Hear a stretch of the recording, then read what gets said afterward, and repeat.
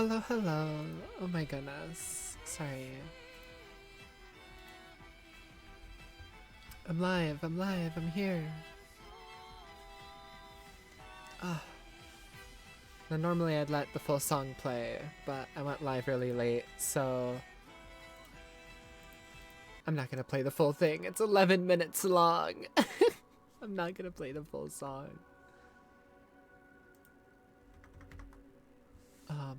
But yeah. Wow, wow, wow, wow, wow, wow, wow, wow, wow. There we go. Hi, I'm here. I'm live. I'm crazy. I'm literally crazy. Alright.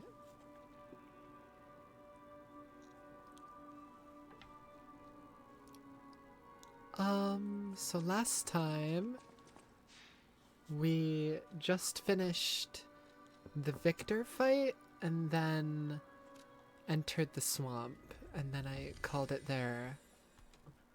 Wah, wah, wah, wah, wah.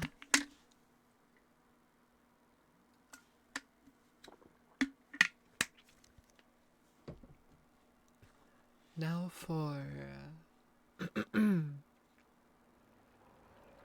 the worst level in the game.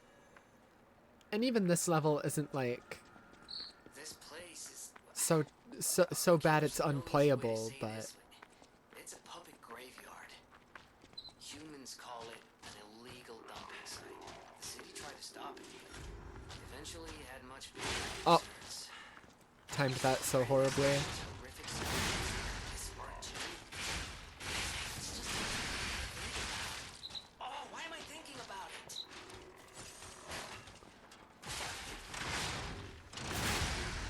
Oh yeah. Oh yeah. We're schmovin'. We're schmovin'. We're dancing all over these guys already. Oh fuck, I remember some of these enemies, the exploding dogs or whatever.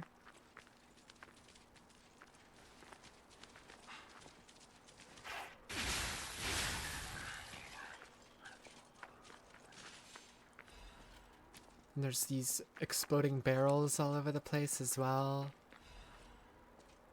There's a guy behind that right there that will ambush me if I go to fight this dog. So we're gonna pull the dog towards us. And then we're gonna run this way.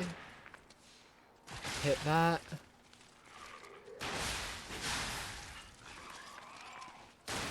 Oh my god. Oh my god, he's shooting me before I can even stand up. She's literally shooting me on the ground. I didn't know they could do that. That's fucked up, man. What the hell? Ooh, ooh, ooh. Is that good? Very good. Gimme. I mainly just look at the physical damage negation. That's the main thing I care about. If I end up getting like stuck on a boss that does like a certain type, like acid or whatever, then I'll care about that element. But usually I don't have to.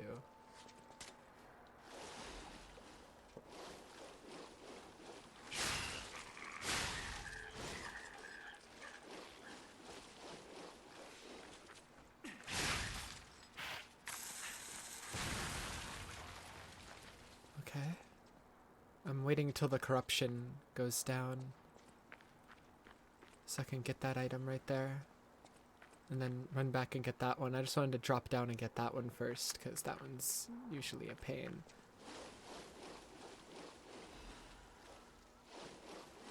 And then we're gonna get shot at running across here because there's a guy like, yeah, two guys up there.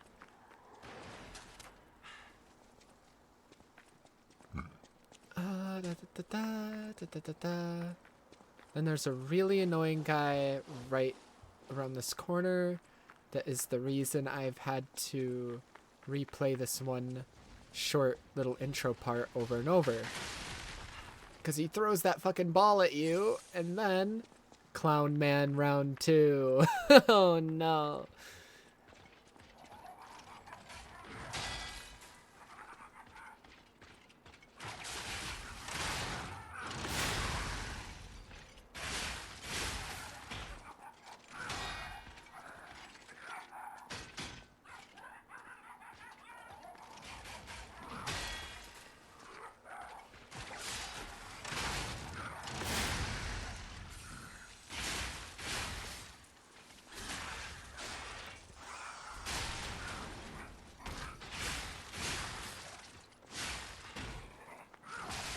fuck, I tried to parry.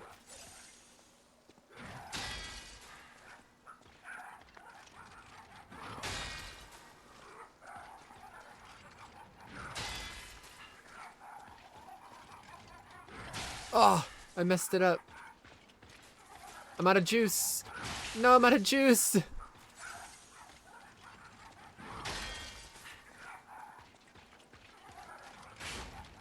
Oh my god, dude.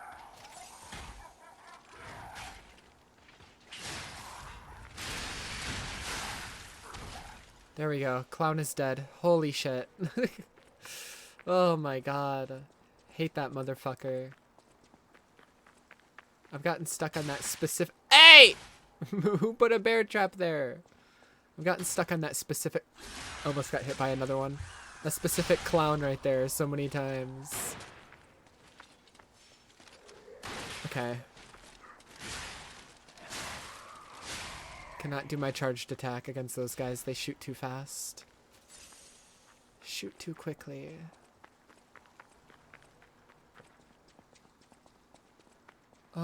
I believe this bridge gives out, right? Right? I think it does. There's like a lot of bridges in this area that give out.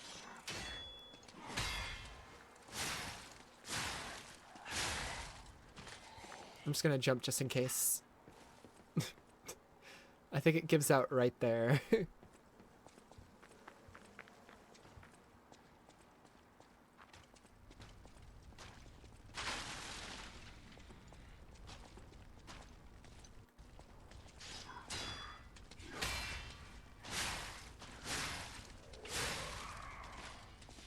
We're gonna go down first.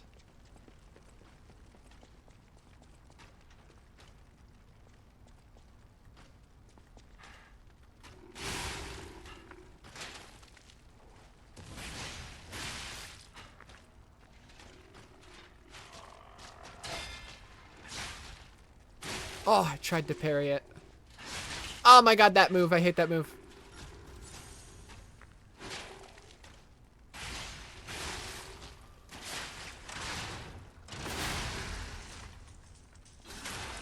Ay, ay, ay.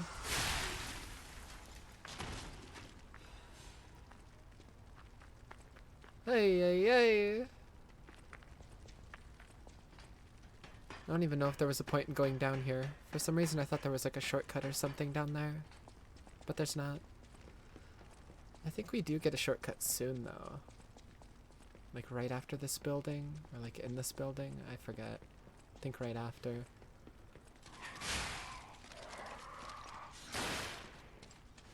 Dude.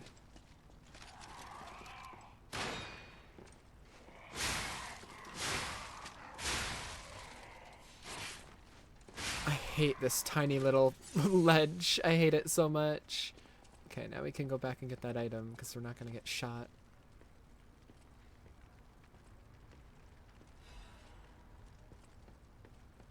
There we go.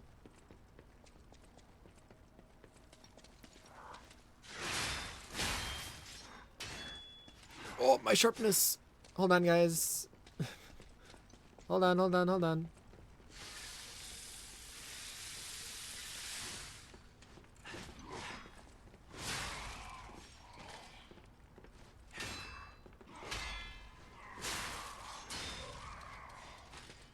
There we go. We're chilling, we're chilling.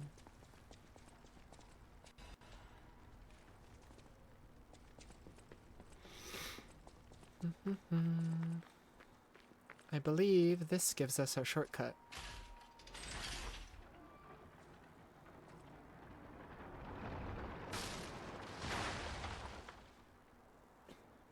Cool, cool, cool. Oh. Let's go down to our stargazer. Over there is the dog guy, Alidora. It's also the correct path that direction, I'm pretty sure. I don't remember. Level up. Let's just keep pumping capacity. Because capacity becomes very important once we have, like, more boss amulets because they're very heavy. At the moment, we only have one boss amulet that like I have, but the boss of this area, I'm probably gonna get the amulet because I prefer it over the weapon. The weapon is really cool. It's just not my favorite weapon.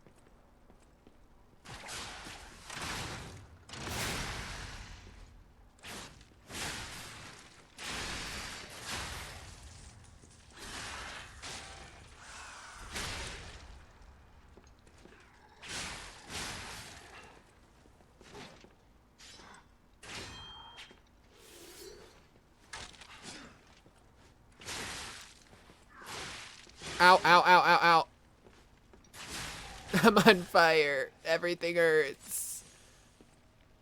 Pretty sure you get a weapon from here. I forget which one. No, you get the recharged amulet. What does that do? Restores H. Oh, that's not that good. That's honestly really bad. The restore HP continuously things, they're in like FromSoft games as well. They're always trash. They're always terrible. Like, you end up having so much health by even the mid game, let alone late game, that the rate that those things heal you is like useless. Like you can barely see it move. Those damn alchemists. The terms of the bargain, almost intolerable. Well, it's not like I care about those hotel people anyway. But there are limits. Yeah, so obviously the game doesn't want you to really trust this guy all too much because he's talking to himself, talking about how the alchemists are gonna attack the hotel people, and they wanted him to join him. How'd you do? Oh, don't be Anyways, offensive. we can They skip a say lot of a this terrible mum because might I've played this catch. game You're a 4 worthy fucking hunt. times. You're a worthy hunt? I played this game 4 times. I don't need to hear him yap. Anyway, I thought you had.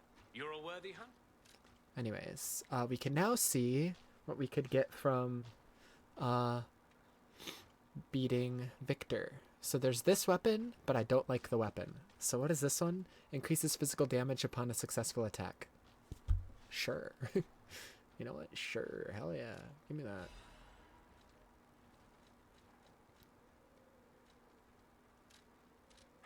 That one's pretty good. Can I put it on, or will I be heavy? I'll be heavy. So keep that one on, and remove this one. There we go, yeah. Perfect. But yeah, these boss amulets are so heavy, so we really want to level our capacity, because that'll also let us use our arm more. So it'll just benefit us twofold. I'm pretty sure like every bridge in this area collapses, like these thinner middle parts of the bridges. There's so many collapsing bridges in this area. It's so annoying.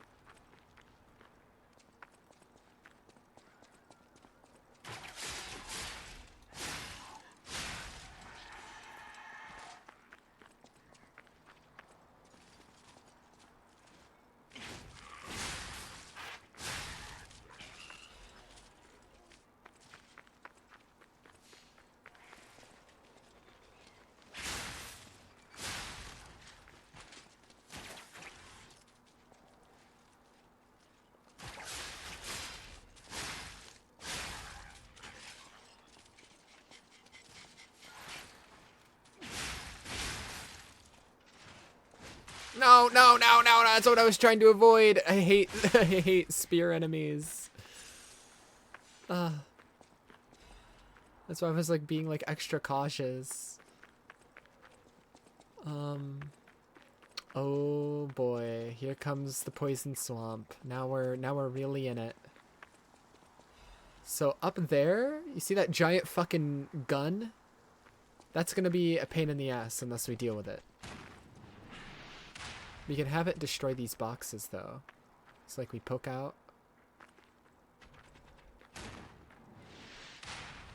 Ugh. Come on.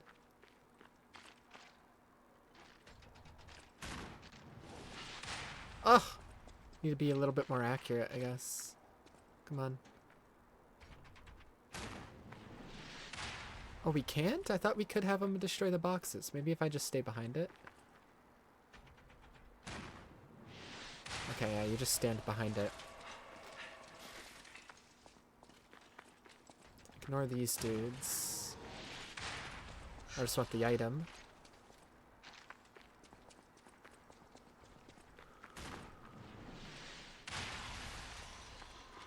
No item in that one.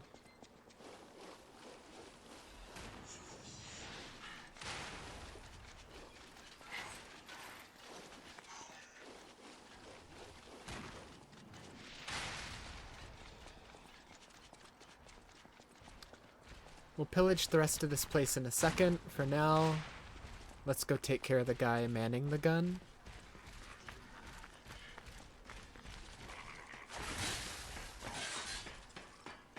We're fine. We're fine. Oh, literally clenched my ass right there. Holy.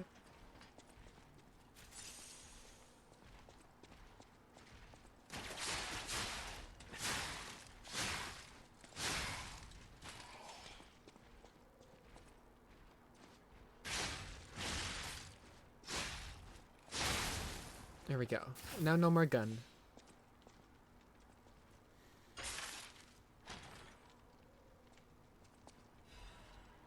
Live puppet axe. So this weapon, from what I remember, is like the highest damage dealing blade in the game, but it's also the slowest weapon in the game. It's huge. It's just a giant axe made out of the corpses of other puppets. And it's the highest raw damage number in the game, the blade, but it's also the slowest weapon in the game, so hell no. Slow weapons are not good in Lies of P. They're just not.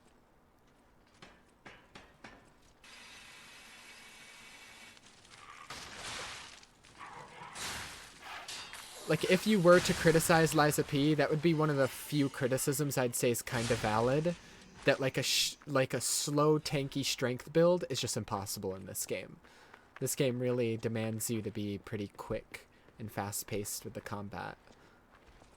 Which in my opinion isn't even a criticism of the game, that like you can't do a slow-paced strength build. It's just a lot of people expect you to be able to do those types of builds because it's a Souls game. But in my opinion, not every Souls game needs to have a ton of different kinds of playstyles. Case in point, Sekiro. You can't do like a slow strength build in Sekiro. It has one set playstyle. So I think Souls games having a more limited playstyle isn't always a bad thing necessarily.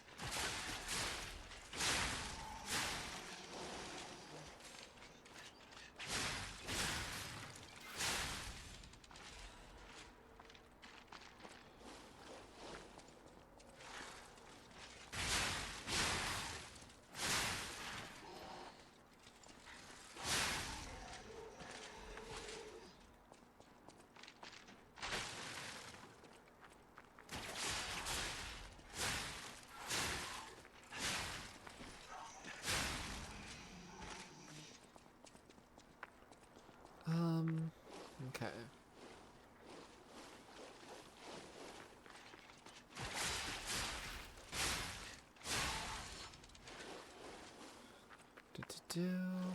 Oh, wait, there's an item there. Go back, go back!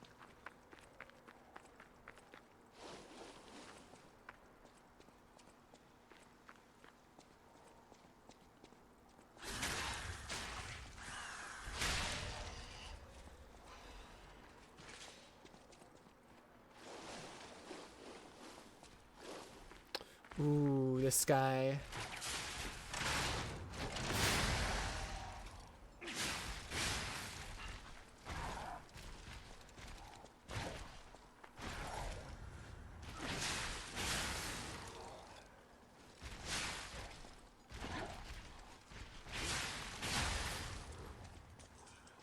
Bop.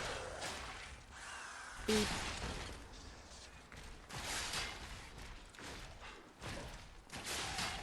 There we go.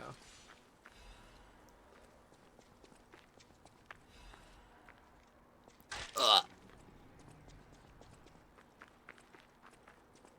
Oh yeah, this weird guy. I forgot about you. So this guy is a puppet whose ego has awoken. Basically,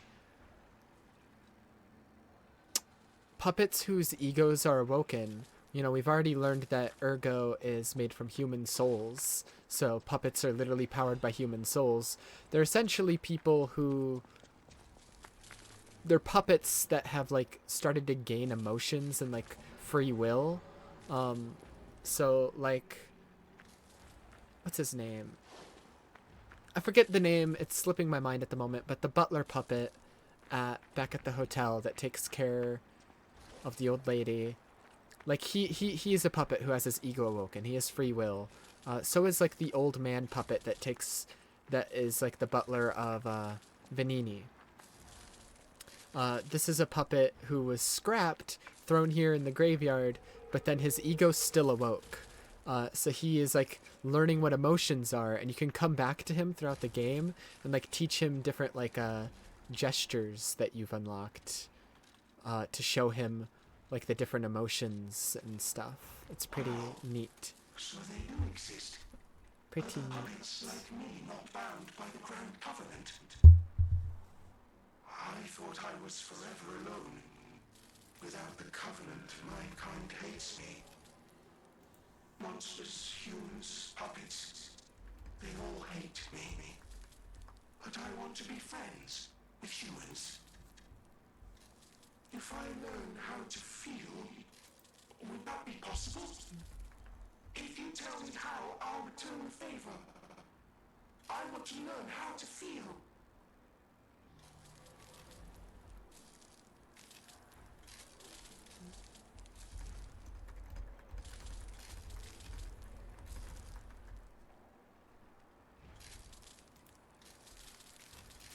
Sorry, I was just messaging Sophie.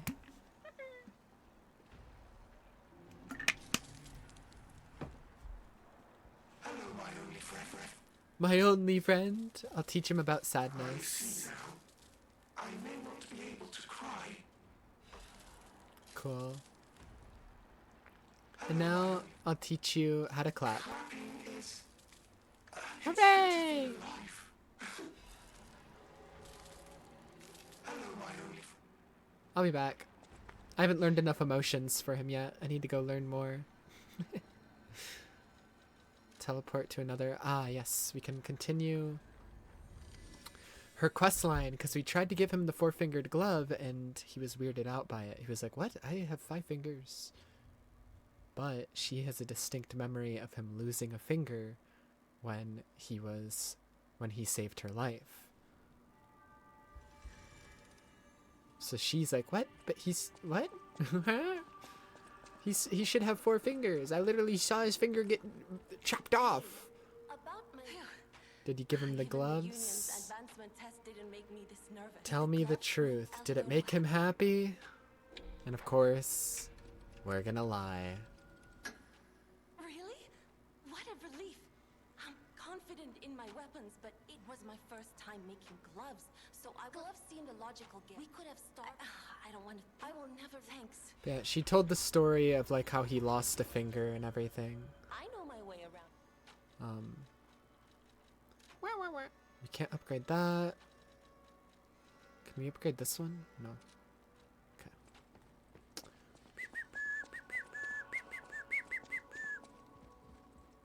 No matter what. Paulandina, that's what it is. I don't know why his name slipped my mind. I don't know. I'm just checking their shops to see if there's anything that I need. I should get this. I should get this. I should buy a bunch of these cranks as well. They're very useful. Just buy everything. His shop is incredibly useful. Just buy it all.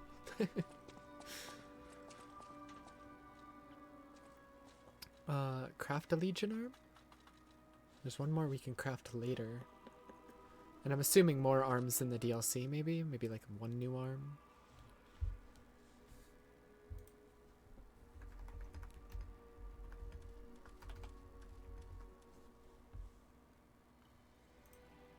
Alright, and then modify.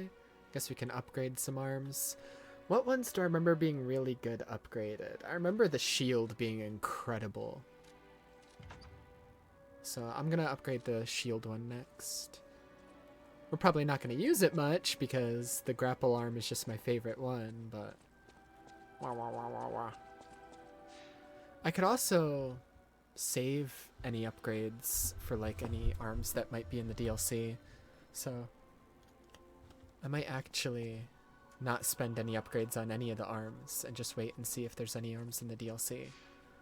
Because I don't know if there is or not. I don't know anything about the DLC because I was avoiding everything, like all trailers, everything. But yeah. God,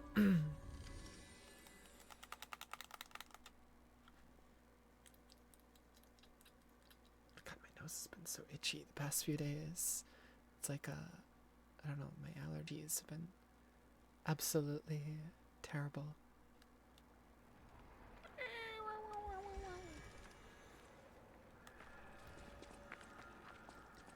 Alright. God. Oh yeah, we're getting shot at again. Don't worry about that. We're fine.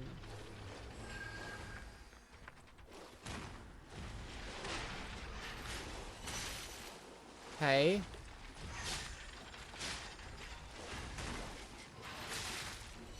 Oh my god. I didn't reach the butterfly, which is the main thing I'm trying to hit right now. Oh my god. I'm going through it.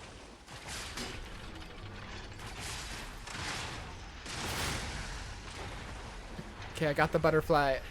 That's all I cared about. I'm also getting poisoned, which is fine.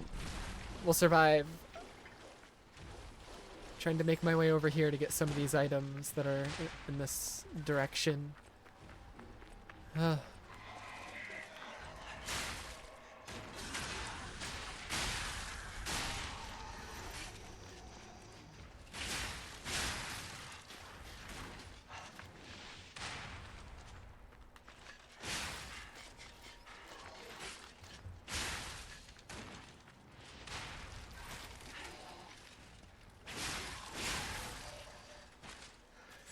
I'm fine, I'm fine, I'm fine, I'm fine.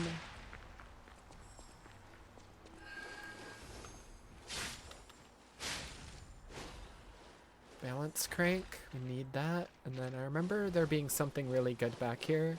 I could be completely mistaken though.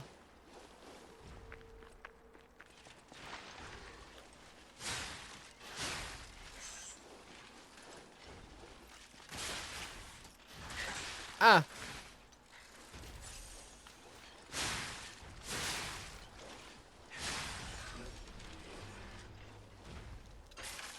Oh my goodness. Oh, yep. I was right. I was right. I was right. I forgot an item! Get back over there. Urgent, urgent. Go, go, go.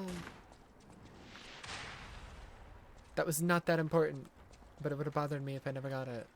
So it's okay. Hide.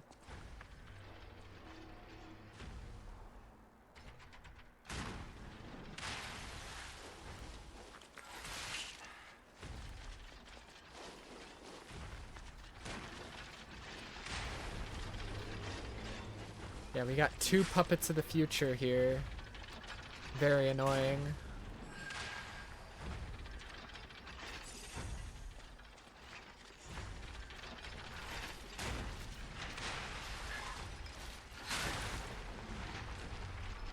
Butterfly, come here.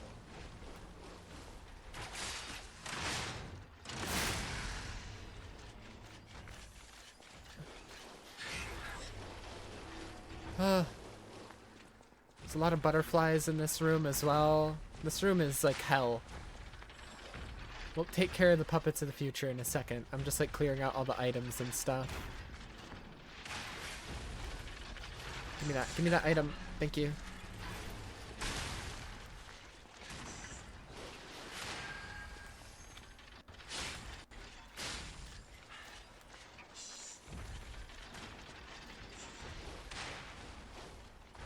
Give me this item.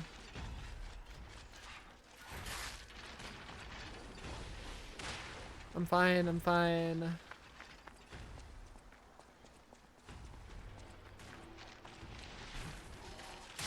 What the hell, man?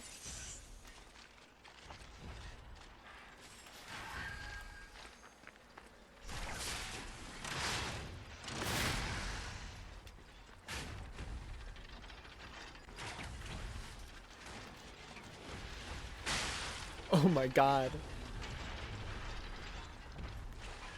Dude.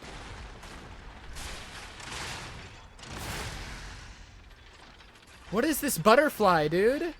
I can't hit it.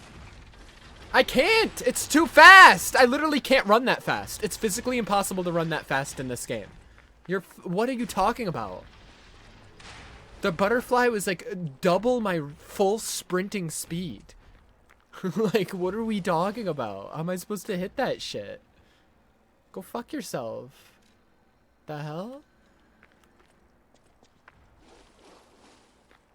Let's try to get it again, I guess.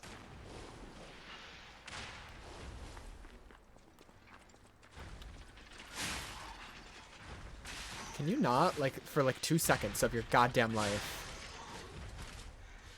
Open this box immediately, please. No item. Okay.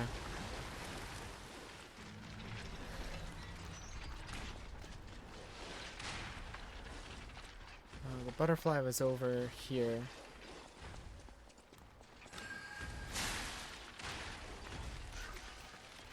I'm in a full sprint, by the way. Okay, full sprint, by the way. Still can't catch up to this bitch. Ay, ay, ay. I don't know why that one was like extra annoying. Just for no reason. They're fine. Okay. We're gonna take this box back to the hotel first, and then we'll worry about everything going on here.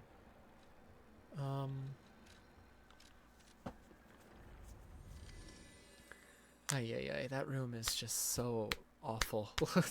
Just poison everywhere, 2 puppets of the futures, and a gun constantly shooting you from the tower. It's just way too much. Ah! Way too much. Hello, hello! The House of Vanini. Master Vanini, patrons of Okay. the House of Vanini. Purchase. Hey, purchase. There's a new weapon. 2 new rings. This one's really good. I'm probably gonna buy that immediately. And then let me sell all these. And we can buy this. This. New weapon. And advance crank, and then we'll buy the rest of this stuff later. Okay.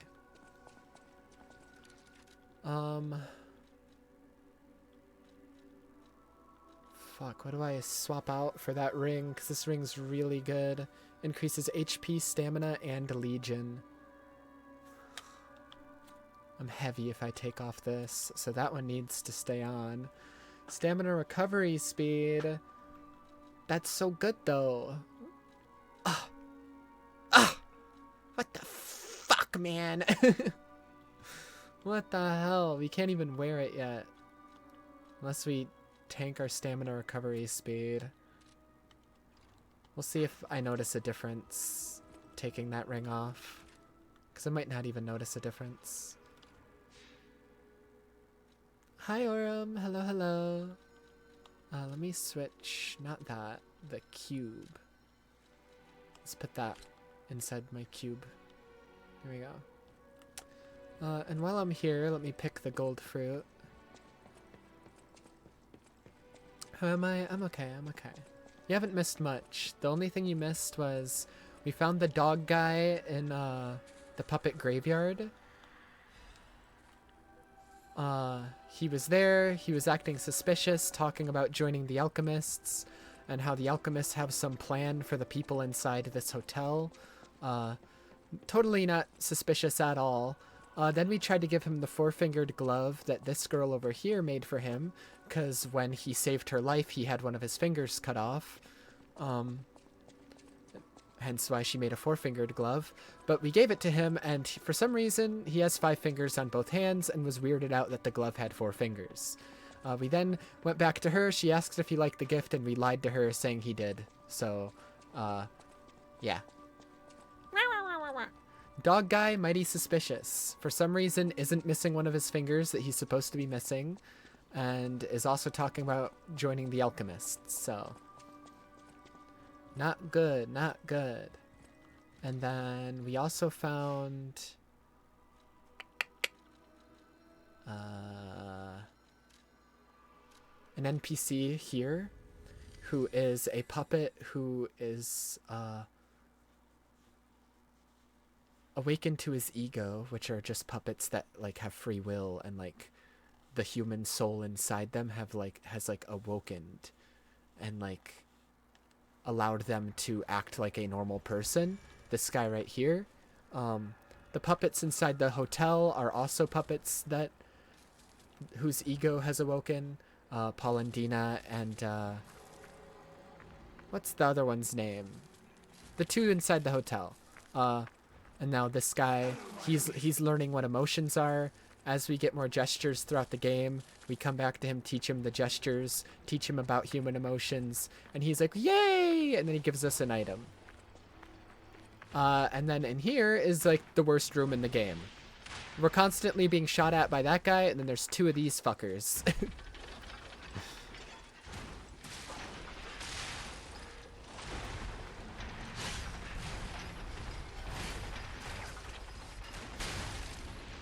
Ah!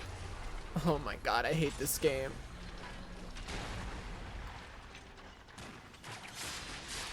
Oh my god!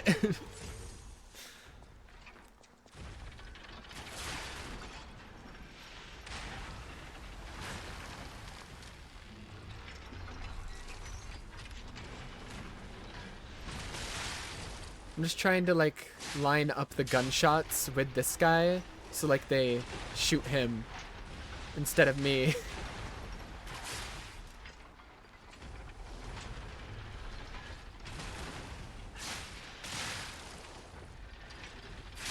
These freaking ball hand guys, yeah, they have 1,000,000 HP.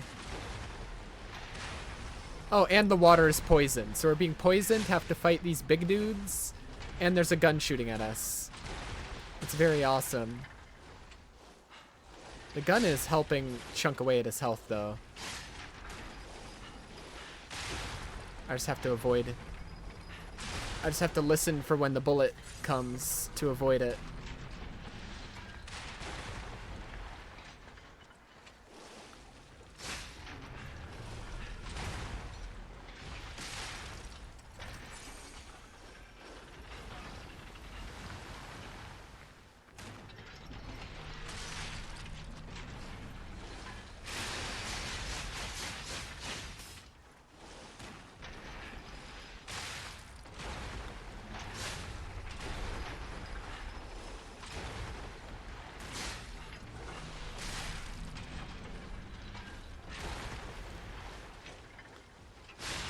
There we go. Ugh! There's another one over here.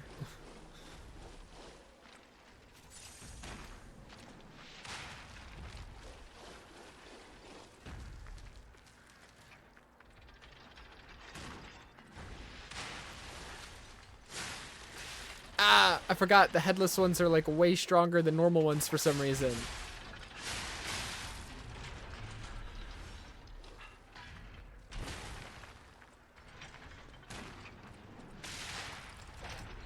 Oh my god.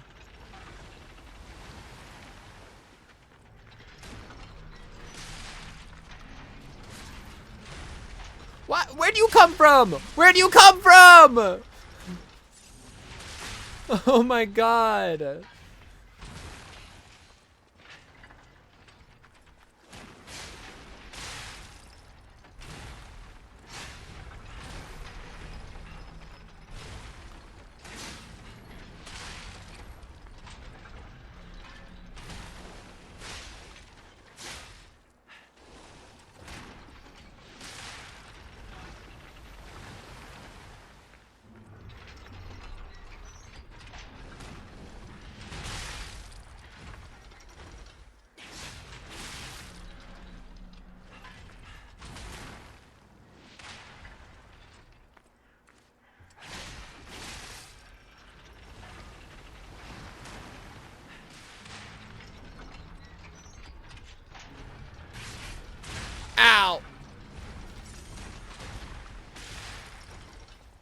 I hate this level.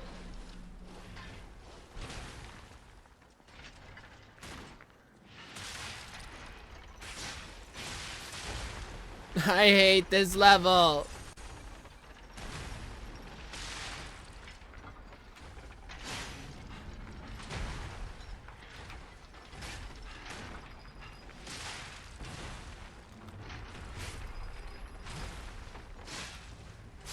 Oh my god.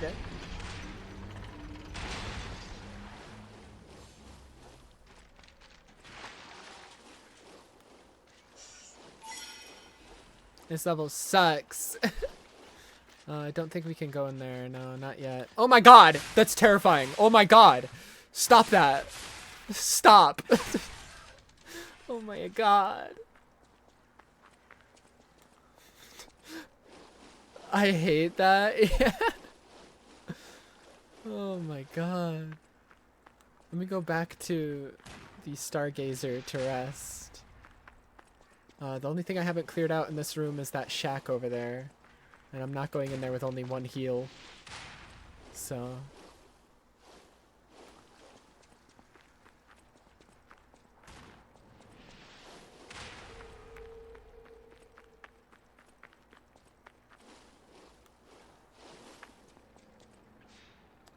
Okay. We're chillin', we're chillin'.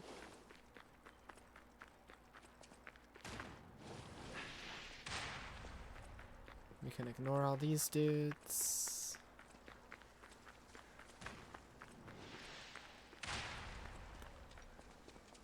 Excuse me, pal.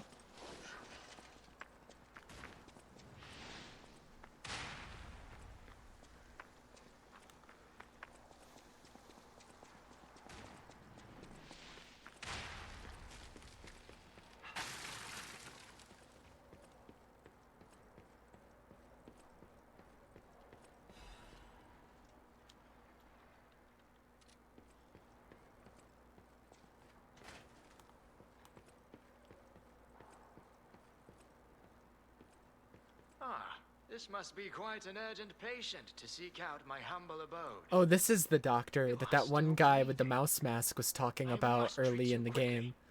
Trust me, it's better.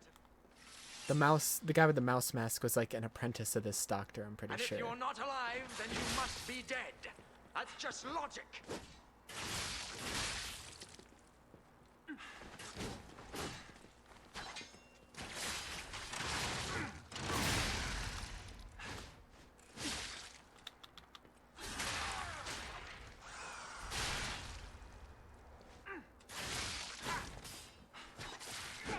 Ow! My judgment as a doctor, all should end while they're still human.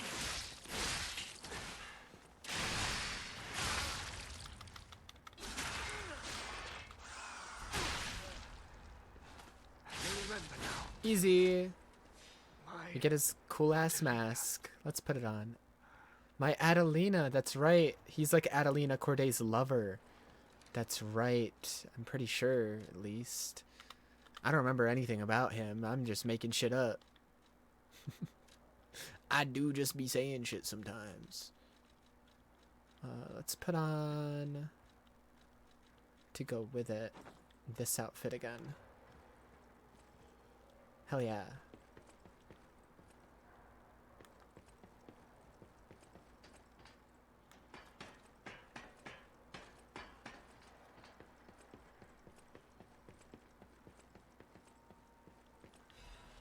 Anyways. So that's all that shack was for, just for the little owl mask.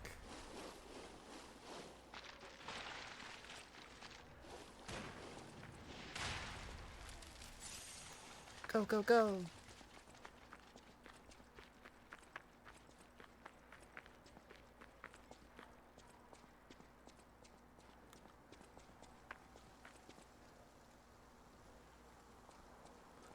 Oh, this part. Ugh.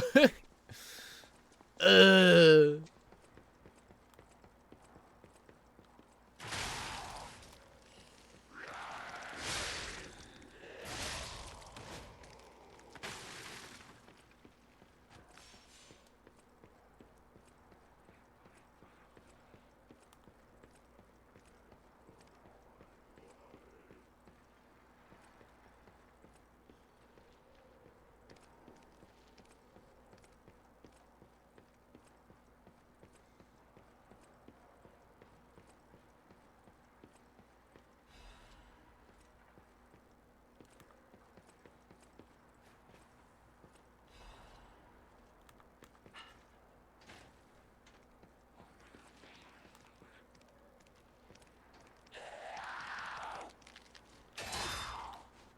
Oh my god.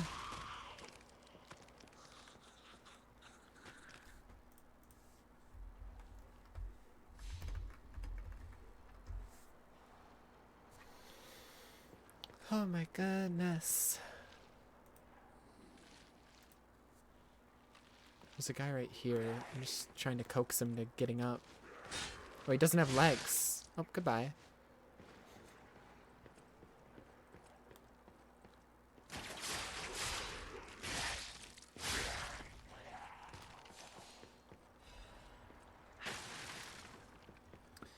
Do-do-do.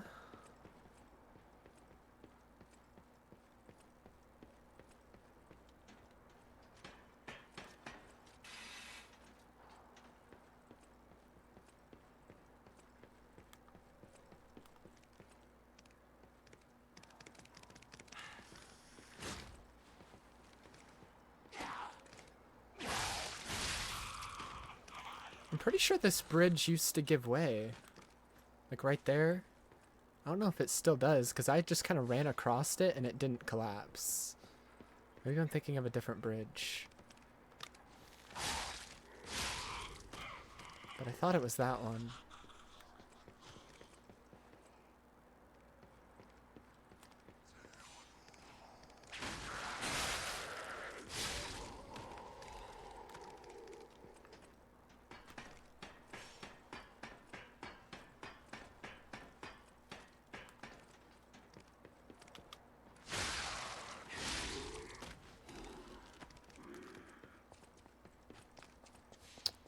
And then we get a checkpoint right here.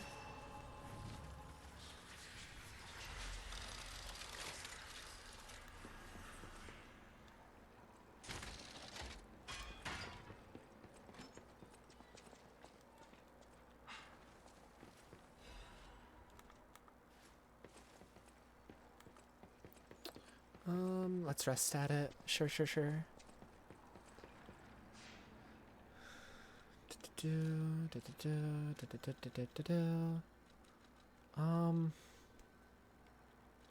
Capacity. Let me see if I can remove this now, or if it'll still be heavy. It'll still be heavy. Okay. I believe that chest over there gives the shovel, and the shovel is like one of the best handles. Well, I say best. I don't think it's objectively one of the best. It's one of my favorites, though.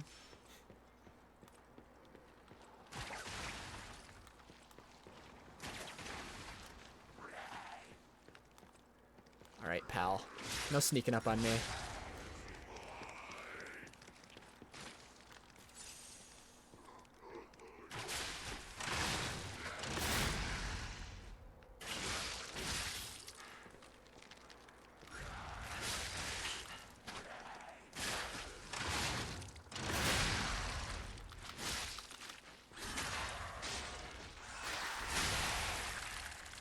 Stop gooping on me. Stop! Stop gooping me. Oh my god. Is it the shovel?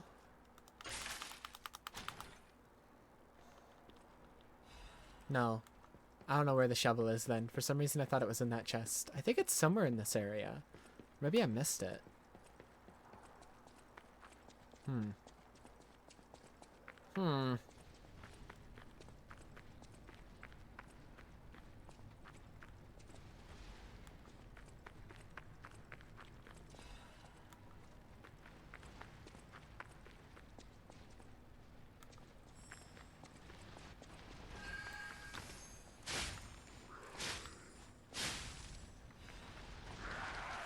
Oh my god. Oh my god.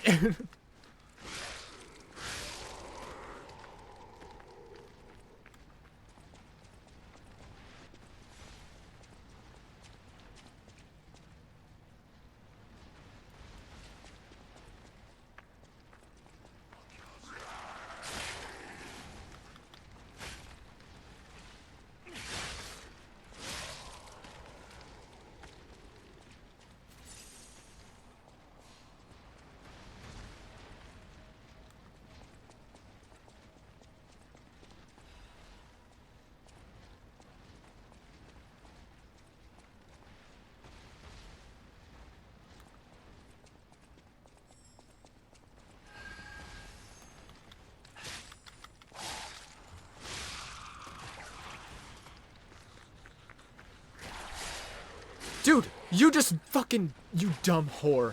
You dumb whore. Oh my god. Now's your turn. Get the fuck out of here. What the hell?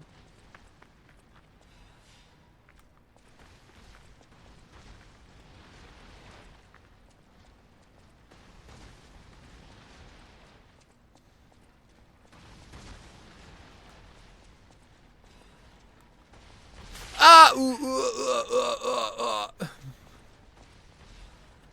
I'm fine.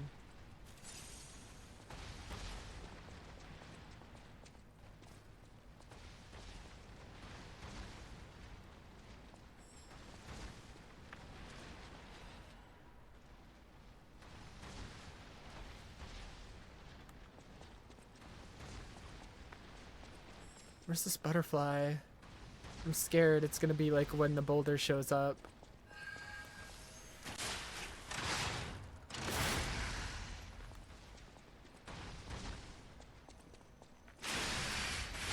There we go. Get in the corner. There we go. We're fine.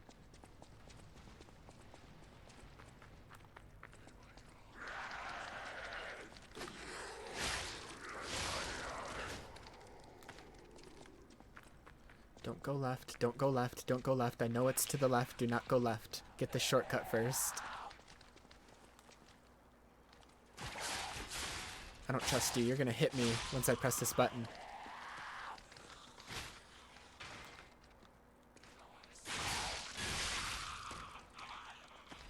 Okay. Shortcut?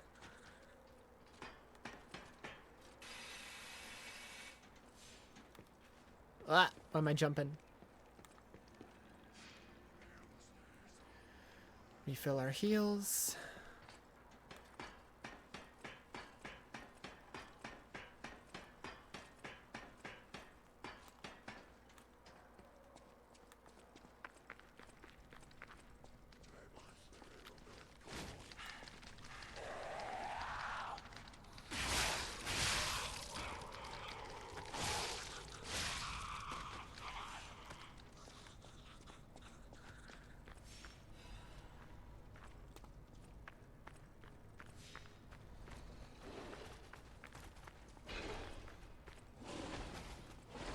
Wow, those bear traps don't even work on the bear.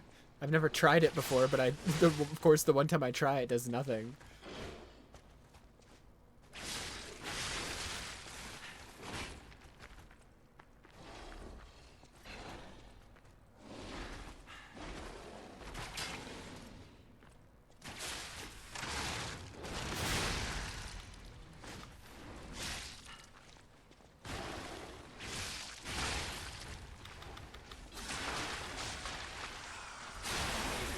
Get the fuck out of here, bitch.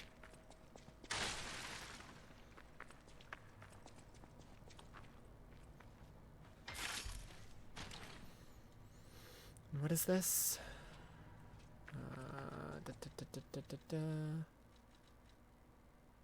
No. Just no.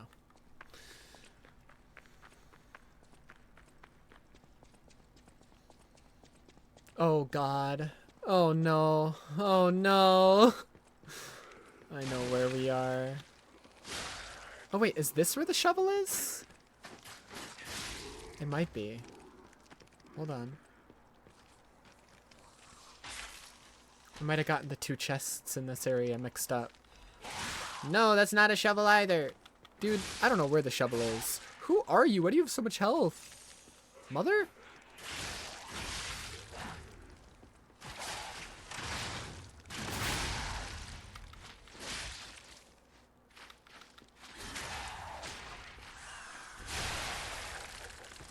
Ay, ay, ay.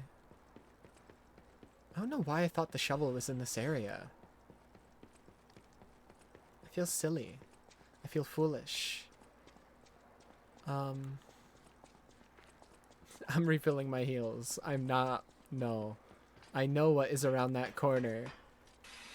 And that bitch gave me so much trouble that... We're not going to talk about it. We're just not going to talk about it.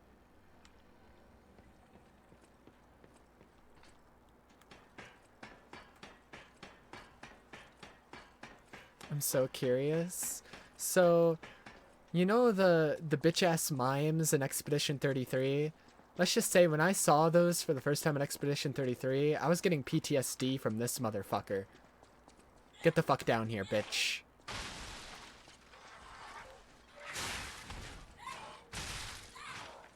Oh my god.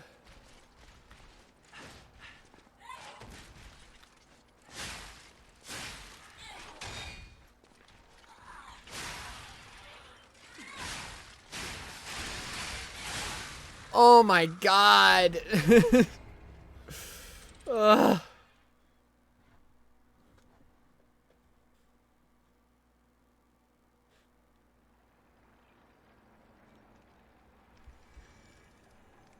Okay then.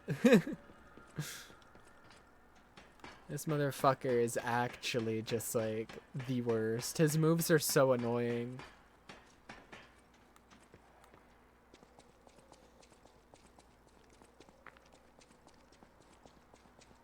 Get down here! He's also, like, with the pointy hat and everything, he's modeled after the original storybook Pinocchio.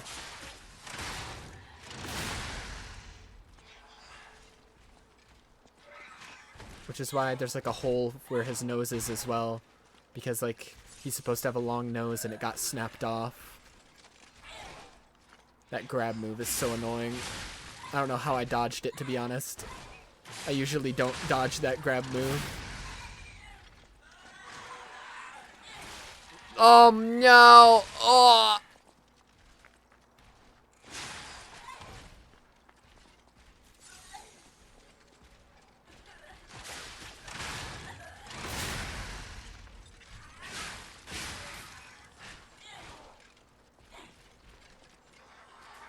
I'm out of juice! Oh my god. Oh my god! How many jumps are you gonna do, buddy? Stop! Oh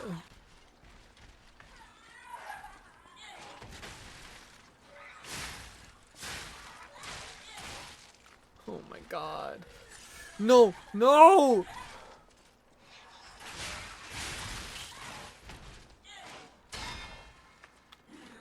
I don't like you, man.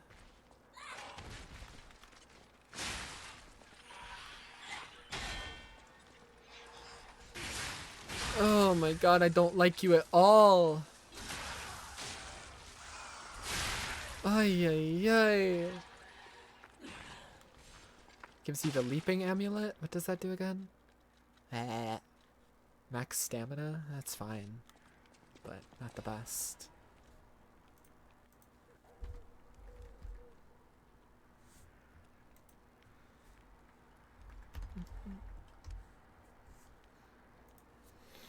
Hate that motherfucker.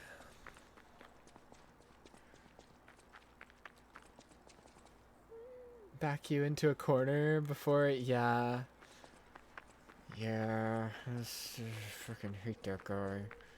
Hate that guy, angry emoji. What the fuck? I got pranked! I just got pranked! What the fuck? Screw you, pal. I don't even care about your friends downstairs. That became personal.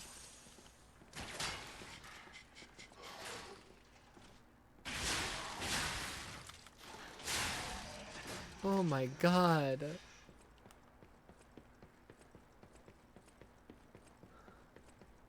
What the hell, man?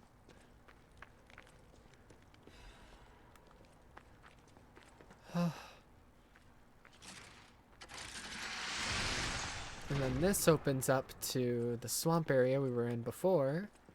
And if we climb up this tower, we can finally take out that guy that was shooting us with the giant gun before. This way. I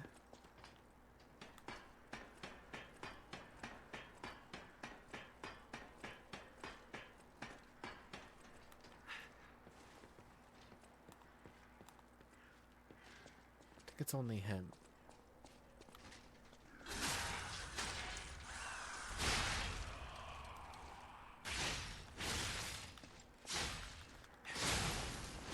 There we go. Du-du-du.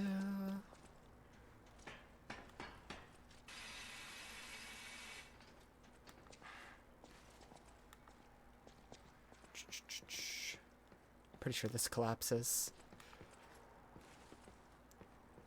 I don't remember what bridges in this area collapse and which ones don't, so I've just been jumping over the middle of every single bridge just to be safe. I don't think this one collapses. Oh, right, but an earthquake happens. Whoa! An earthquake! That came from the direction of Krot Central Station. Oh, this could be bad, pal. Really, really bad. So an earthquake or an explosion of some kind happens near the train station. The train station we woke up at the beginning of the game. Another dog mask guy. Hey, are you a treasure hunter too? Strange to me, someone in my line of work. I know how this looks, but I'm not a thief or anything. I am on a serious expedition. You wouldn't happen to know a treasure hunter named Alidoro? So the reason he has a dog I'm mask a too big is fan. because he looks up to the I other find my dog life- mask all I can guy, and he's trying to like, You never and that's I know the he's trying to essentially just be the next Alidoro. Wanted Alidoro. Interesting. life is all I can do. He's wanted. My treasure. I think it's you know what they say. And then he also gives us this cipher device because he has no Life use is for all I it. can do is- And then he's trying to figure out how to open this. He'll figure out how to open it later in the game. So we'll keep checking back in on him because I forget at what point he opens it. So we'll just keep checking back here every time we beat a boss.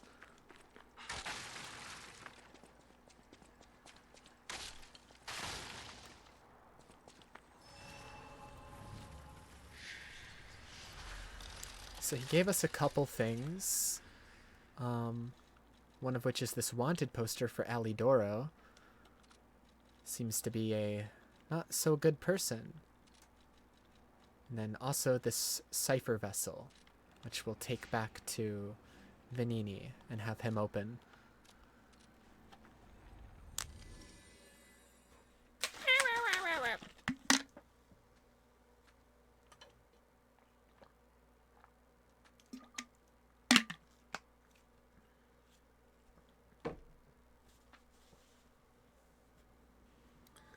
Oh yeah.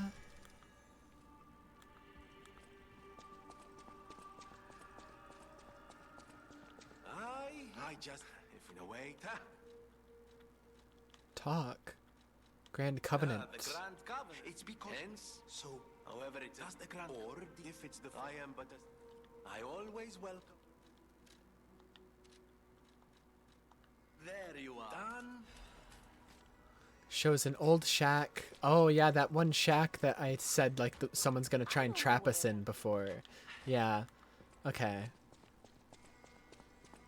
So let's go back there. Yeah. Malum District was here. Oh yeah.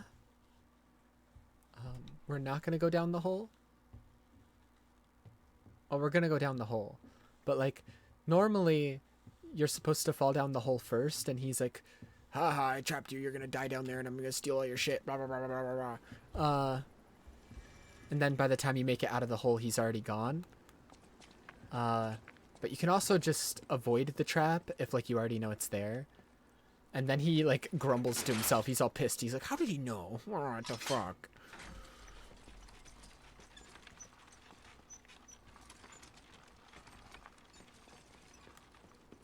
So let's go talk to the man.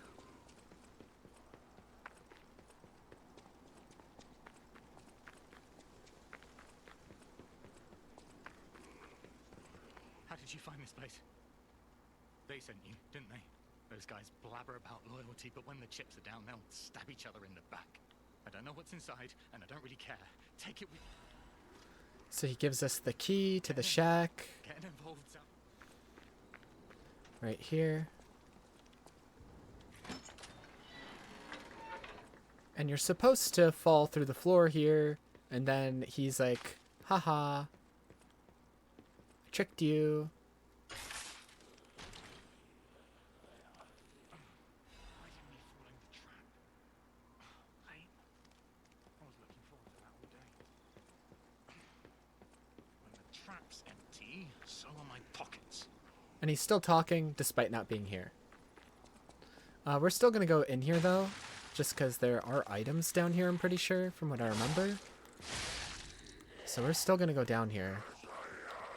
We're from the future.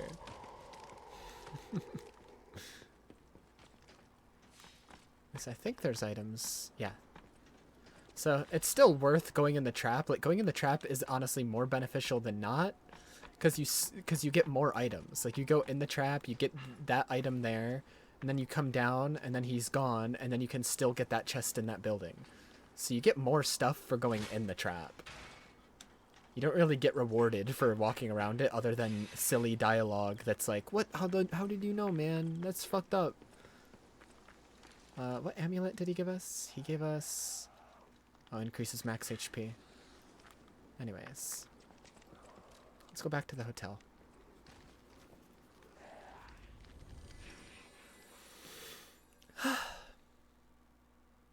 Oh yeah.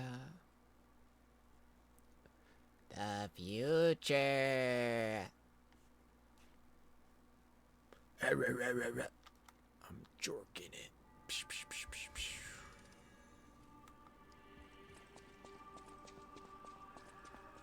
I get the pup. What is happening? I know my way around. Okay, just checking if like anybody has dialogue.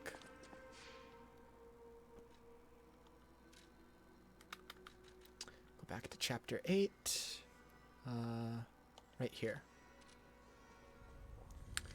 Oh yeah, oh yeah, oh yeah, oh yeah. Oh yeah, oh yeah, oh yeah, oh yeah. Oh yeah, oh yeah, oh yeah, oh yeah.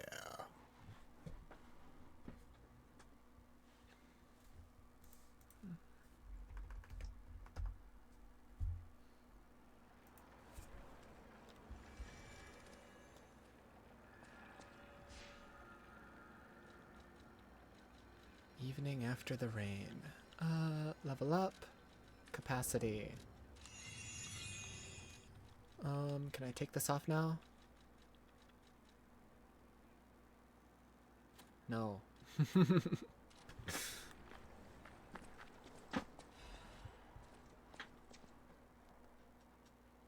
Why is that thing even here in Krat?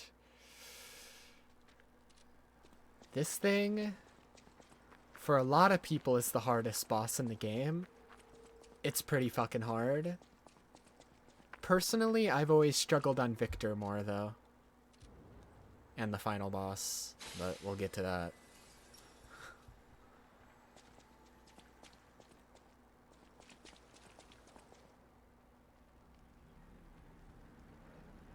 It's not that bad in the first phase, from what I remember. Why is that thing even here in Krat?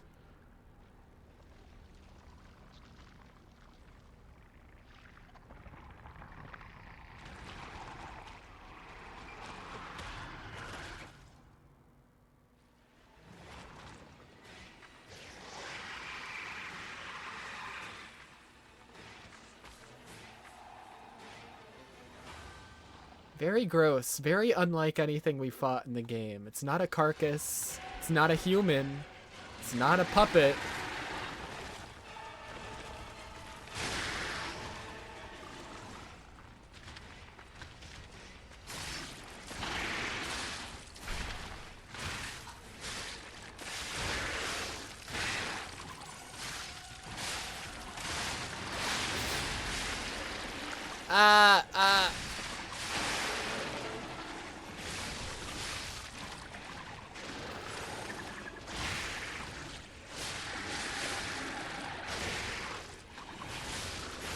Stop putting your ass in my face.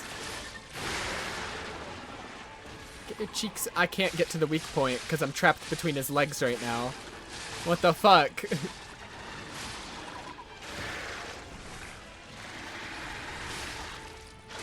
Oh my god. That's so delayed.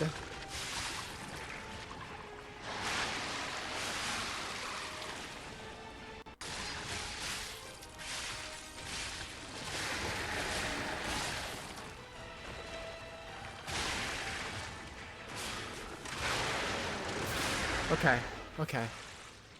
In the second phase, he finds the discarded body of a boss we've already fought once before.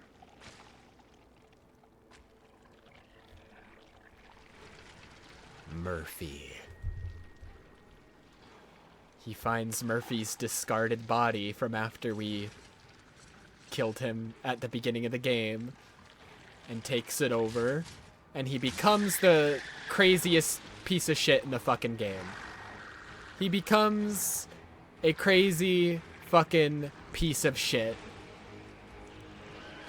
Because he has all of Murphy's moves, plus additional tentacle moves on top of that. So he's a crazy fucking piece of shit now.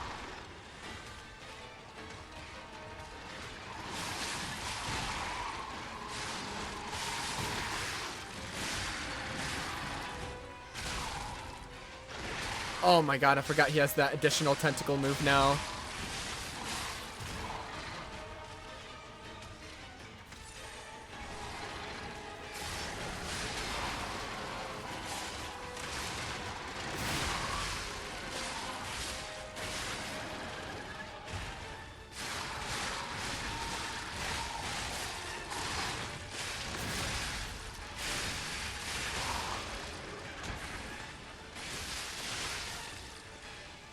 I'm so glad I have the summon right now, because it's making this guy so much easier. This guy's hell without the summon. Specifically that move right there.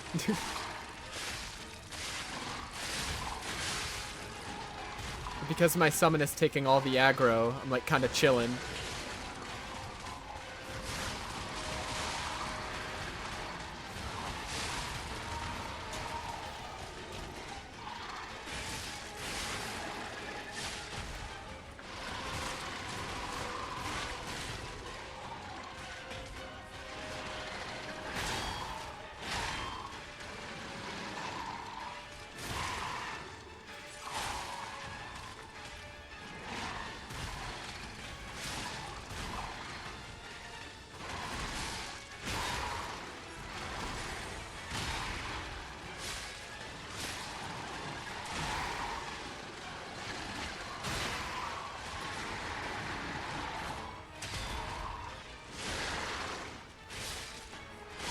There we go. Oh, that summon helped so much, but taking aggro off me. Oh, we would have been here a while without summoning. We got the golden ergo. And Alidoro's over there. And he can shut the fuck up.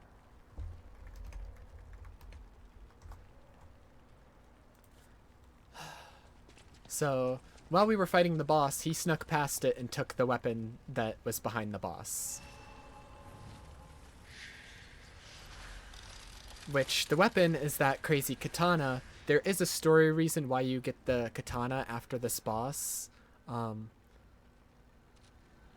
Like, on paper, makes no sense. Why is the katana from this boss, of all things? There's a story reason. We'll get to it. I knew you'd do it. I had a feeling you'd be the perfect bait. I got what I wanted thanks to you. The last hero weapon is finally in my hands. The katana? Yeah. You have my thanks. See you at the hotel. Shut up. Thank you for your... Let's go back to the... Thank you for your... Let's go back... Yeah, okay. He's like, let's go back to the hotel, blah, blah, blah, blah, blah. So he just snuck past the monster and grabbed the katana while we were fighting it, but we weren't even here for that. We were here for the golden ergo anyways. So, and we can always buy the katana from him, but we're not going to. We're going to buy the amulet instead because it's a really good amulet and I want it. Happy face.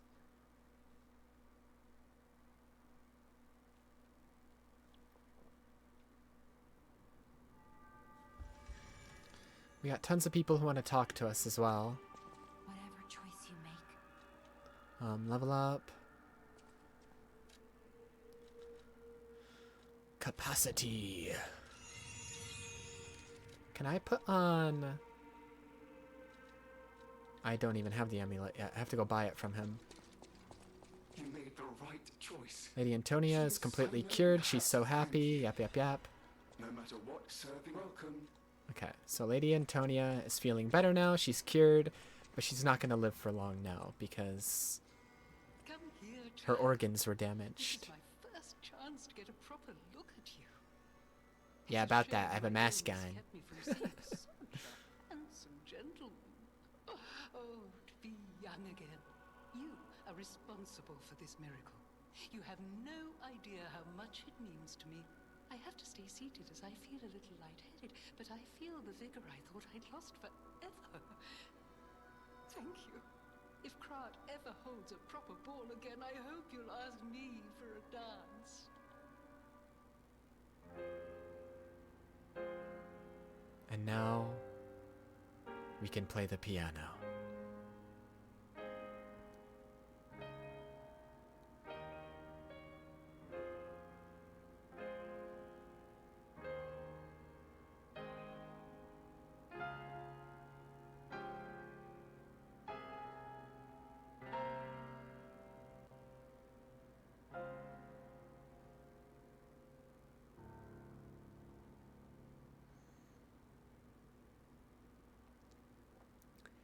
After curing her illness and knowing that soon she's going to pass away, the once unfeeling puppet, unable to even make one note sound good, plays a song for her.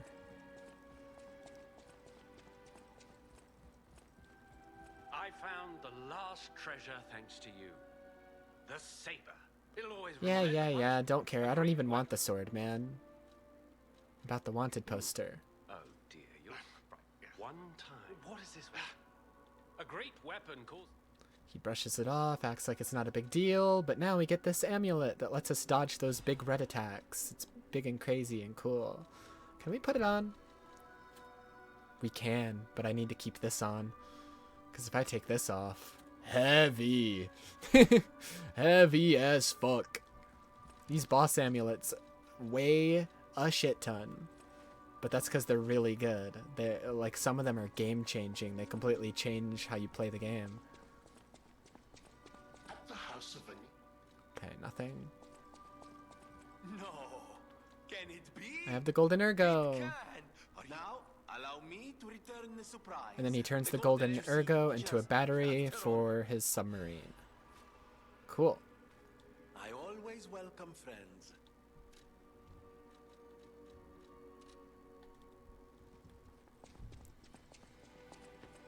I know my way around. Nothing to talk about here. What about with you? Whatever choice you. No, okay. What about Geppetto?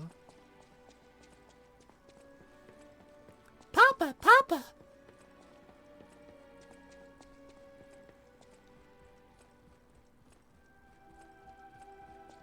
I want to change what I'm wearing. We're going back to this mask, and then...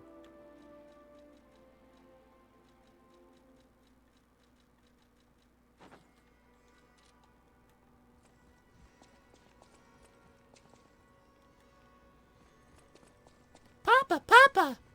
You don't remember. Ask me about it. Okay, nothing new.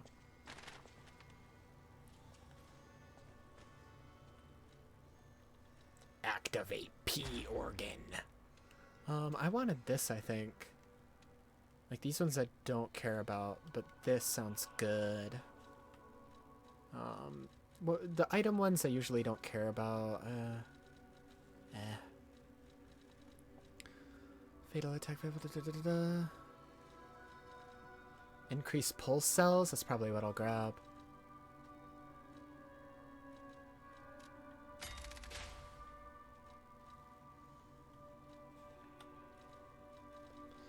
Enhanced Fable Art attack. Lower weapon durability consumption.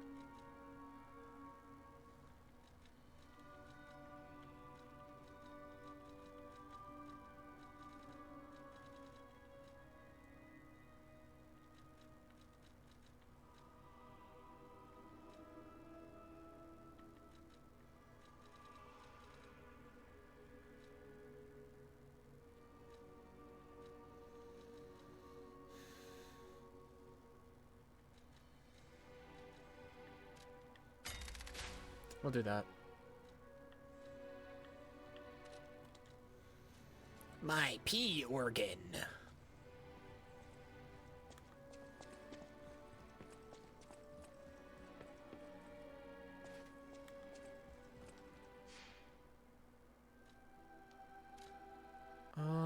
Then we can talk to this dog guy back here.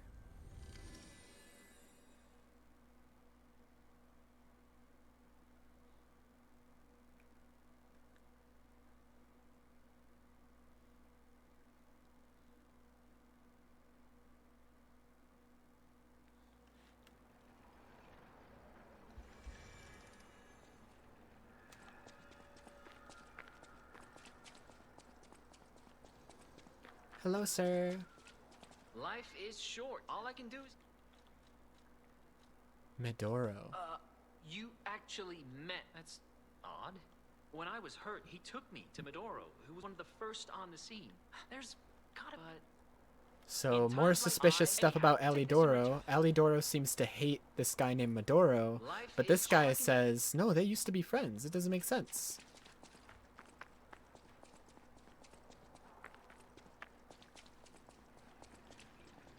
Some more suspicious stuff. Him having a finger that he shouldn't have. Him hating someone he should be friends with. The wanted poster. Him talking about joining the alchemists. Him deceiving us to take the weapon while we fought the boss.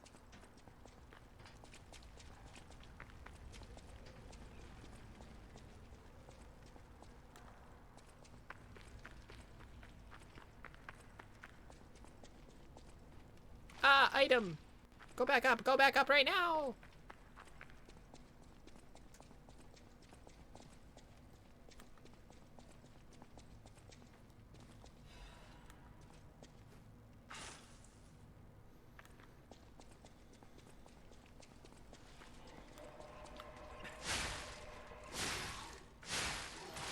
Hey. Rude.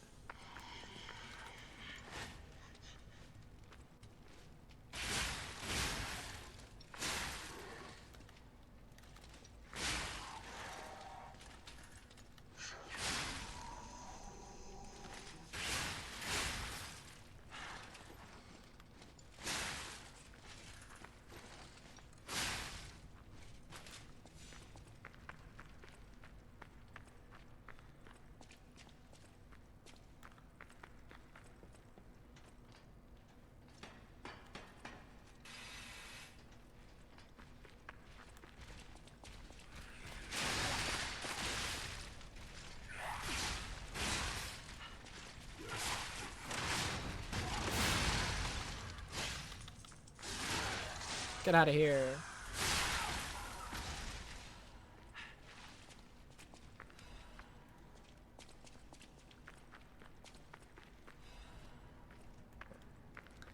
Ba, ba, ba. Ba, ba, ba.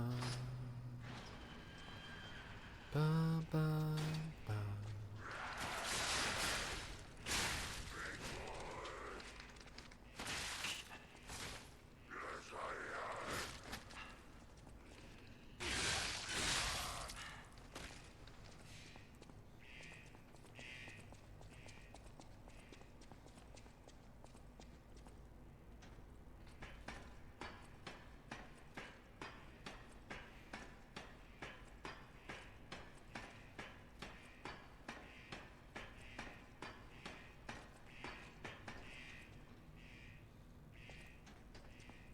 What?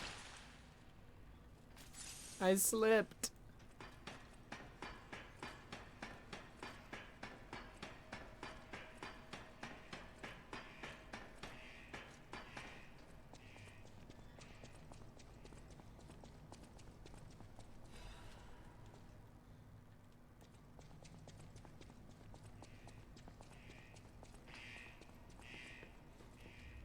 Another earthquake.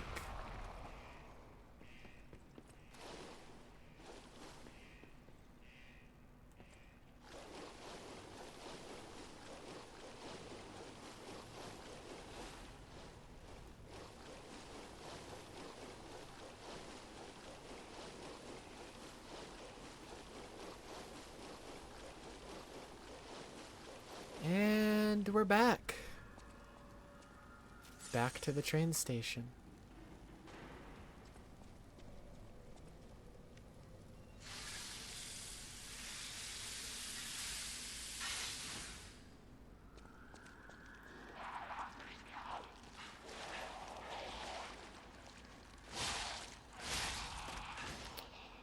Where we first woke up at the beginning of the game. But now there's a bunch of carcass enemies here for some reason. Did you feel that? An ergo amplification effect coming from Krat Central Station. I wonder if the alchemists are plotting something again. Please, investigate that area.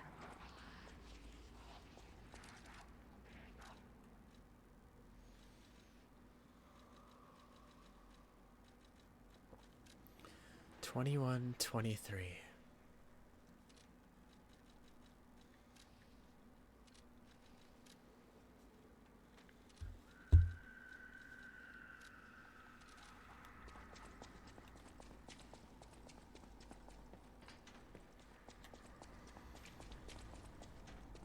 Da, da, da.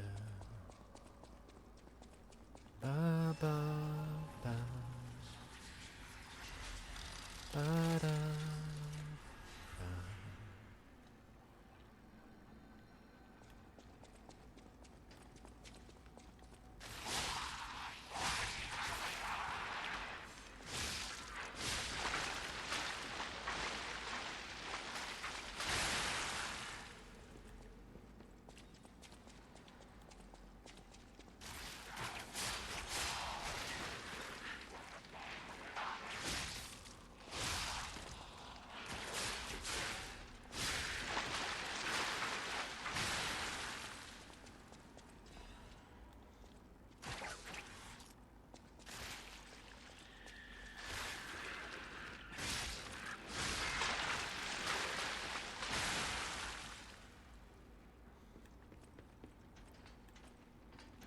That's where we came in.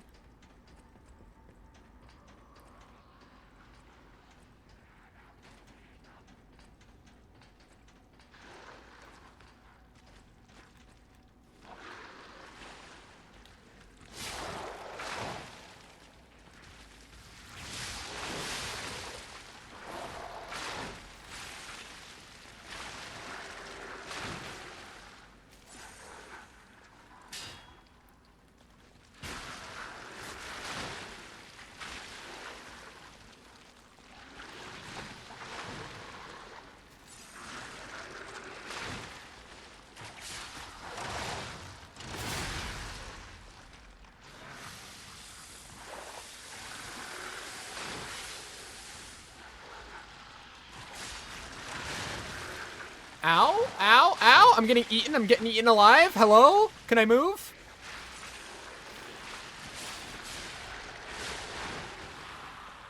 Oh my god.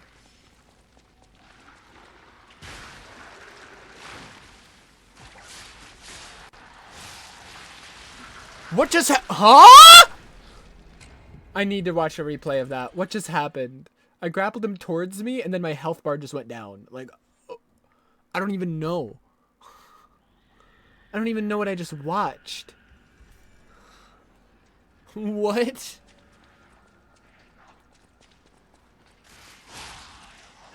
Like, are you sure, game? Are you sure? His aura, literally.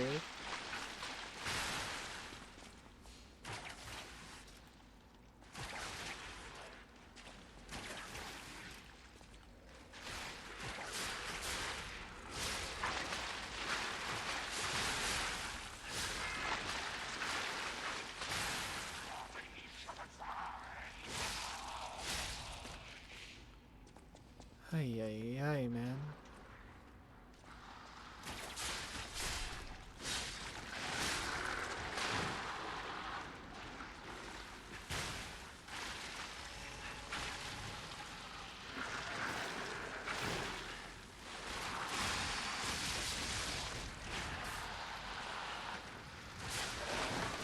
Huh?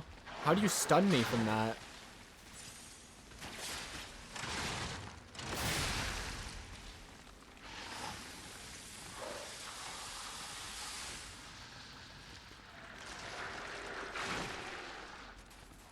I'm out of juice!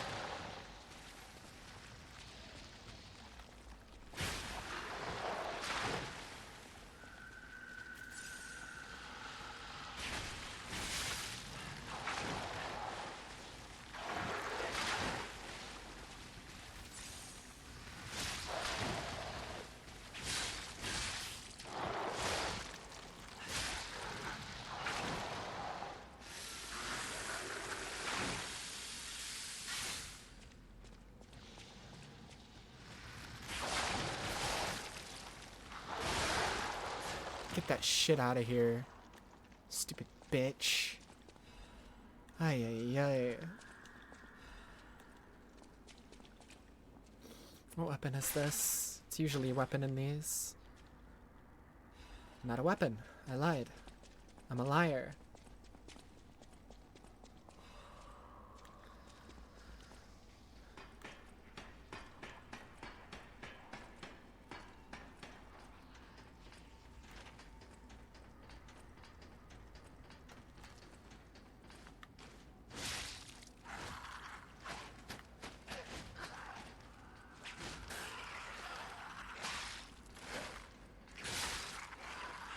Dude, how are you alive?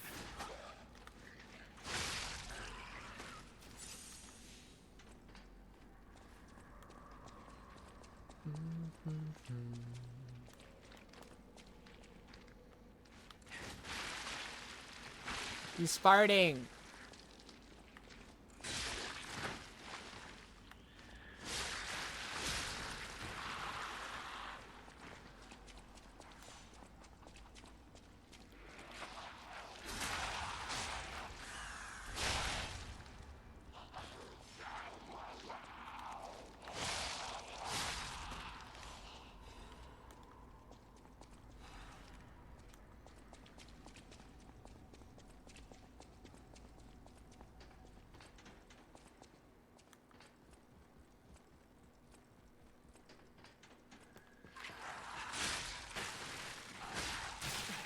Hello? God? God?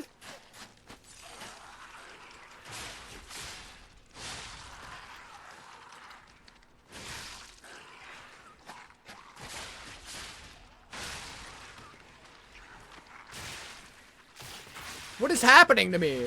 Huh? Dude, this little fucking baby creature is like the strongest thing ever. What is this? What is this? What is this? What is happening? He just summons worms. Like, what? He just, like, lays on his back, screams, and all of a sudden worms come out of the ground and enter my ass. What? What do you mean?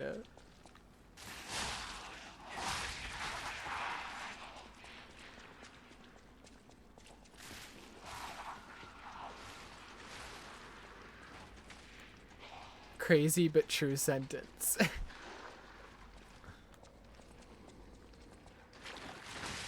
What the fuck?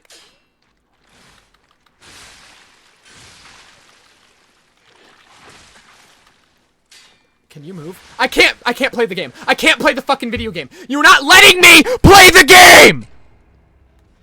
I literally, oh my god, if it, the combat completely falls apart if an enemy gets you against a wall. It completely falls apart. It turns into dog shit. Like, you can't do anything. You can't swing your weapon because it dinks against the wall. You can't dodge because the enemy's pinning you against the wall. You can't parry because you're pinned against the fucking wall! You get pinned against the wall, you're dead. You're just dead. And I literally have to fight these enemies in a tiny train that is nothing but walls. So it's literally impossible. There's nothing I can do there. Nothing!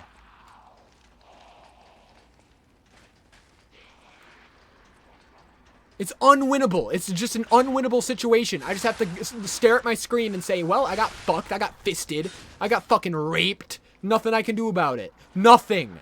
Not a single fucking thing.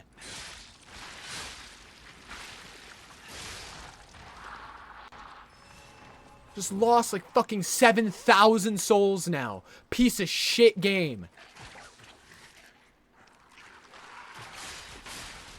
Why didn't it drag him towards me? And now it's just summoning worms out of the floor again. Not something that's telegraphed, not something that I can avoid or dodge, just worms out of the floor. Doesn't make any fucking sense. This tiny fucking baby that's so— where did this guy come from? It's just inventing new enemies now. It's just inventing new enemies that were not here before. Like, what are we talking about? Hello? Like, this enemy actually sucks. This is so horribly designed. Like, what is hitting me? What is hitting me? Why is it so fucking tanky, too? It's a baby! Dude, I'm so pissed off. So much has happened in the past fucking 5 minutes. I want to punch someone. Holy shit. I'm resorting to violence against a baby. I'm gonna punch him in the face. Next baby I see, it's on site. Oh my god.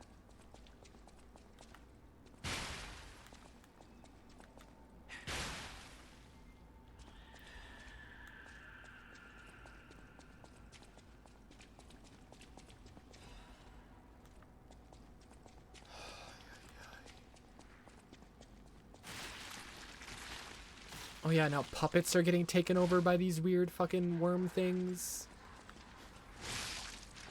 So now you have to fight amalgamations of like the weird carcass puppets. Oh my god, what was that? Why does it whip out of your face like that? My god. My goodness gracious.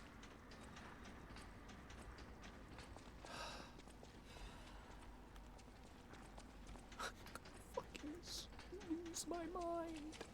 I lost 6,000, 7,000 souls. I'm actually so depressed. I'm depressed. I'm depressed. I can't even say I lost them. They were taken from me. The game took them. I didn't lose them. The game took them.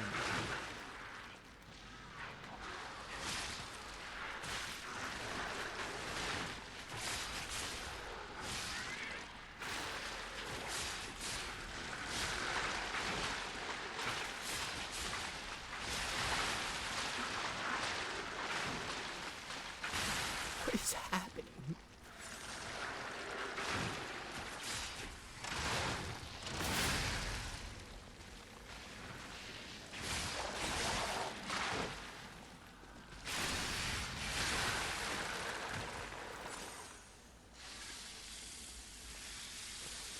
Goodness fuck.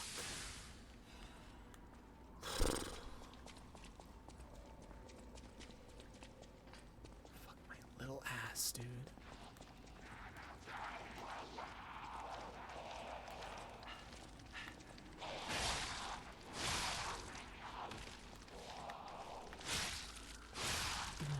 God.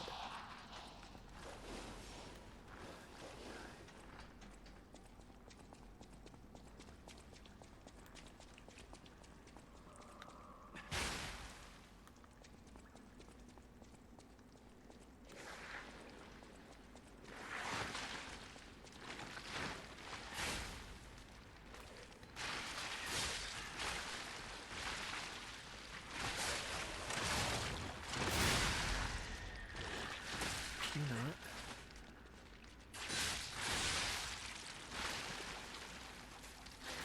My arm, I'm out of juice.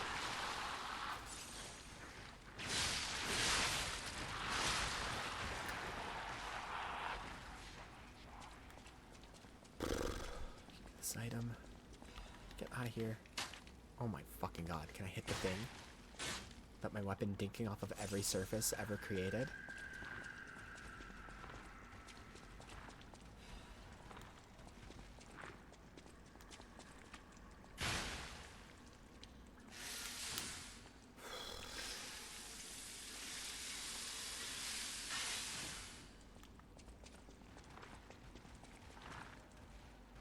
Oh my god. Oh my god.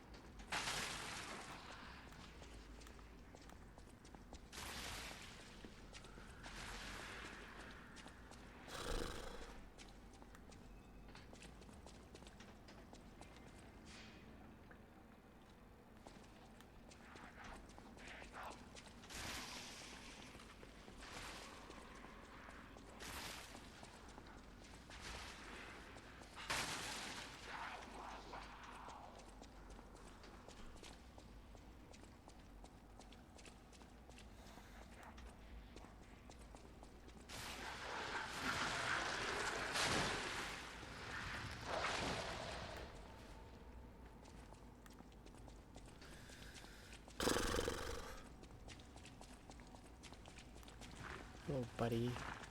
Little pal of mine. Ow.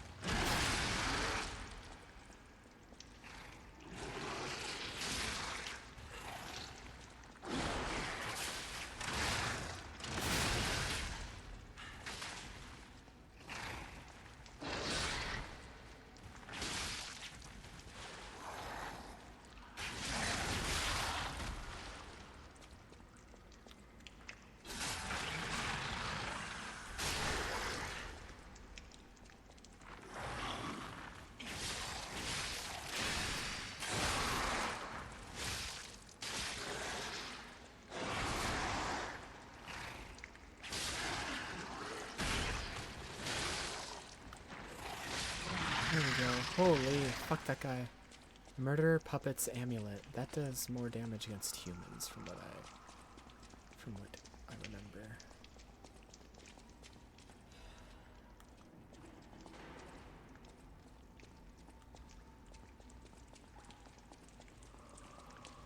Track C. We'll come back to this.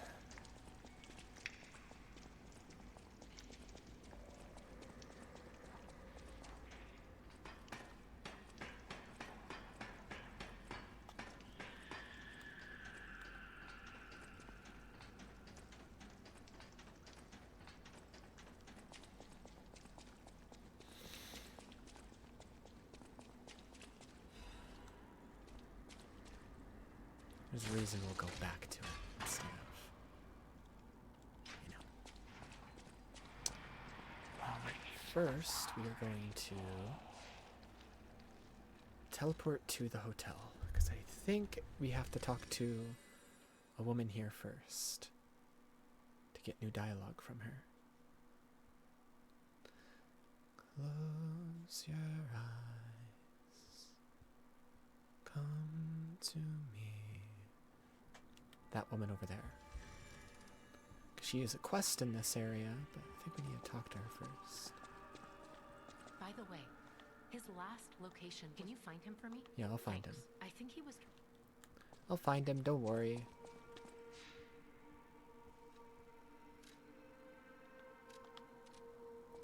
Let me go back here. Close your eyes.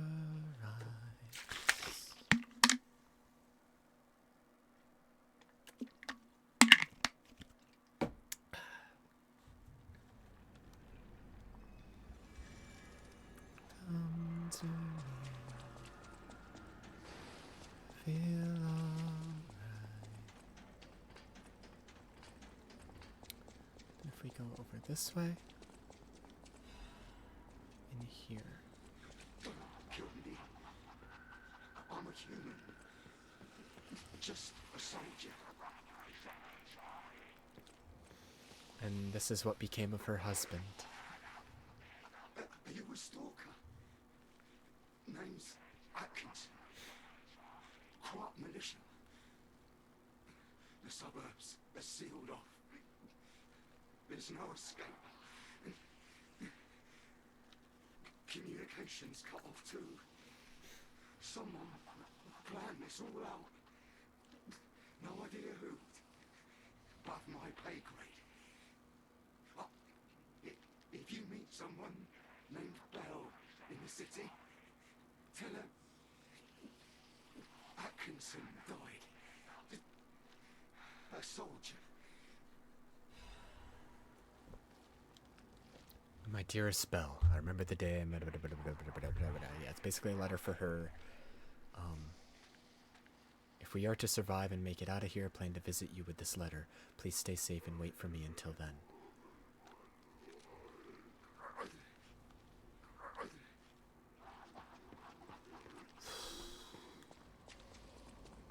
We can leave him there.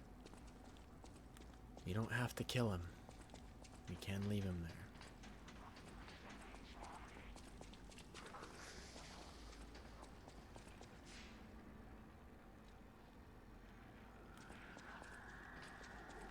I think, though, if we rest, he will have fully turned,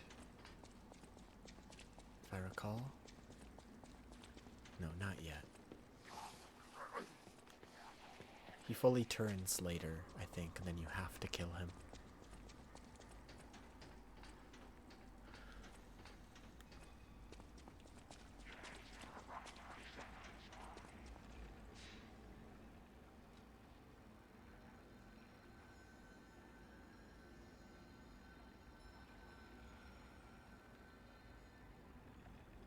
Wait.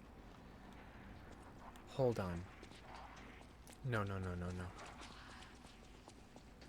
I think I have to kill him now. For some reason, I don't know if this is true. I may be misremembering the quest line, but I feel like if you give her the letter without killing him, she comes here in search of him, and then he's fully turned and kills her, and then you come back and like find her dead body. I think. So I'm gonna kill him.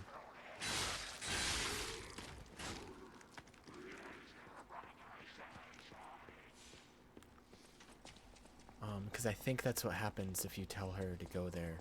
Like, if you give her the letter without killing him. I could be misremembering, but... either way, he's gonna die. Like, you can't, like, cure him. So, killing him now instead of waiting for him to turn and killing him later's no different than just killing him later. Either way, he's gonna die. But, like, this way, I think you prevent her from dying as well.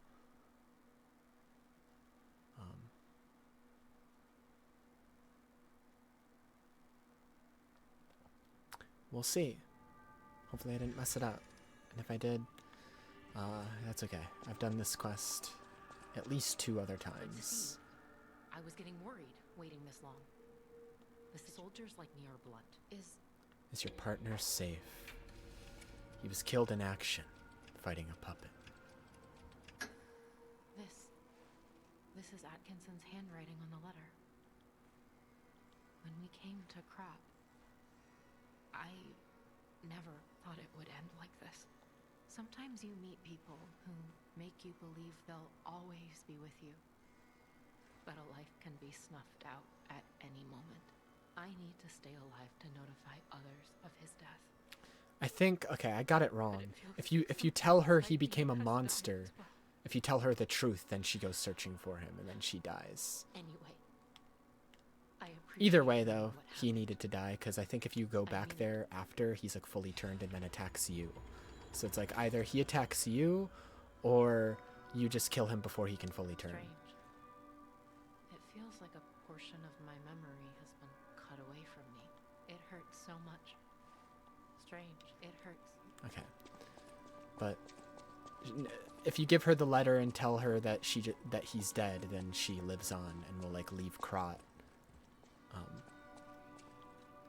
Anyways, new record, Y. I don't remember what Y sounds like. I'll remember once I hear the beginning, though.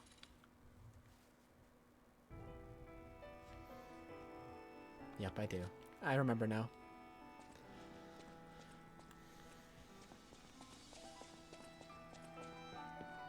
I know my way around.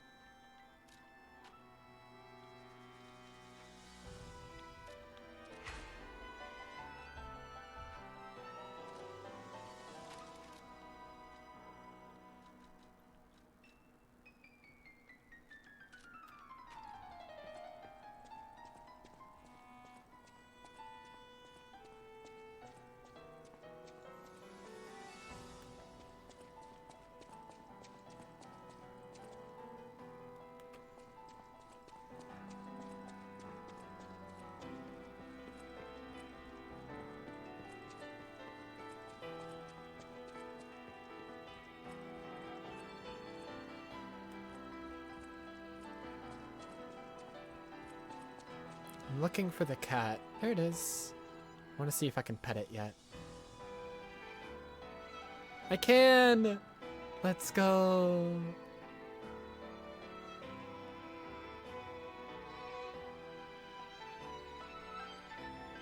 The pet recognizes us as a human now. Hooray!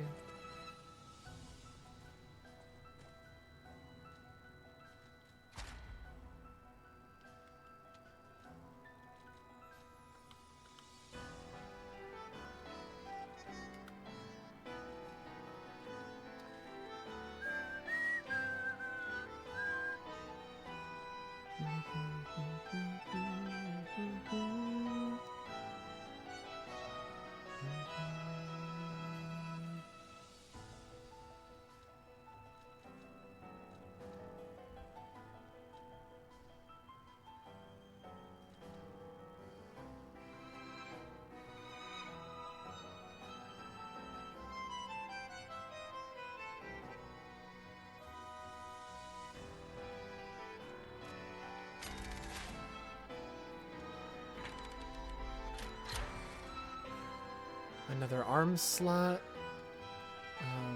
Cube use.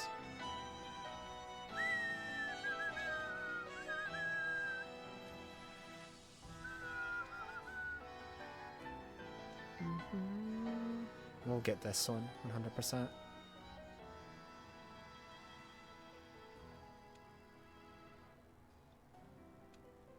This will be the next one I focus on.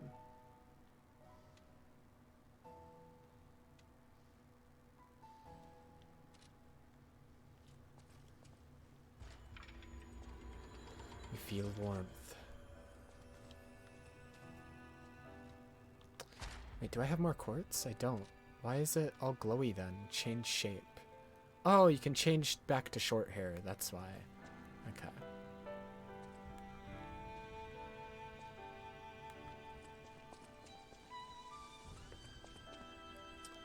Alright. Let me check his shop, because I know that he had some good stuff that I haven't bought yet. Yeah, all this. And that. Here we go.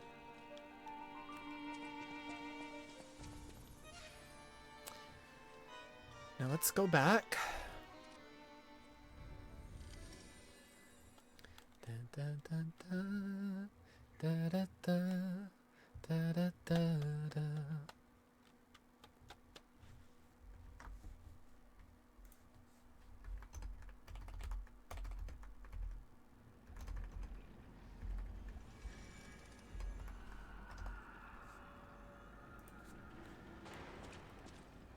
Ba ba ba ba ba ba ba ba ba da da da.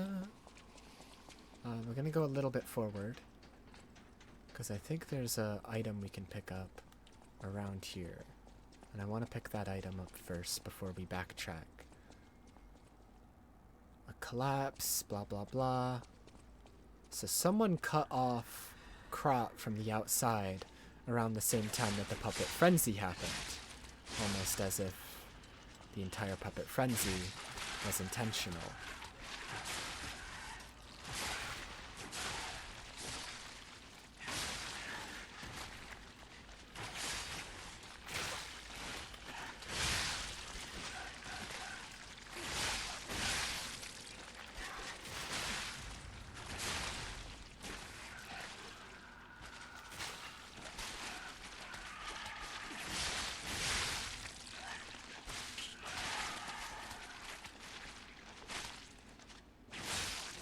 I hate babies! Let's kill babies.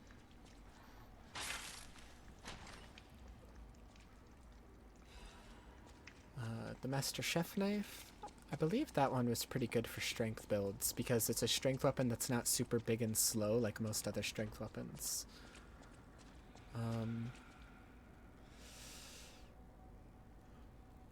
Right. And there's the hint that we get. So in case you missed the door on that train that we saw before, which I did the first time. I didn't see the door the first time I fought that big monster. I didn't see that the train on track C had an open door. I missed it. I came here, and then I saw this. I saw that the only one that wasn't canceled was on track C, And the train is called the Blue Fairy. So then I went back and looked for track C, because I was like, that feels intentional. Them calling it the Blue Fairy, such an important character, literally Sophia. Found a track C, and that's when I noticed that the door was open. I didn't notice it the first time. And you go in, and immediately you see it's the train you first woke up in.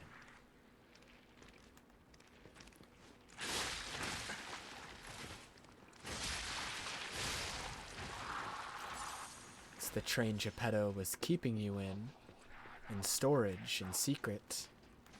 It's the train that the Blue Fairy, Sophia, found you in. It's the only train that wasn't cancelled. Almost as if someone planned you to be where you were.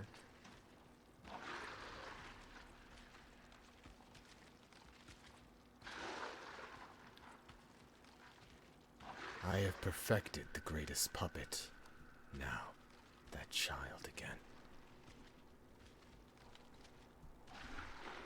And behind the chair you first woke up in at the beginning of the game is something completely missable. We are... Yes, behind the train car where you woke up. Wait, what is this?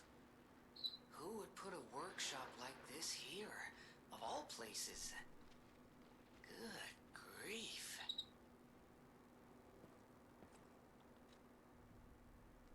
Here, you can mysteriously upgrade all your weapons, do all the stuff you normally would to upgrade your puppet parts.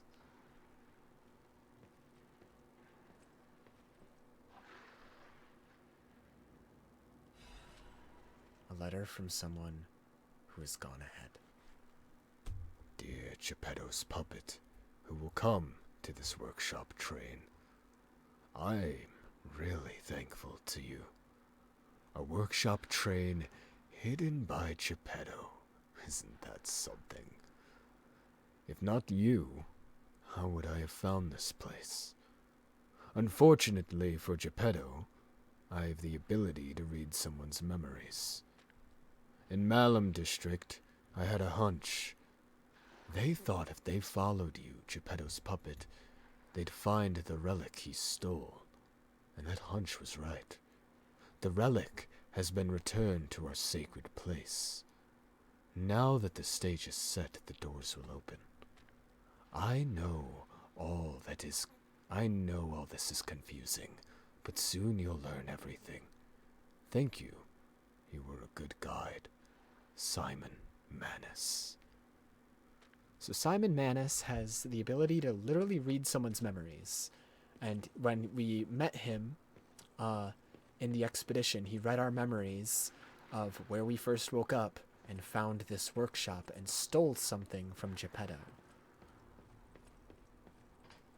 What did he steal? Good question. Good question. We also get an upgrade. I'm pretty sure it's a significant upgrade too. Yeah.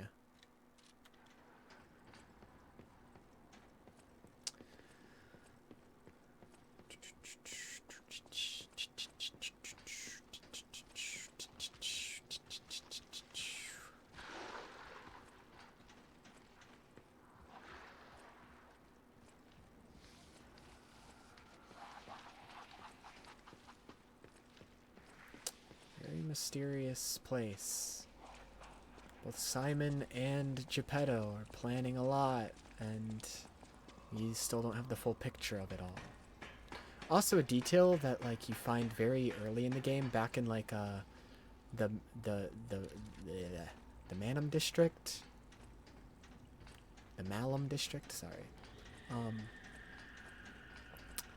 is that the petrification disease started when the alchemists visited the Malum District. That's where the petrification disease started, because it talks about a man with a staff with blue hair inside the crystal. Now immediately, that is Simon Manus. We see him with the staff, we see the blue hair inside the crystal on the tip of the staff. So the alchemists are the one that started the petrification disease, and we know why. It's to evolve humans, to force them to evolve into a higher state, to make them stronger, into what they deem better, higher beings.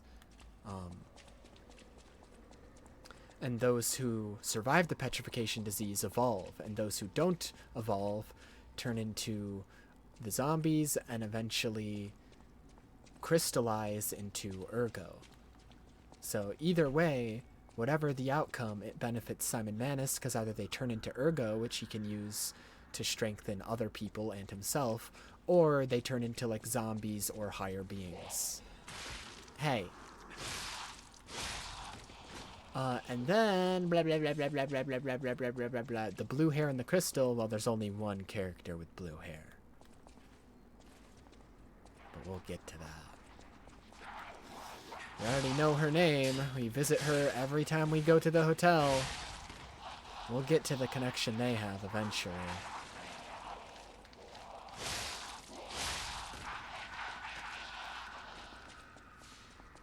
Because so far, there's only 2 people with, like, weird special powers. Simon Manus, who's able to read memories, and Sophia, who is the one who revives us. Like, canonically, every time we respawn in this game, that's Sophia reviving us. She has the ability to turn back time on our body, essentially, and rewind our body to a point where we were alive.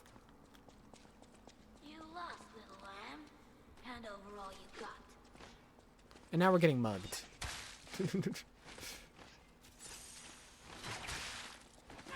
Ow! You're a dick.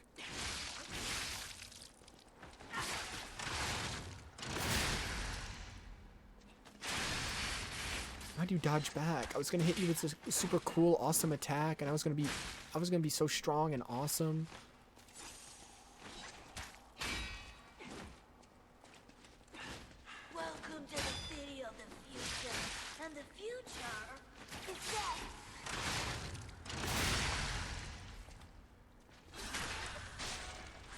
Stop robbing me.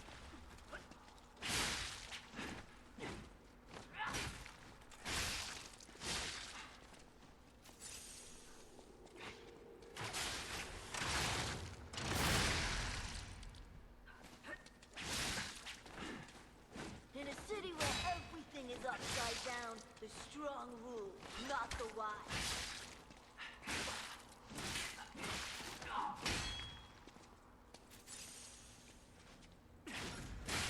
Oh my god, she just powered through it.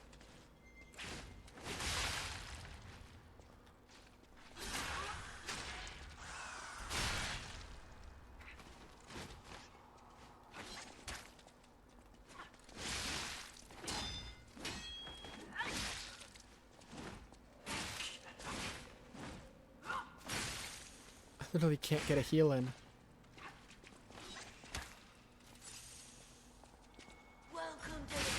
Oh my god. And the future is death. There we go. The future is death. I don't want to die. That's not so wrong. Yeah. Their lore is really sad.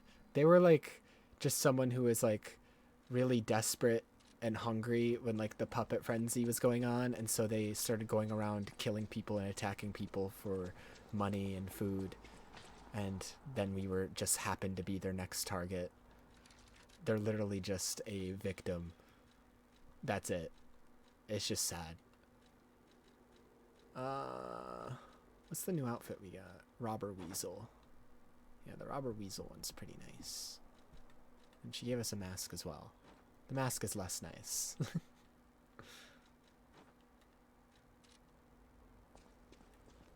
God damn it, yeah.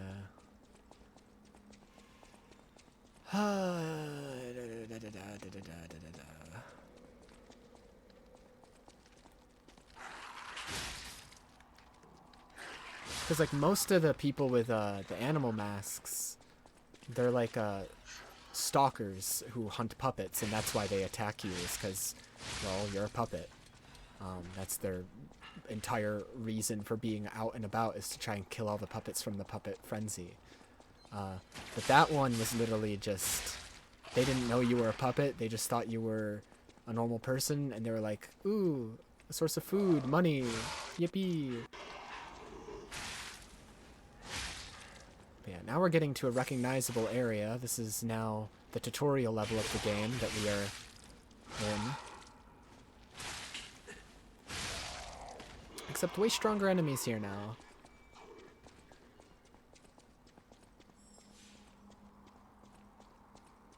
Just dinged as if a butterfly spawned, but I don't see the butterfly.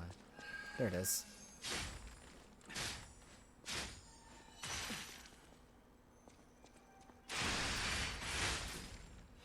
Gotta sharpen.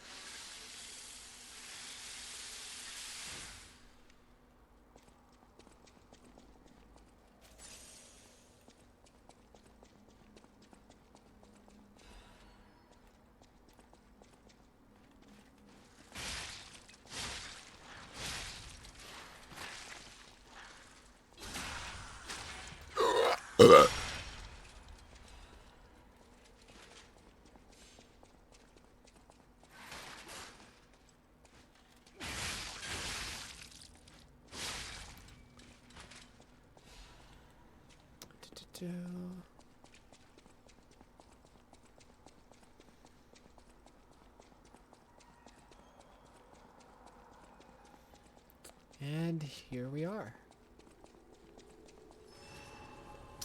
Back at the beginning of the game.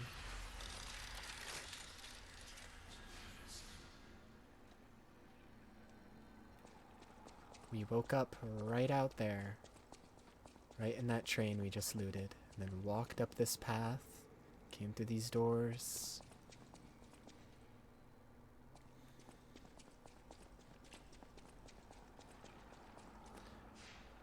I'm gonna teleport to the hotel to go pick the gold fruit.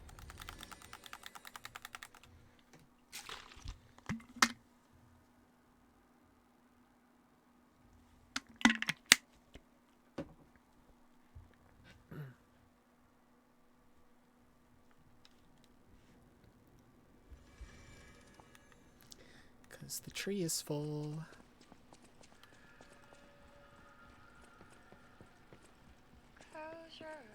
Oh right, if you leave the record player on when you leave the hotel, it automatically starts playing again.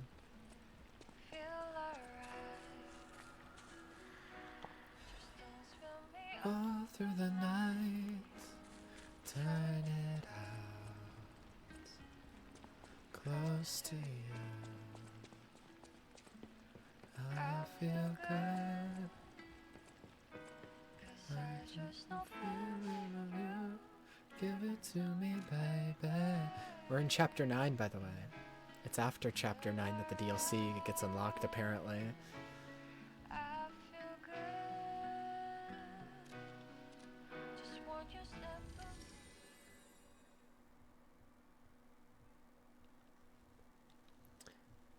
Feel alright.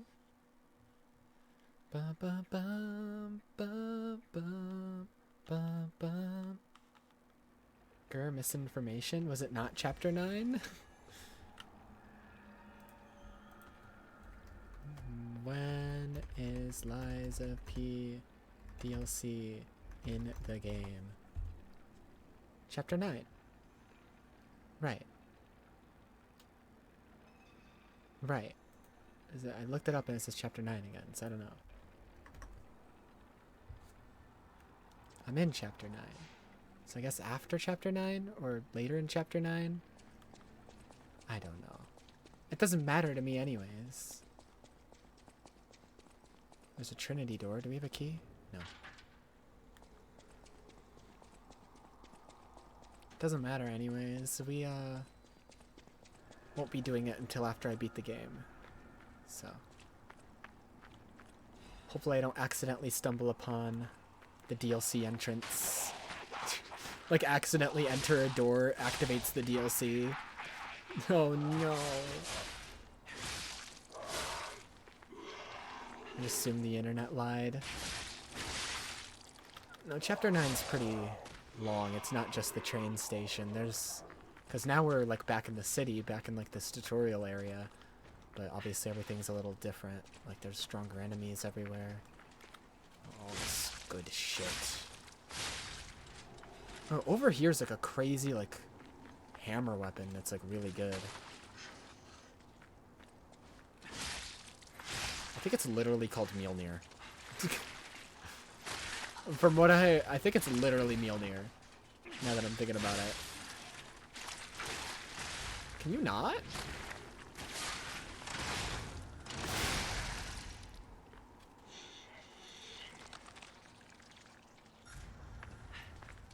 Hello? Hello? I was stuck in him. Like, I couldn't move. I wasn't even, like, against a wall or anything. I was just, like, inside him. Oh, right. Yep. These fuckers, when you stun them, they flail around with their tentacles for a little bit before you can actually hit the weak point. And that's what I was talking about earlier, where I said there was, like, more enemies later that will, like, fake you out when you get the stun. It's, like, fucked up. Give me Mjolnir. Yeah. Coil Mjolnir head. Coil Mjolnir handle. Ow? Why do you hit so hard? Watch this.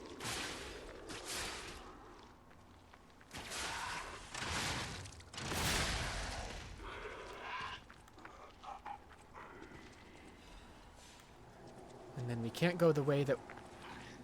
Huge roaring in the distance. But we can't go the way we went at the beginning of the game, because there's now a bunch of cars here.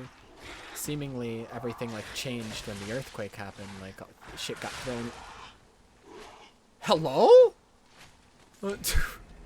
Shit got thrown all over the place. I tried to heal and he tackled me from like 30 feet away. I'm like, what the hell? Just ate me. Isn't that nice? Shouldn't do that.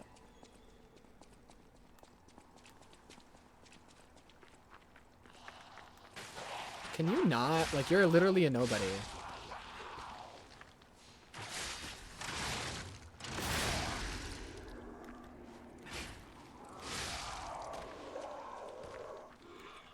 There's a big boy there.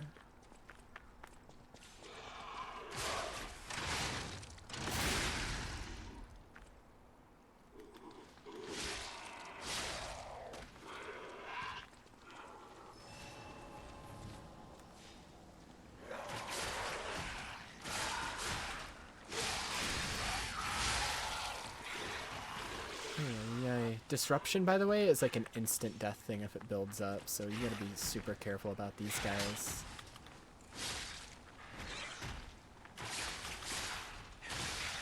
It's essentially Deathblight from Elden Ring, or Curse from Dark Souls.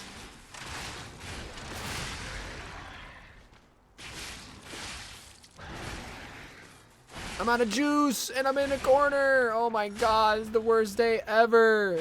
There's nothing I can do here. I literally, like... Can I play the game? God, dude, this just sucks. It's not fun. Ay, ay, ay. There needs to be, like, I don't know. I feel like this wasn't as much of a problem the first time I played this game. I don't know why it's suddenly a problem this run of the game where everything's just pinning me against a wall and I can't fucking play the game anymore.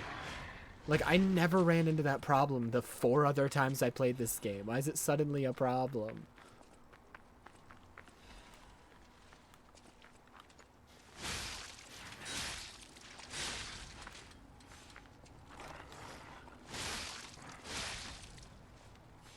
Weird zombie dogs. We hate zombie dogs.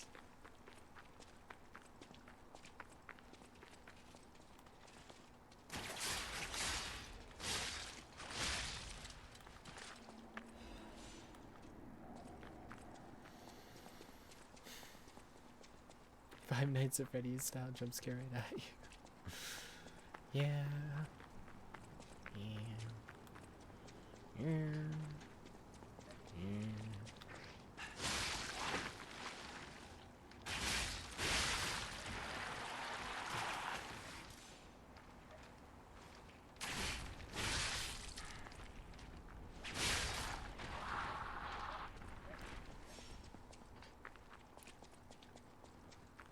It's a big boy. Come here, Biggie.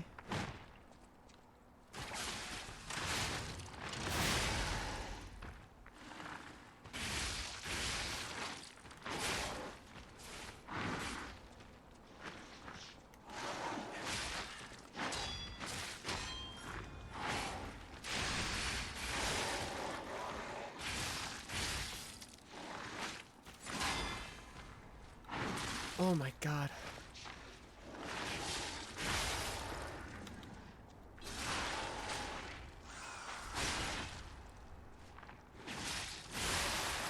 Legion plug! There's the thing for the last arm. Well, last arm for now. I'm assuming there will be more in the DLC.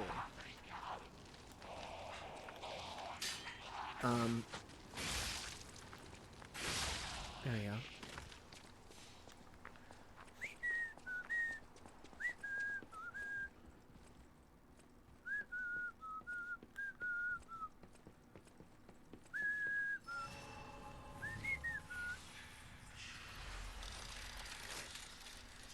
Let me level.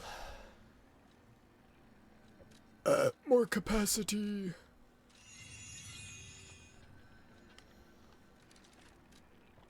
Can I take this off now? That'd be so good. No.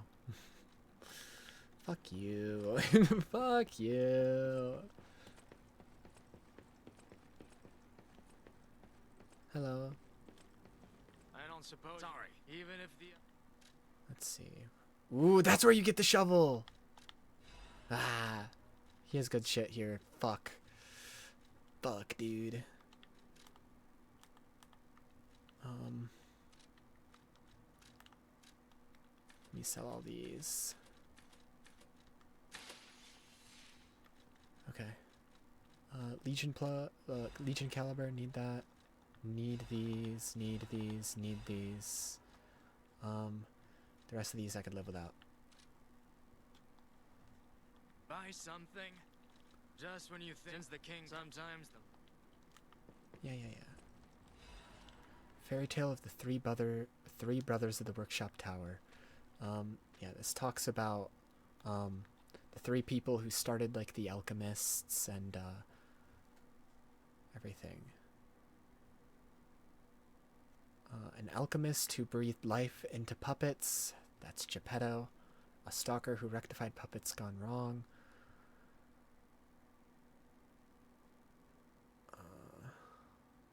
A Krat technician who made the friendly three puppet brothers. An alchemist who breathed life in the... I don't know who this is talking about, actually. I'm trying to think. It's talking about, like, the Trinity. Like, the Trinity who started the alchemists. Alchemist who breathed life into puppets. No, that would be...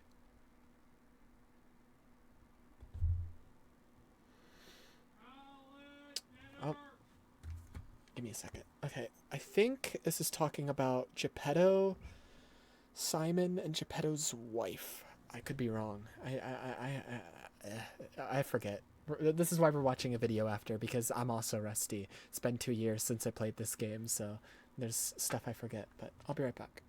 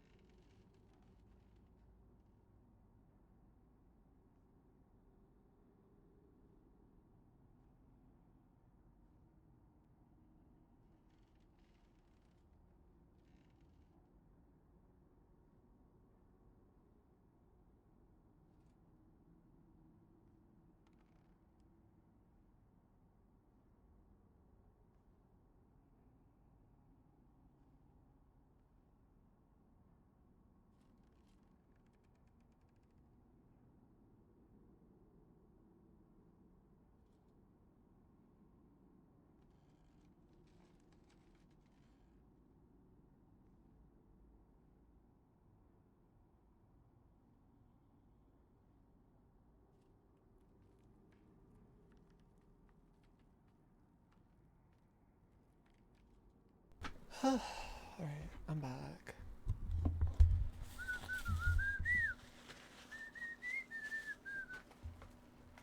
Ba ba ba ba ba ba.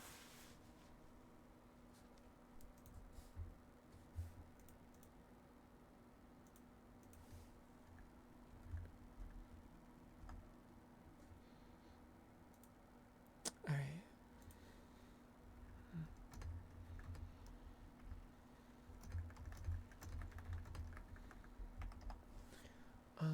Let me go back here. Make sure I rest, and then I'll quit out of the game for now. Actually, I'll keep the game open because I'll probably play a little bit after I eat as well.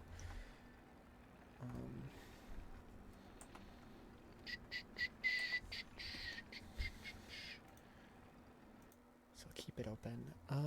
Let me pull something up to watch though while I eat. YouTube.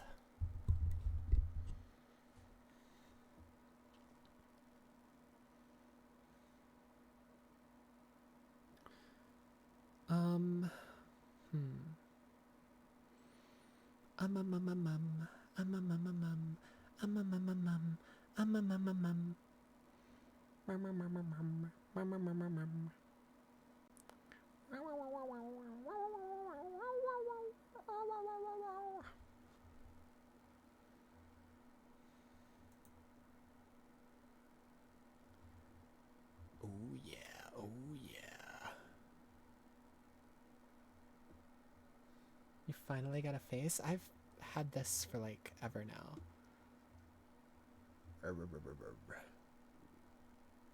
Oh yeah, oh yeah. You don't watch? I know you don't. But like, I don't know, you used to. You watched me play Persona 3. And Spider-Man, I think that's it. But hello, Scratch. I'm trying to find something to watch because I have food, and so I paused my game for now.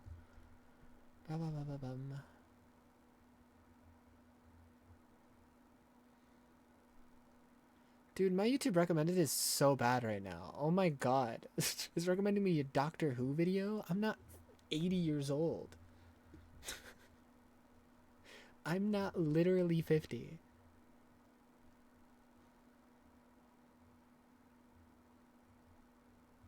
I don't mean that. I like Doctor Who. But still. At least I liked it. I haven't watched it in years. The last Doctor I watched was... what's his name?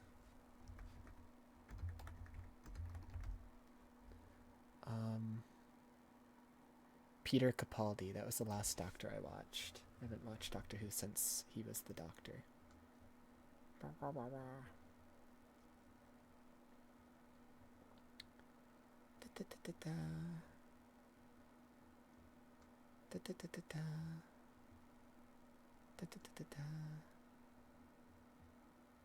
I know nothing about Doctor Who.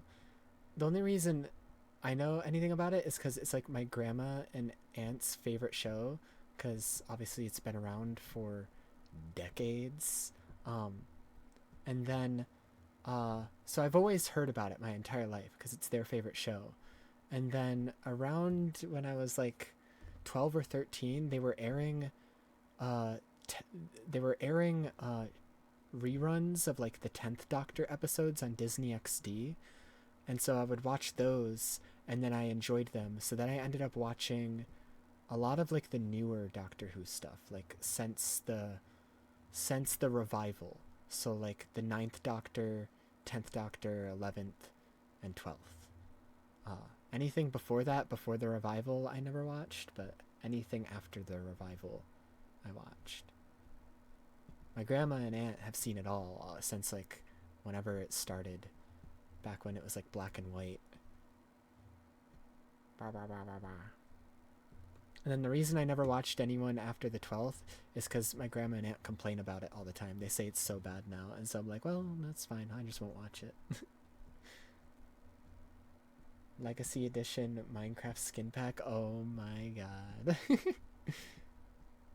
Dude, my YouTube recommended is so bad. I'm just trying to find something silly to watch. What the hell? This is fucked up. I just want a silly video.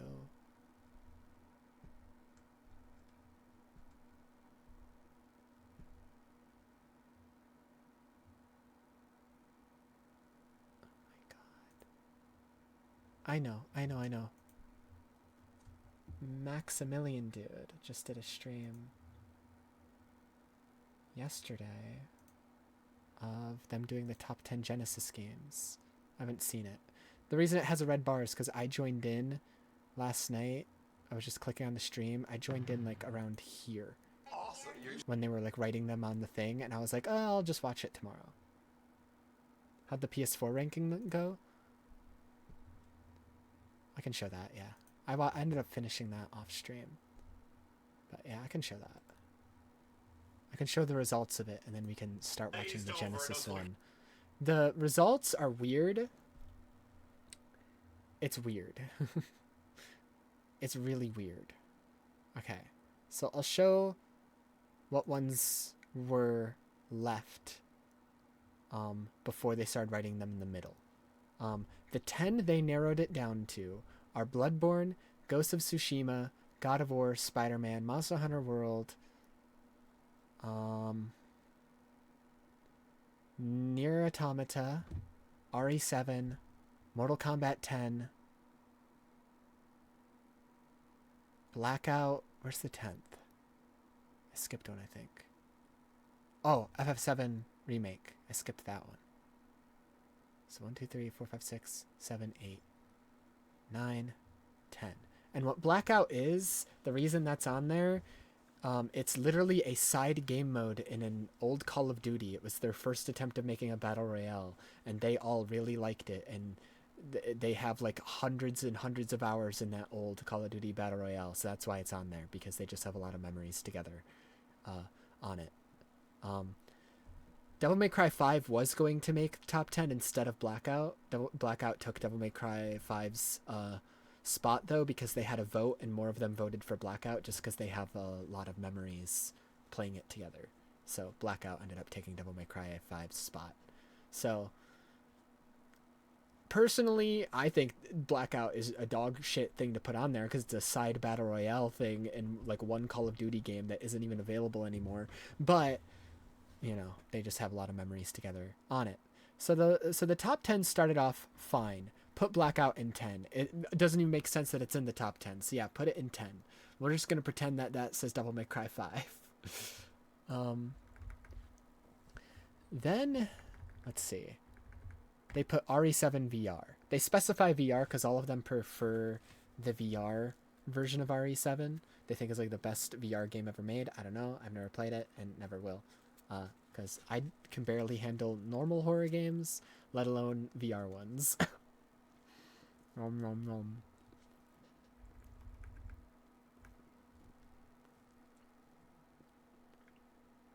Then it gets weird. Nier Automata at 8.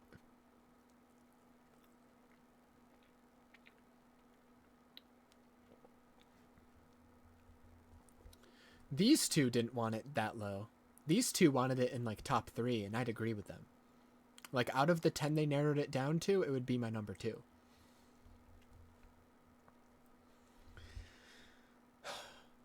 But the other 3 don't give a fuck about Nier Automata, so they voted against it. They voted it for number 8. FF7 Remake, I would put it maybe like at number 3. He wanted it at number 2. They wanted it, I think he might have wanted it higher, but like more people voted for it to be lower. So, unfortunate. So this half is weird. There's 2 games that even shouldn't be in the top 10, and then 2 games that should be way higher. Yeah. Really? Oh, yeah. When you like, let's say you that experience was fucked. And then the rest of the list is basically these 3 working together to get the real games up higher, and these 2 being mad the whole list. Because these 2 end up writing for a lot of the Sony IPs, so like Spider-Man and God of War, for like and like really their only arguments boil down to, well, when you think of PlayStation, you think of these games. These games are PlayStation. And it's like, yeah, but it's Bloodborne. Yeah, but it's Monster Hunter. So it ends up being these three voting on the actual quality of the games, and these two being like, no, but it's PlayStation, the Sony games, the Sony games, the Sony games, God of War. It's like, I played God of War and Spider-Man, and they're great games. But God of War especially is nothing special. Like, let's be real. Gameplay-wise, it's very generic compared to, like, the old God of War games. The old God of War games, the action is way more in-depth. It just is. The combos and shit you can do in the old God of War games are way more impressive. Fucking crazy. Yes. It was like the superhero games cannot be this good. Yeah. Like, it was The reason God of War is impressive, the new God of War games, is because they're basically playable movies. And so yeah, the story in them is like way better than the old ones. The writing in them is way better than the old ones.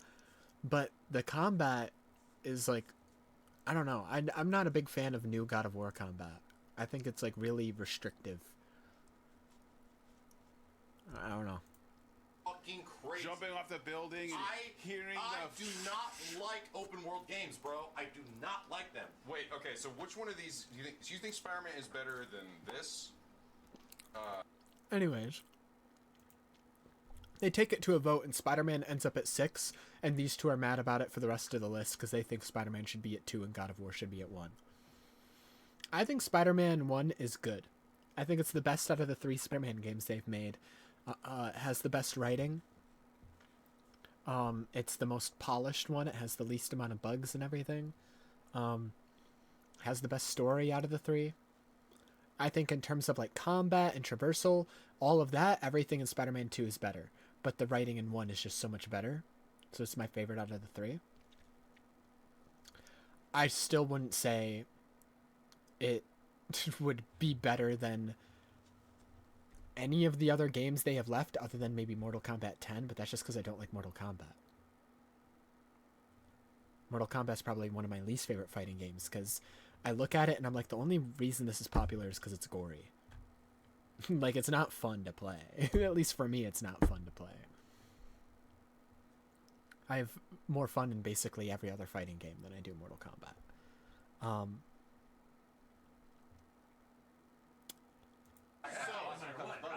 Because we weren't arguing fields because it was too high up. Anyways, so let's continue. Mortal Kombat 10 goes here, which they're mad about because Monster Hunter World beat both Mortal Kombat 10 and Spider-Man, and they think Monster Hunter World should have been like down here because they don't have any attachment to Monster Hunter. Made a bold-faced assumption? I haven't played World, but if it's as good as everybody says it is, I'm gonna have a good time when I do. Oh, did I overstep? They then continue, and they argue about the top 3 for the majority of the time on the list.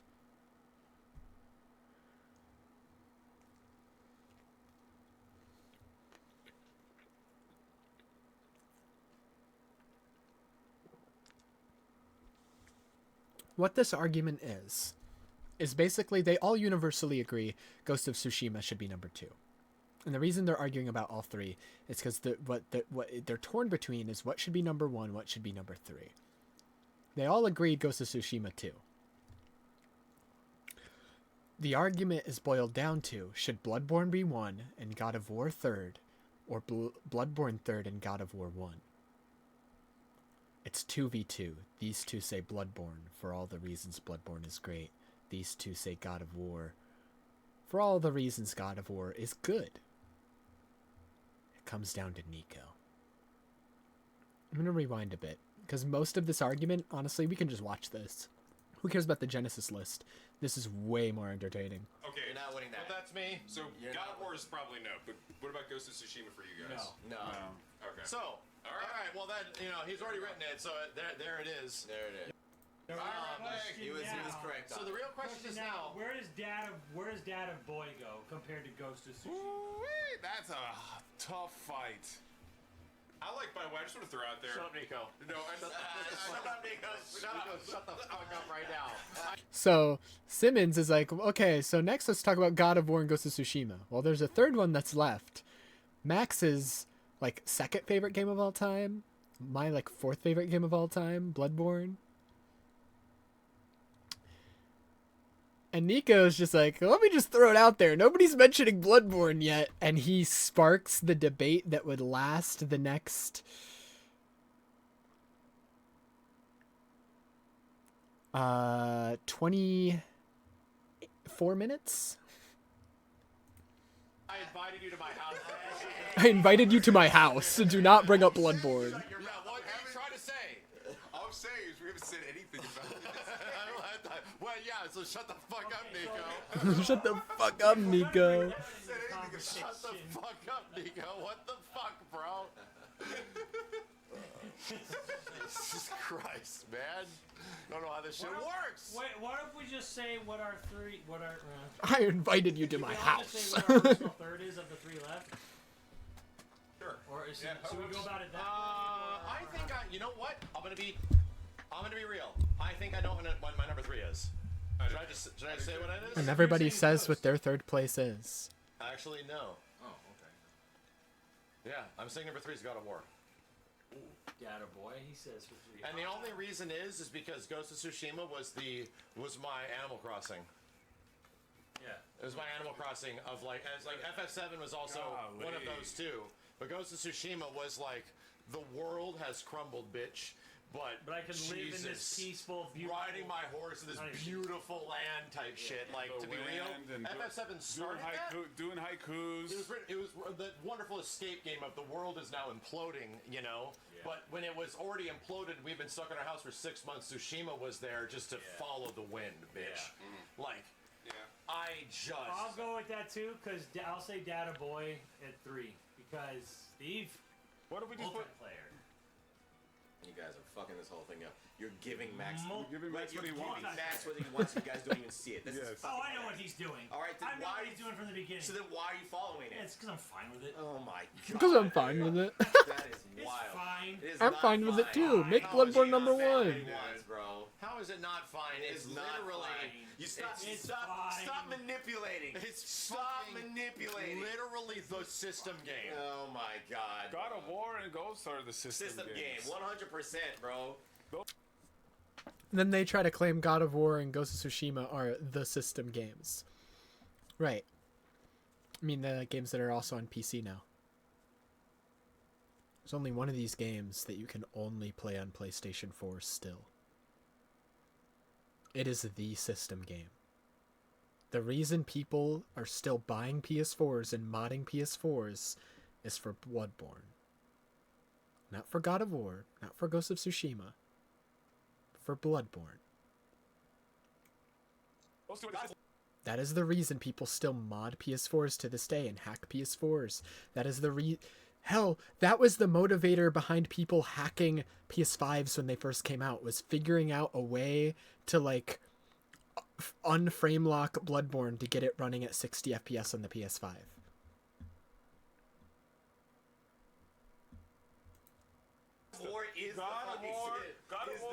Bloodborne is the main factor that PS4 emulation on PC has come as far as it has. Because people are just figuring out how to get Bloodborne to run on PC. Bloodborne is the PS4 game. To its own fault. System, bro. God of War, Ghost of Tsushima, and Spider-Man Spider-Man should be up there. PS4. See, their entire argument is Spider-Man, God of War, and Ghost of Tsushima are more popular, though. They're like the games people think of when, like, you think of PS4. Yeah, but are they better games? Sure, they're more popular, but are they better? Happening here, guys. Those are the How PS4s. the fuck did this happen? This is the worst democracy. Yes. I'm gonna fucking start yelling, dude. How the fuck did this happen? How the fuck did this happen, bro? It happened because it's an okay game. It's not even top fucking right five, there. How did this fucking happen? Their name is Nico I pointed. I'm pointing at it. Kenny, look at it. Kenny, Look at it. You guys are upset that it's their. They did that. Look at it, though. That was Does them. Just look. Does this make sense to Steve, you? stop looking at me. I don't say this is the problem. You're part of the problem. I said it was three of us here. There's three of us. There's three of us. There's three of us in this room. How does that make sense, bro? How does this make sense? You, me, and Steve. How did they outdo that? Guys. Because you kept bitching about fucking Monster Hunter. And they outmanipulated that bullshit, bro. Here's what happened. They knew my love of Monster Hunter and how high it could go. They used that, and you guys don't like Monster Hunter as much as me. Spider-Man, bro. It should not have been. You know that. You know that. As much as you love it, should not have been Spider-Man. Bitch. And you know that. Bitch, You know that. Bitch, I was about to put it above Spider-Man, God of War. Nah, as someone who's played 2 Monster Hunter games, not the specific one, I would say both of the ones I played I liked more than Spider-Man. I like Monster Hunter out of the ones I played more than most games on this list. I like it that much. Or and Ghost of Tsushima. And you know that's crazy. And Steve, because of multiplayer, bro. It doesn't matter. It's all it has. That's all it fucking Literally has, is the bro. game that brought us all together. No, it's not. What the fuck are you talking about? No, it did not, dude. Come on. Steve, I'm literally using your logic. This game. This game. Steve. Yeah, that's always the argument that Steve makes. But the multiplayer, the memories, it brought us all together. And now Max is using that argument against him. They're all memories and shit. This motherfucker did. We have memories together in Monster Hunter. We have memories about maybe 10 to 12, 15 games in this motherfucker. You know how many games we played with fucking Black Cat? Are you fucking crazy, man? You know what the fuck you're talking about? No, you Steve, it's dead. No, it's not dead. It's right there. What's number 3? He's got his web. Yeah. He's got his web, bro. We're pointing at it. Between these 3 games, what's 3? Bloodborne. Yeah. 100%. Bloodborne, Data Boy. I have to say, it's freaking. But I'm just kidding. You saw the look of dread on your face, didn't you? I was Max? just wondering what you were gonna say. You're not gonna say it. Go ahead and say it, Nico. I was gonna say Ghost of Tsushima. However, because it's 2, you have to drop. Yep, you're right. So I have to drop that, and now I have to pick. Now I have to pick. Now I have to pick between Bloodborne and God of War. or Data Boy. I already know my answers. Well, okay. If you're gonna fuck this up, then you Notice how he says, I already know my answer right here. He's the last vote left. It's 2v2.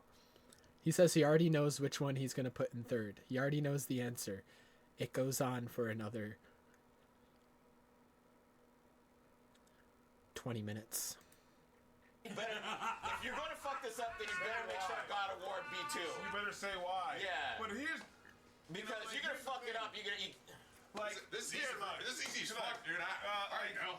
Bloodborne, hey, good vibes, good, whatever. So And they have a terrible argument against Bloodborne. Sometimes you gotta watch the world burn. It's kind of embarrassing to watch them try to argue against Bloodborne. Because their arguments are basically... excuse me. That Bloodborne doesn't hand you the story on a silver platter, and therefore it's worse than God of War. In Bloodborne, you have to literally engage with the game's gameplay and game mechanics. Sorry, excuse me.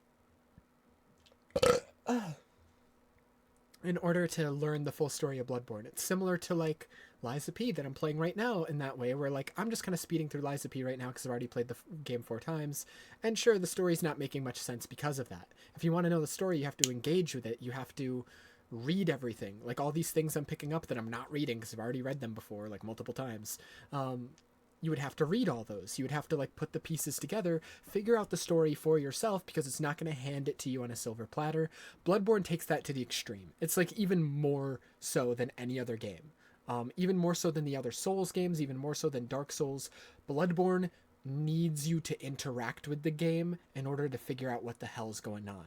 Most of the game's content is optional. Most of the lore is hidden away in, like, different books or item descriptions, or through interpretation, or through getting your insight up to see things that you normally wouldn't see in the game. It's through replaying the game to see the multiple endings and multiple results of different quest lines. You have to interact with Bloodborne to learn the story of Bloodborne. And they try to make that out to be a criticism, being like, oh, well, you have to, like, read item descriptions and shit. The story's so boring and it's in such a shit way. Meanwhile, God of War is like a movie, and it's like, okay, but that's not a benefit for God of War. That's a criticism of God of War. Games shouldn't be like movies. Games shouldn't try to strive to be Hollywood.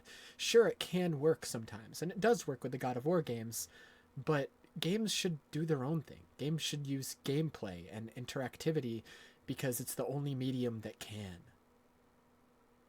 Bloodborne does that better than any other game on this planet.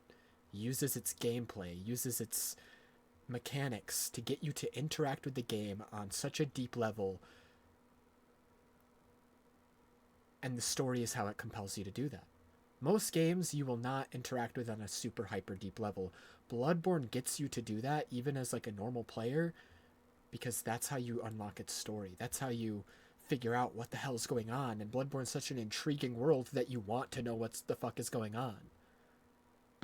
So like, they're gonna go on for the next 20 minutes criticizing Bloodborne's method of storytelling when everything they're describing is a benefit to Bloodborne and the reason why everybody loves it. Because in order to know what's going on, to know the story, you have to interact with the world on a deeper level than any other game ever fucking made. Like, God of War has the gameplay and the story right there in its face. Right there in its right face. there. And I don't have to go and read. That's not a benefit for God of War, though. The fact that like the story's handed to you on a silver platter and there's no thinking, no theorizing, no figuring shit out on your own, everything's just handed to you.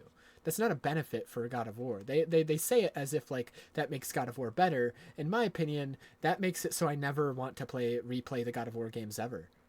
I played through them once. It was like watching a movie, and that's fine. I enjoyed the story, but I'll never replay them ever again because there's no reason to. Sword and like, oh, this sword. Everything was handed to me the first time I played it. There's no reason to replay them. Whereas Bloodborne, you need to replay it multiple times in order to get the full picture. Is, you know, Johnny There's a reason to replay in Bloodborne. There's no reason to replay God of War other than you just want to watch your favorite movie again. His sword was by his father, so I have to read about this nunchuck. Get him, Kenny. Oh, there's the nunchuck. Oh, so now I just put the pieces together and wait. Okay, now this sword and then this, you know, fucking thing. Oh, okay, that's kind of the story. Yep. But I just get it right in my fucking face. Right there. Right there. It's a movie and there's just drama and like he's putting on his chains and fucking crying, man. Crying. Kratos is crying. Thank you. And he has to go back. And here, this is the fucking, Book of Nagarom. Right? Oh, wow. What's on it? The Book of Nagarom. It's a mystery. Go to this. Now I'm getting the story. Jesus fucking Christ. Hey, don't forget, God of War has a fucking legacy. A fucking legacy. And godlike gameplay. What is wrong? It does not have godlike gameplay. It has the same gameplay that like every third-person story game has these days. The same fucking gameplay. These over-the-shoulder camera, fucking story-driven games that are super narrative-focused and try way too hard to be a movie that they forget how to make a fun game. What's wrong with you? I will say, the God of War gameplay does have some rough spots in the last third. Oh God! Yeah, it starts to wear out. Some of it like starts to wear a little thin towards the last third, and it gets a little bit better with like the final battle and stuff like that. Like the dragon fight really helps it. But we were talking top. Well, you know what reminds me of God of War? The spot that I don't love the most when you have to revisit the mines when the boy is starting to go crazy. Oh yeah. Part's not particularly great. Yeah. Like, and then I was like getting a little done. Like, you almost forget because when you go over the first time, there's stuff you notice that you can't reach. In the God of War, the puzzles in the new God of War games are so tedious. You've done one puzzle, you've done them all, and trust me, you'll be doing them a lot. There's a reason I would make fun of those little chest puzzles in Expedition 33 and call them the God of War puzzles, because it's literally what the God of War puzzles are. To open a chest, you have to shoot 3 things. But unlike Expedition 33, where like those things pop up once in a while, those things pop up like every 10 feet in God of War. It's fucking annoying. Oh, that's going to be a game. That's going to be there later for the boy. But then you almost forget about it. But then when it does, like, oh god. And yeah, I agree with you. And those puzzles were also completely optional in Expedition 33. So. Weirdly enough, I don't know why. I'd have to go back and investigate why. But there is a point where it's like I've whacked these guys this exact way with this axe and these chains like a lot. Isn't Bloodborne 30 frames per second? Oh, dude, it's not even. Lucky. Not even. It's not even. This game is the most imperfect game up here. There we go. But because of Then they try to use 30 FPS as a criticism against it. Yeah, it is 30 FPS. It is. But that fact is the reason the hacking scene for PS4s and PS5s is as big as it is and has made as much progress as they have. All because of the amount of people dedicated and devoted to playing Bloodborne. It's the reason PS4 emulation has made leaps and bounds in progression very recently. Because people want to play Bloodborne at 60 FPS, 120 FPS. Bloodborne is locked at 30 FPS, to its detriment. It would benefit from being 60 FPS or higher. It being locked at 30 FPS doesn't hurt the quality of the game, though. So many people love it regardless of that, and love it so much that they dedicate their life to finding ways to play it on PC.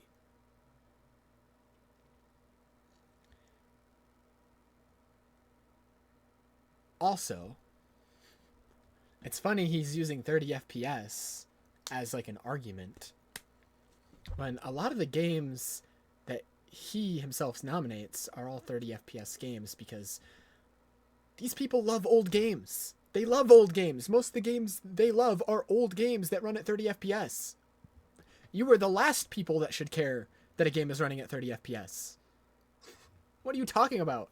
Your favorite system of all time is the PS3, buddy.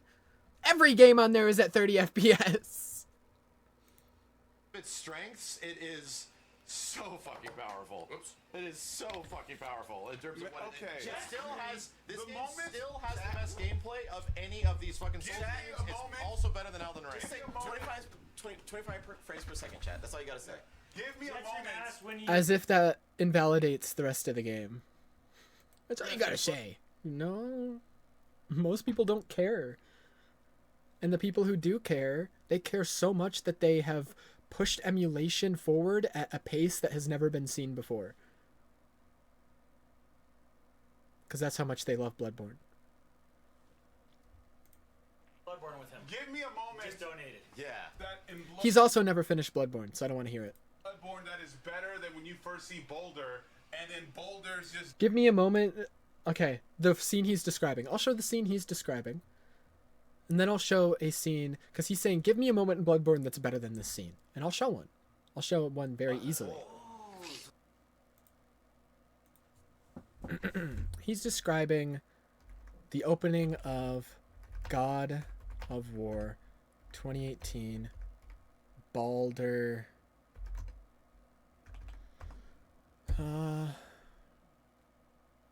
Yeah, the beginning of the game.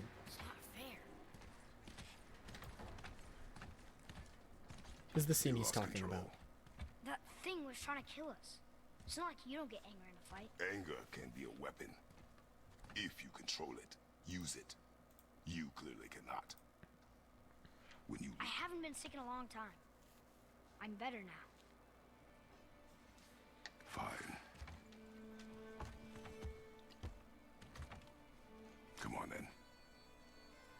You want me to hit you? I want you to try. Ow! What are you... Try again. Why are you doing that? Too slow. Try again. Cut it out! Weak. Again. Again. Stop it! Again.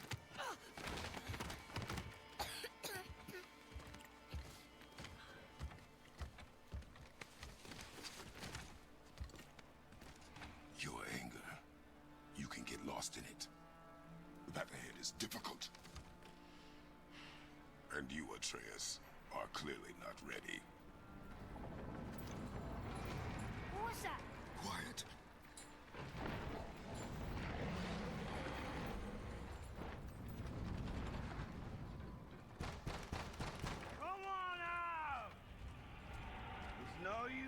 hiding anymore.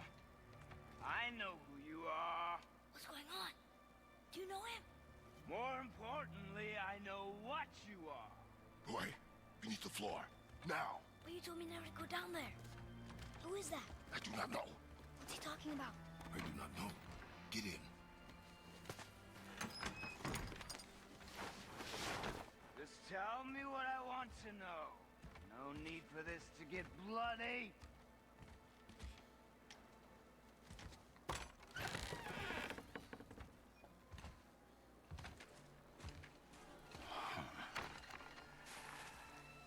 I thought you'd be bigger.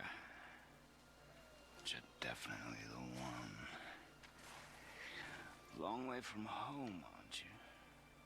What do you want? Oh, you already know the answer to that. Whatever it is you seek, I do not have it. You should move on. And here I thought your kind was supposed to be so enlightened, so much better than us, so much smarter. And yet you hide out here in the woods like a coward. You do not want this fight. Oh, I'm pretty sure I do.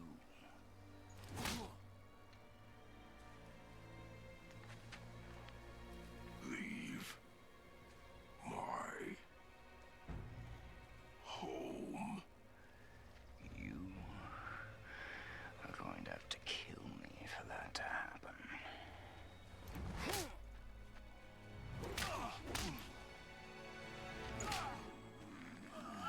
I warned you.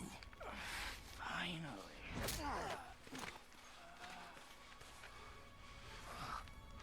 You would not listen.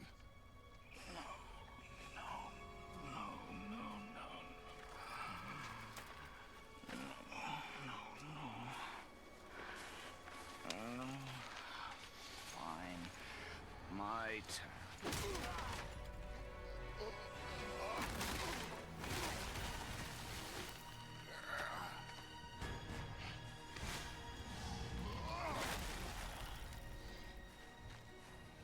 How incredibly disappointing.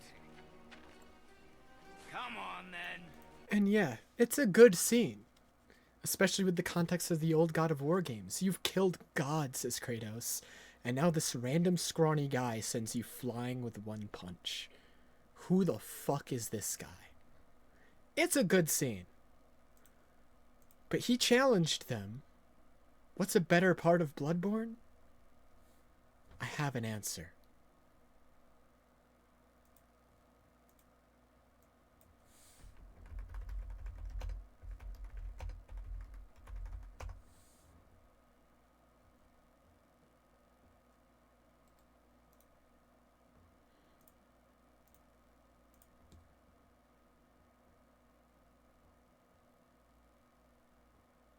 Throughout the game of Bloodborne, a name of the first hunter of the church pops up again and again and again.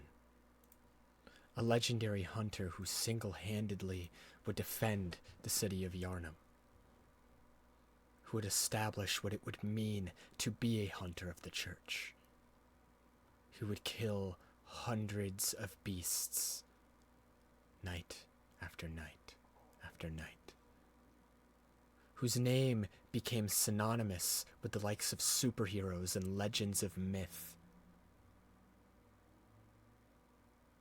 And when you find him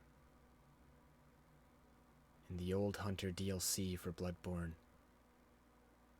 what's left of this legendary hunter is the same thing that's left at the end of all hunters' lives.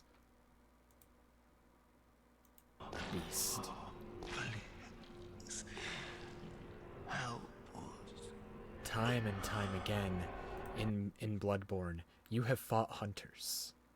You have watched said hunters transform into beasts before your very eyes.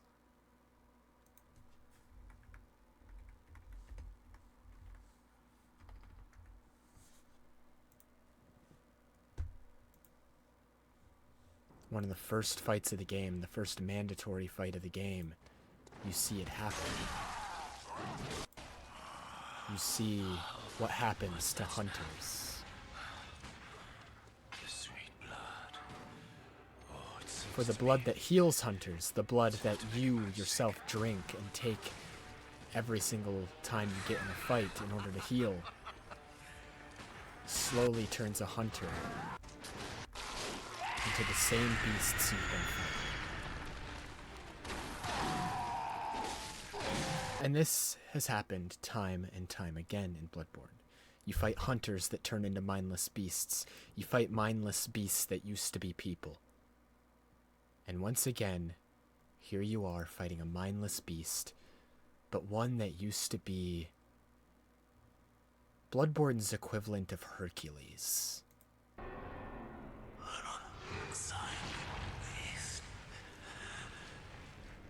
The great terror looms. The floor pooled with blood of the hundreds of corpses he has devoured. An insatiable maw growing out of the side of his neck. His mind completely gone. His body ravaged. The wails of a man who the entire city once looked up to are all that cry out as this beast hurls itself at you. Just like every other fight, you are a hunter hunting a beast. You will be in this fight for hours. This fight is by far the hardest fight up to this point in the game. Even as a beast, the strength Ludwig possesses is far greater than anyone can fathom.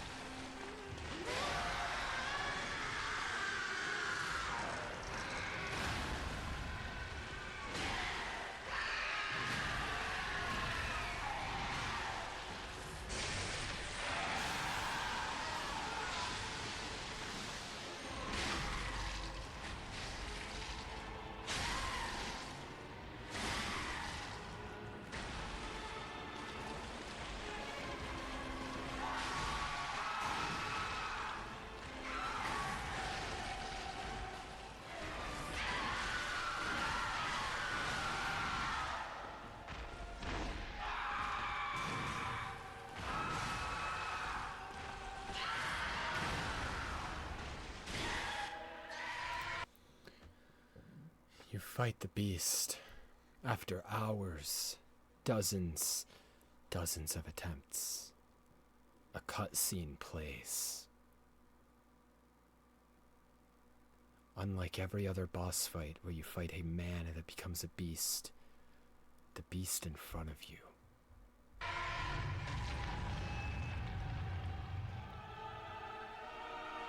sets his eyes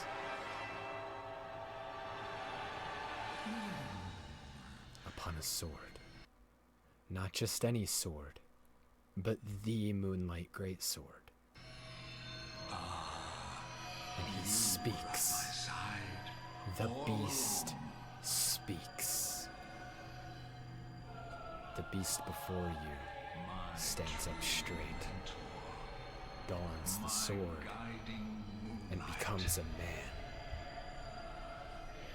You are no longer a hunter fighting a beast. You are now being hunted.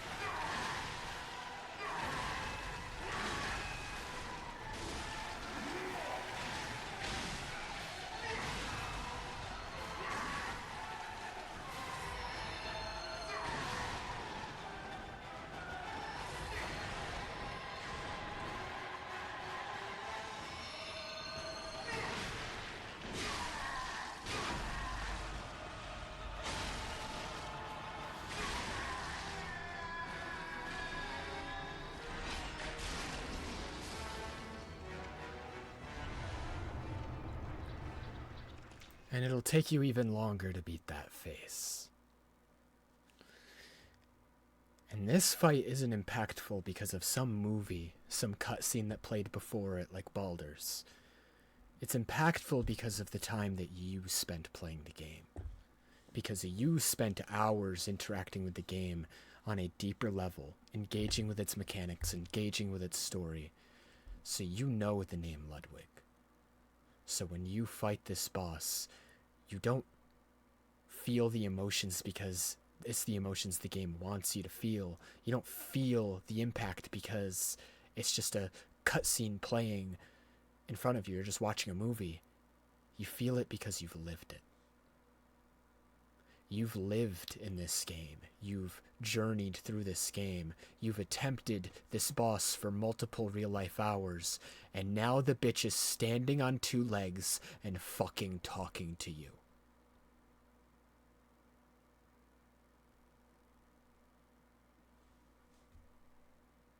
Anyways. So he challenged them, you know, to find a scene in Bloodborne more impactful, more emotionally impactful than the opening of God of War. Well, not only would I argue Ludwig's fight is way more emotionally impactful, way more intense, way more, just way better in every single way. But it's impactful because you interacted with the gameplay, because you engaged with the game, not because it's just a movie cutscene that was directed in a way to make you feel a certain way. Cinema peak, all the above, yeah, it's just so good. And every boss in Bloodborne's like that. Every single one. Ludwig's just the peak. He's the best example. He's the best FromSoft has ever fucking done. But every boss in Bloodborne's like that. Every single one. Disrespecting Kratos, and you're like, who is this guy, bro? This guy is gonna get annihilated, bro. And then that fight happens, and this guy is equally as strong as Kratos. Yeah. And they're smashing things, and he's getting pushed through the rocks. You're like, God damn, bro. You're like, bro, come on, this is that. He's like, oh, and then your mother is a whore. And Kratos is like, oh! I got it. Come on. I got it. Was it when you read the Cookie of Miltor and realized the Cookie of Miltor was made by Goran the Great because you read the sword? When you play Bloodborne the first time and you're like, that was good. Yeah. And then... And he describes a similar situation, but it's one that is more overarching over the entirety of Bloodborne, not specific one scene like I just gave. And it's the same experience I had. I played Bloodborne, I didn't understand what the fuck was going on. I just thought it was cool, I thought it was good. But when you replay Bloodborne, when you start to engage with it on a deeper level, find everything there is to be found, it's crazy. Legitimately, like 90% of the game is like optional. You will miss entire areas. You will miss entire bosses. You will miss everything your first time through the game. And the second time through the game, it literally feels like the insight mechanic from the game affected you in real life. It legitimately feels like you opened eyes on the inside, to borrow words from Bloodborne. It feels like you now have eyes on the inside of your mind, and you now understand things on such a deeper level. You like learn about some shit and you go through a second time. I will never forget this shit, bro. You get like 3/4 through the game and you get back to the nightmare. And you're going through the nightmare. And there's all this shit in the nightmare that is like you're starting to pick up on. Like, I didn't do this. I didn't do this. And then you saw this pathway, you do this shit, and you get these things, and then all of a sudden it leads you back to this one area where you take, you drop the brain and you think it's done. You take the fucking elevator down and it's... This shit's crazy. Okay. I'm going to show what he's describing because his description isn't the best because he's in the middle of a debate, in the middle of an argument trying to argue for the game. So he can't obviously pull up examples.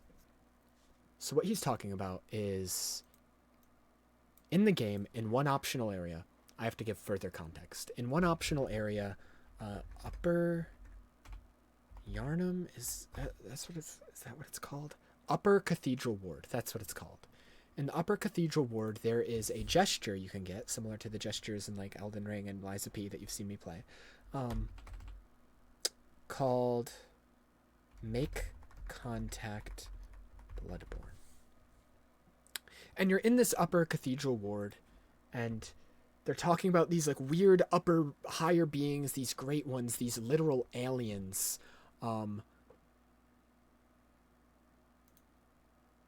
And the people of the Upper Cathedral Ward developed a way of, quote-unquote, communicating with these higher beings, because they're great ones. They're eldritch beings. How the fuck could a human being, a mortal, using human language ever hope to communicate with one? They developed this pose. One hand in the air, one hand out to the side. That supposedly would be able to make contact with the great ones. You find many great ones throughout the game of Bloodborne. One of which is within the Nightmare of Mensis, which is what he's talking about. Sorry, I can't type, I'm so dyslexic. The Nightmare of Mensis. The Nightmare Realm are exactly what it sounds like. It's within a dream, within a nightmare, within this other realm.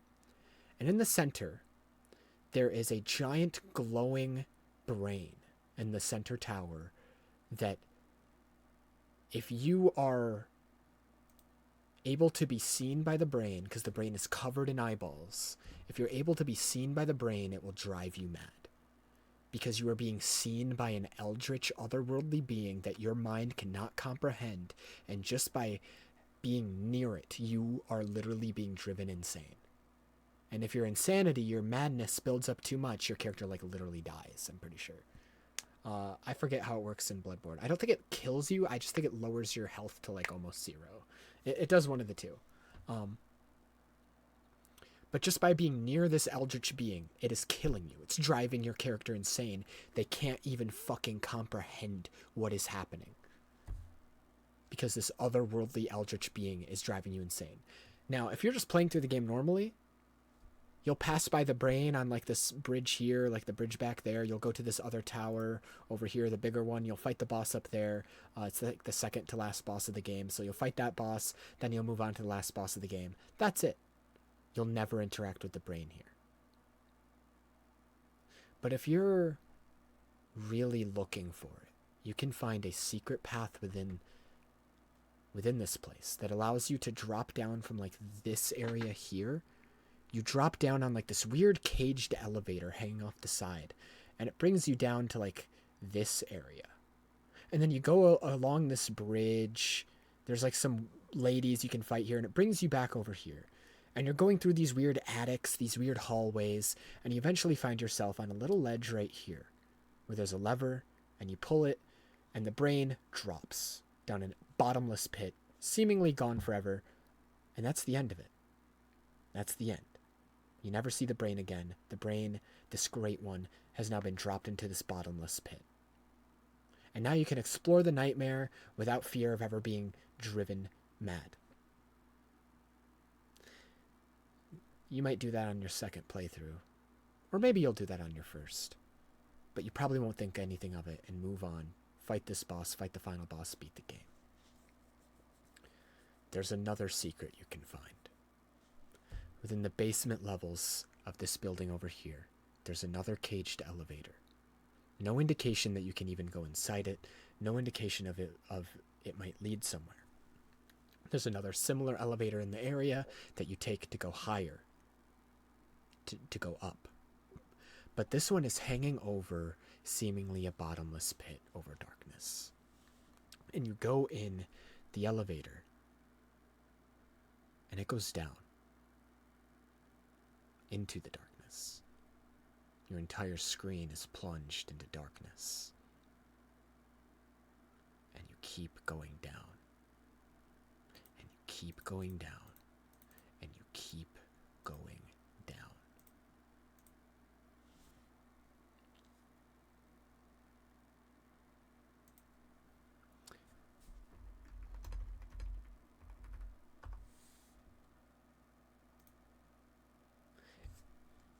When you reach the bottom, you walk forward in the darkness for what feels like forever, until finally, with nothing but a single torch in your hand, an eyeball stares back at you. The brain you dropped before. This god laying before you, staring at you out of the darkness. All that you could ever hope to even fathom, comprehend about the game, staring back at you directly, eye to eye, with what you can never comprehend.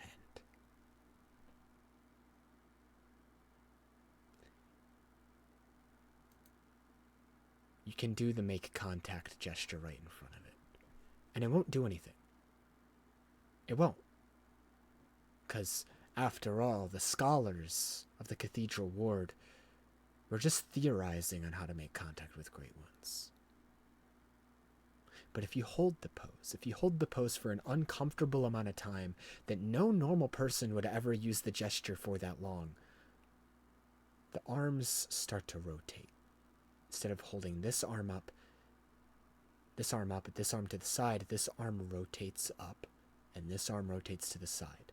Just randomly. No indication that that would happen. After a long time of holding the gesture, it rotates.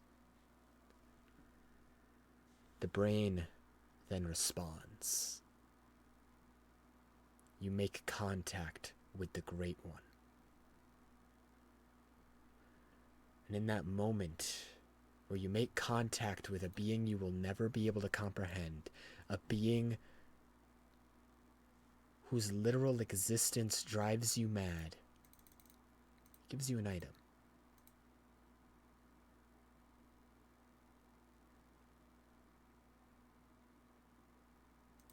It gives you the Moon Carol rune. What does the Moon rune do? It increases the amount of blood echoes you get from slain enemies. You literally get a gift from this Great One by making contact with it, by using a gesture that is from a secret optional area in the bottom of this dark pit, which is beneath a secret optional area, after dropping this brain in a secret optional area.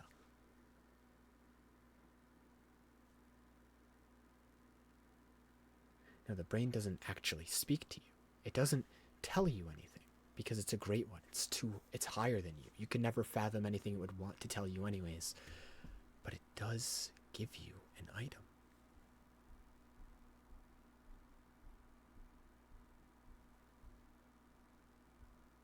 And in New Game Plus, if you already have the Moon Rune, it gives you Great One's wisdom.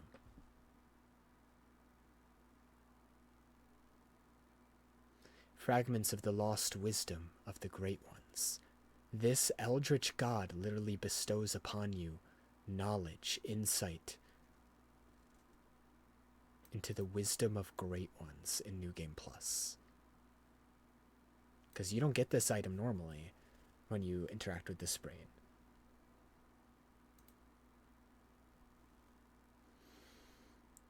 We are thinking of the basest of planes. What we need are more eyes. Now, I'm not a scholar in Bloodborne lore by any means. I can only tell you the fragments of which what I remember, but they do look like a lot of eyes. Perhaps the Great Ones were once human. Humans that peered too far into science, too far into godhood. Fitting enough that in Bloodborne's secret ending, you become a Great One. You peered into the eye of God, and you became one. Anyways. Because that's one of the themes Bloodborne is about, is the dangers of pursuing knowledge, of pursuing the truth, of things that humans weren't meant to understand, And when you come to that understanding, when you go out of your way to find these things that shouldn't be found within the game, your reward is becoming one of these unfathomable beings. Your reward, this secret ending, is becoming a great one. That's what he's describing right now as the moment that impacted him the most. Finding this brain, finding these truths within the game that were hidden from him. The game actively hides itself from you. It doesn't want you to find these things. For to pursue knowledge in Bloodborne is to pursue the great ones. And how foolish, how much hubris do you have to pursue gods? Pitch black. You remember about that thing we have to make the Motherfucker, it's pitch black, and you sit there and you start like thinking, and you go in there and you're with your fucking torch, like, where the fuck am I? What the fuck is going on here? All of a sudden there's this massive fucking eyeball just looking at you, and you're like, what the fuck? And you start looking around this bitch, I'm like, is this the fucking brain I dropped earlier? What the fuck? It's still alive? Why is it looking at me, bitch? And it just looks at you. And you whack it, and it's got a life bar, and you're like, wait, but I can sort of kill it? And you don't fucking know, and you start remembering, wait a minute, before I got here, I had this thing. Something said make contact, and then you do this shit. You go up to the goddamn brain, and you're like, and then I put it down, I'm like, nothing's happening. And then chat's in emote mode. They're sitting there in emote mode, freaking out because the mods put it in emote mode. So I'm thinking about doing this shit, and then I hold the fucking pose again. And I'm like, chat, I don't know what the fuck to do with this thing. I don't understand what's going on. Yada, yada, yada. 45 seconds later, my character does this. And then the brain goes, and gives me the item, and then it dies. I'm like, what the fuck? Dude, this game's fucking crazy, dude. And then it's like revisiting shit, figuring out what you missed, what was there. And then I'm gonna go over to this fucking area, and all of a sudden why is a cottage showing up? Why is the dead horse cottage showing up? What the fuck? Why is it taking me to Castlevania? What is this fucking game, bro? Now the game is Castlevania? This is fucking crazy. Oh yeah, there's an entire castle, like literally an entire castle, a giant level that is completely optional in the game. And it's hidden behind like a pretty hidden side quest. But if you happen to do that side quest, and you happen to be in the right place at the right time, a horse-drawn carriage will roll up to you, open the door, and if you go in, then it'll give you the ride to the castle. Nothing ever in the game ever indicates to you how to get to this castle, or that the castle's there, or that you need to do this, this, this, and this. You either happen upon it by accident, or because someone in real life told you about it. I'm the latter, because I played the game years after it came out, so I found out about it by, like, looking up, like, okay, what stuff did I miss? What the fuck? There's a whole castle? What the fuck? Dude, like, you missed this shit. I didn't get that shit on my first And the castle playthrough. literally It is blew my Castlevania. mind. It was literally all is a there. giant Castlevania Blew my level. fucking mind. Bloodborne to me was an 8 out of 10 when I first played it. And then I played through it again, I'm like, oh, actually I love it. And then I played it again. And then I played it again. And then I played it again. And there was new shit I kept finding every single time. I can't fucking believe it. It is one of the most replayable fucking games I've ever played. I've beaten this bitch more than I've beaten Final Fantasy VII. Anyway. What's number 3, Nico? Do you agree with anything I said? That was a great story, Max, of you just making shapes with your hands and talking about. You know, if you play with Jetstream Dan, Oh, yeah. donated, We played you'd it. understand. But the thing is, like, Jetstream Dan, like, it's like, That was here's great, the thing. Chad. That was a He'll great hold your story. hand, but it takes away the spirit of the game. Then you have to get hit by the spirit of the game. I did not have the hand-holding experience. I got an inclination that there's stuff I missed. And I was like, oh, well, that sounds really interesting. And then I went through it again, and I couldn't believe it, dude. It was like playing Zelda 1. It was what everyone experienced in Elden Ring for the first time. I was like, this story's fucking crazy, dude. Like, the church was hiding this shit whole time, and it gets deeper and crazier and crazier. You know what's a crazy story? Kratos realizing that he had the bond with his son. And then he describes the character arc that Kratos goes through. And the story in God of War 2018 is good. But that's all it is. It's good. It's well written. It's emotional. But it's nowhere near on the depth and the craziness of Bloodborne. Bloodborne's story deals with so many insane themes, even just on the surface. Even just on the surface, it deals with crazy themes. Then you go a layer deeper and you're like, oh, so these are like eldritch gods, and then you go deeper and you're like, oh, the church knew the whole time and they're the cause of fucking everything. Then you go deeper and they're like, oh, they fucked up with all these people in like this fishing village, and then you go deeper and you go deeper and you understand what the nightmares are, and you understand what the beasts are and what these eldritch beings are, and you find out about the Thumerians who lived underground with, and you find out about Queen Yarnum and who her child is and who she had the child with. And then you go even deeper and you find out, oh my god, Bloodborne is about femininity and pregnancy. Oh my god. For the loss of his mother, and he decided that he was going to sacrifice Pretty much every theme, from the hunting of beasts to the eldritch gods to the experimentation on people, every theme in Bloodborne can be tied back to femininity, pregnancy, periods, motherhood. Like, pretty much all of it can be tied back to just womanhood. People don't like to admit that because there's a lot of incel weirdos who like Bloodborne, but Bloodborne's story on its deepest level, if you go past everything, the deepest level of understanding is, this is a game about womanhood. This is a game about motherhood. This is a game about femininity and pregnancy.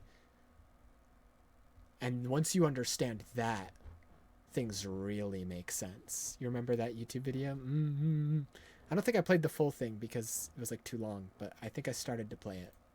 everything to save the boy. This is an emotional parenting But I didn't story. want to play the full thing because it was like way too long, and I was like, I'm not just gonna sit here watching this on stream. Never got till that game. Yeah, that was Kratos just You finished it on your own? Good, good, good. No, but there were moments. The canoe, and then there were moments, and it was building, and it builds into the next game. That's why I'm like, the people like, oh, God Wars Story's better. I'm like, I agree. The story of this is but that's also what makes the new God War so much better is because he's such a rage. Right, because they're trying to do something interesting. So he's trying to actually get out of that. It's like honestly, it's like being the story of this game getting out of that is amazing. Yes, it's better than the story of this game by a lot. And it's also better by the other game. Point at the other game. Which is why It's not better than Bloodborne, though. You haven't played Bloodborne. You can't say it's better than Bloodborne because you haven't played it. It literally is like the embodiment of like Lovecraftian horror, cosmos, like crazy cosmos entity shit, and I fucking love it. And it's my favorite shit. And so did God of War. It brought me to Lovecraftian horror, but it just made it obsolete. So that's why it was so much better than that. So I'd like Nico to take into conversation how much he's disregarding everybody's opinion. Nico, remember my story? But better. It's Lovecraftian horror. Dude, like, I'm putting on the Is he calling God of War Lovecraftian horror? I don't think he knows what Lovecraftian horror is. I don't think he knows. Also, playing Bloodborne made me appreciate Elden Ring even more. Because Elden Ring was my first Souls game. Bloodborne was my second. It made me appreciate Elden Ring even more as well. Because Elden Ring's story, if you want to really, really, really, really dumb it down, it takes like the best aspects of like the fantasy world of like the Dark Souls games. And then it also has the eldritch cosmic horror of Bloodborne. Like, because it has these, like, outer gods and, like, these beings from outer space, like the fucking Elden Lord and... Not Elden Lord, Elden Beast and shit. So, it has, like, the best parts of both in its lore. And I really love the Elden Ring lore.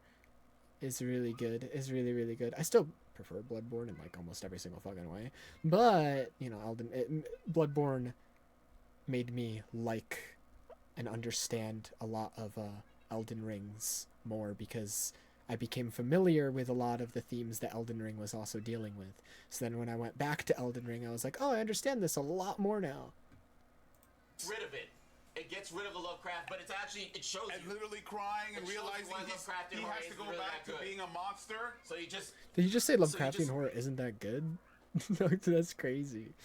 I think it's like some of the coolest shit out there. It's like beings that are beyond human comprehension. Like that shit's fucking sick. No, it's part of the reason I love like the Hive and like Destiny so much, because they deal with a lot of like Lovecraftian shit. It's like so cool.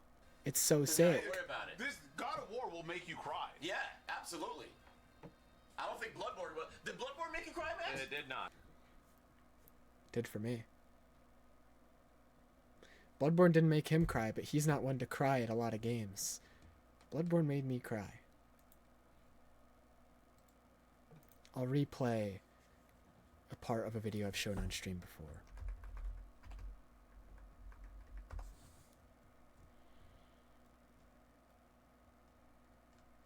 Did I pass it? It's usually one of the first videos to show up. Here.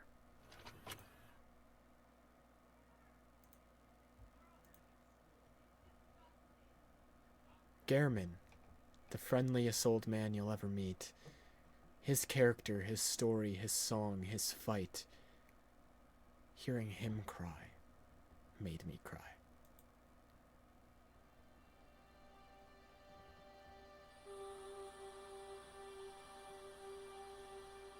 In the Hunter's Dream, the hub area of the game that you'll return to many times to upgrade your gear, purchase items, and level up your character, exists 2 NPCs, one of which being a mysterious and soft-spoken living doll, and the other a kooky old dude who introduces himself as...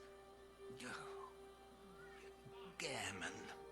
Friend to you, hunters. He tells you not to think too hard about what's going on and to just go out and kill a few beasts. It's for your own good. You know... He literally warns you, don't think about it too hard. Don't look into what is going on. Don't look into the eye of God.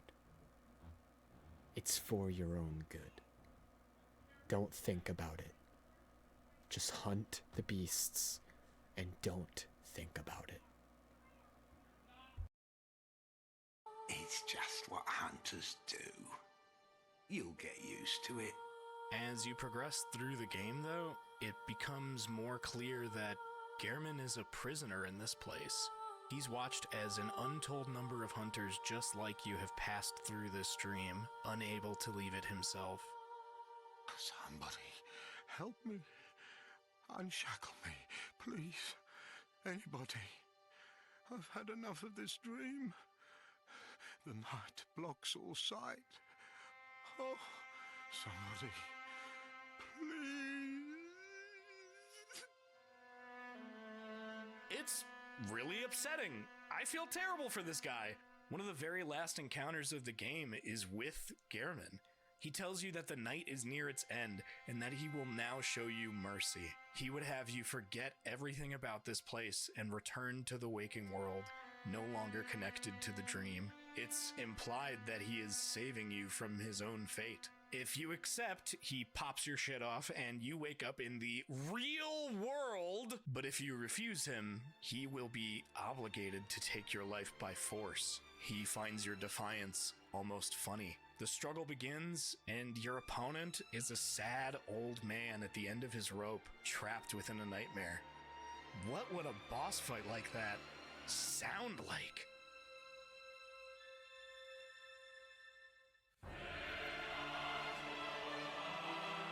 See, I have cried at Bloodborne.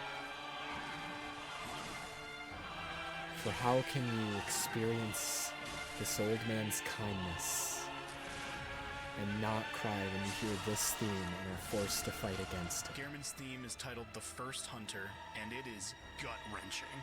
You can feel the pain and desperation on the wind.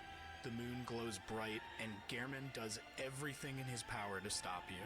It hurts, man. If you kill him, congratulations, you're the new Gehrman in town. And even if you access and beat the secret boss after him, the Moon Presence, your character's fate is that you entirely shed your humanity and become an infant Great One. The doll seemingly instinctively picks you up and recognizes you as her good hunter. I've heard people... How can you not? It is you and this old man, two people that have showed each other so much kindness in this world that will tear you apart, limb by limb, and spit you out the other end, completely destroyed by it. You and Gehrman are the only two that have showed each other any kindness throughout your entire playtime of the game. And the final boss is both of you fighting each other to save each other. Whoever dies in that part of the fight is freed from the nightmare, but whoever wins is now trapped forever.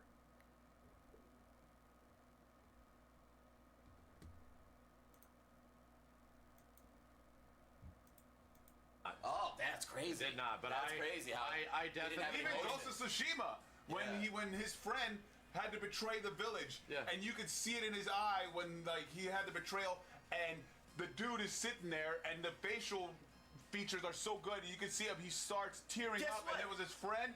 I almost cried on that Guess part. what? Guess what? The actor that mocapped Kratos was not supposed to cry in that scene. He actually did because he was having issues with his children, and that fucking moment, he felt it. He was not acting. There was no acting there. That was him in that emotional state, and they left it there. That is the power of God of War. Bloodborne, he went like this. And then there was a brain. What? Yeah. And then he got all the brain. Oh, shit. Oh, and then the brain. Yeah. And then, wait. Yeah. And then he went like this. Mine- Oh, shit. The He stories, was there. have you realized And that then the brain the was there. stories that I'm telling involve gameplay? And there's the Have you crux noticed of that the it. stories- Bloodborne's a game. This is a list about games. The most impactful moments of Bloodborne, of any Souls game, have to do with gameplay, have to do with you interacting with the game and its mechanics and its story, you directly impacting its mechanics and story. The most impactful parts of God of War aren't when you're playing the game, it's when you set the controller down and start watching a movie. I'm talking about gameplay. That was great. literally involve solid shit and gameplay. Okay, I'll show you the gameplay. He was in the corridor. And he went like this. Backside says. And then he went like this. And then he was like, oh, shit. And I don't think if a story just makes you feel emotion that immediately makes it peak. And I agree. Yeah, God of War is an emotional story. But it's also a story that's been told before. It's a father and son story. It's about a father and his son forming a relationship and be getting closer to one another. Like, it's been done before. There's nothing like Bloodborne. I think stories should make you feel emotion. Which ones are better? Are we playing a video game or are we watching a movie? Hey. They A little need, bit of both. hey, you know what? How about not both? Some Hey, people, when I went to the fights, I felt those fights because those emotional states brought me to that state. Sure. You felt the fights because the cutscenes made you feel emotions, and then you brought those emotions into the fight. But if you did fights in God of War with no context of the cutscenes, you wouldn't feel anything. Every fight would feel exactly the same. There's nothing that differentiates them. Souls games are so impactful that most people don't understand the story, because you do have to go on a deeper level to understand them. Yet people still love them regardless, because the fights are engaging even without the story.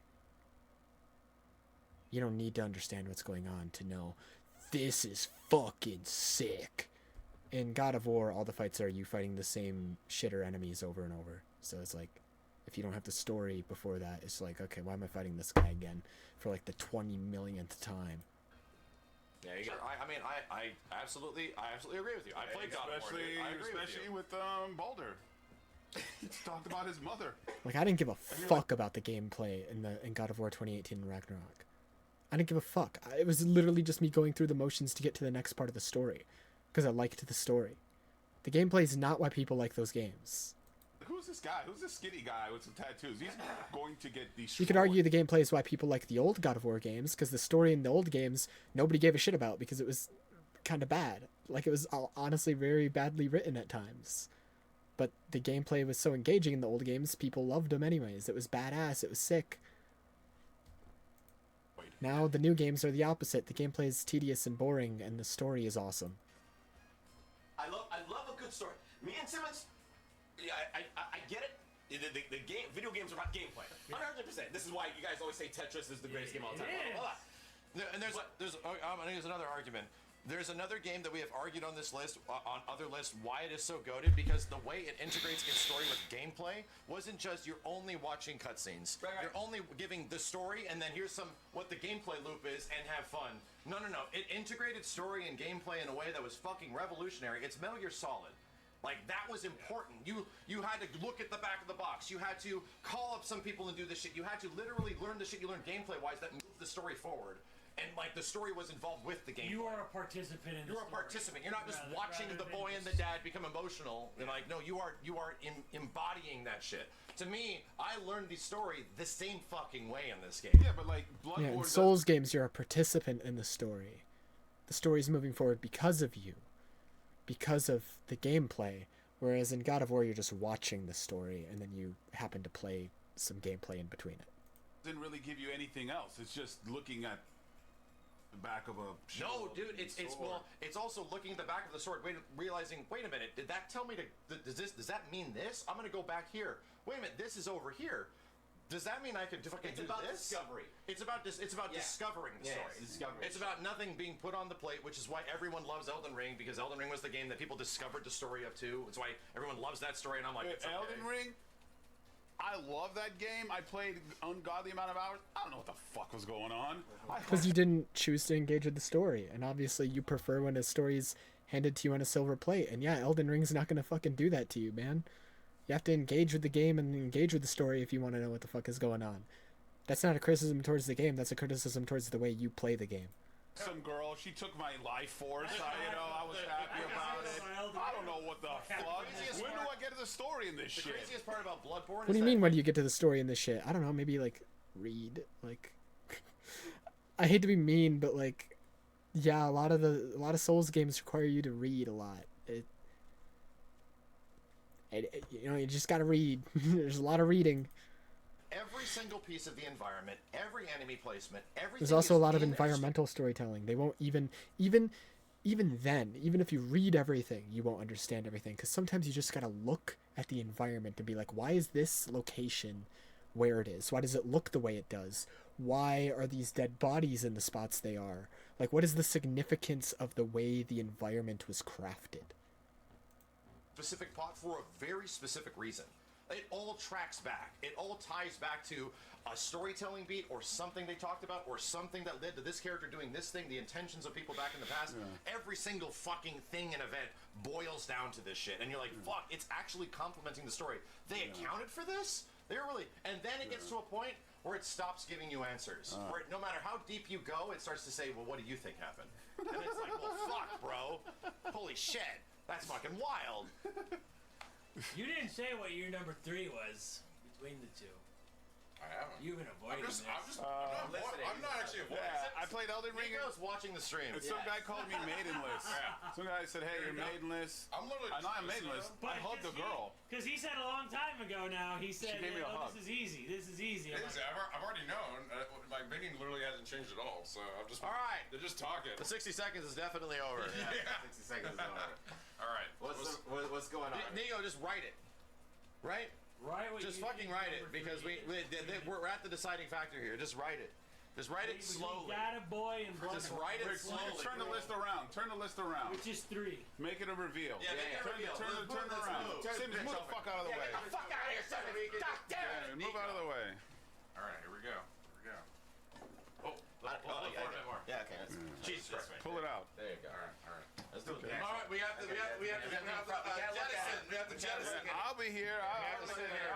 Look at it. So this is like, this is essentially going to go all the way up to number 1, right? I mean, Yes, you are. It does. You pretty much know the top 3. Yeah, you're doing it now. My 2 cents on Bloodborne and God of War. Oh! It's pretty funny that you guys would, it's like totally 2 different gameplays, Oh, yeah. right? Yeah. What are you talking about? I still think Bloodborne would be better than God of War because... Because I'm her husband. No, because I enjoyed your gameplay of God of War, right? But the only thing is that you said Bloodborne is more like experience where you have to try and figure things out yourself. It's part of the game. Yeah, but God of War, it was good. The gameplay was good, and the story was good, and you guys are all about the story. Totally 2 different games, because you're trying to figure out the story in Bloodborne. And the other one's presented to you. And the other one's presented to you, but also the gameplay is presented to you. You don't have to figure shit out really too much in God of War, because it's shown what you need to do. Ripley's right here.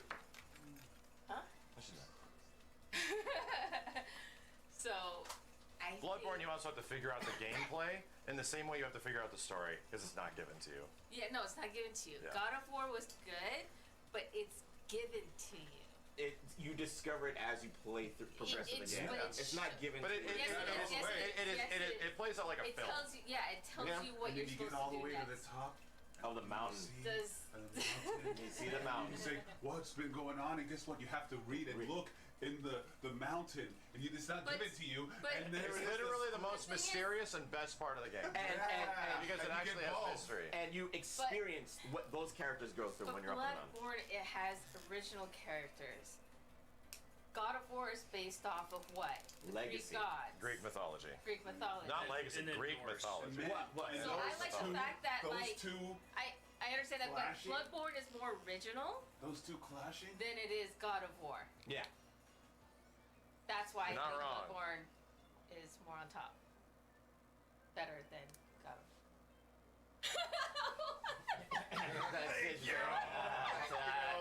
I wasn't just right, dude. She's right, dude. In other words, what she's saying is that God of War was Yeah, so God of War is a Hey, I'm trying to make my argument to Nico, because and it's so Nico's is the decision, gameplay, right? so are the Yeah, the characters, story's also so is the really good. progression No, of the game. it is, but it is predictable. God of War's predictable? Yeah. Yeah, dude, you know that the dad and the boy are gonna become. Literally from the second you start up the game and you find out Kratos has a son, and you see that like their relationship is bad, you immediately know what the entire plot of the game is going to be. It's going to be them forming a relationship with each other and learning to be a proper father and son to each other, and learning to love each other, and learning to be there for each other. And guess what the entire game is about? Exactly that. You know the entire plot of the game the second you find out, oh, he has a son now. Oh, he treats his son like shit. You never know. You never know. What the fuck? Oh, he's a bad dad, right? Like, the second you start the game and you're like, hi, Kratos. Oh, you're old now. Oh, you have a son now. Oh, you're a bad dad? I bet the game's going to be about him learning to be a dad. That's what the game's about. It is one of the most predictable stories ever. It's just executed really well, and that's why people like the game. Because it is a good story. It's told really well.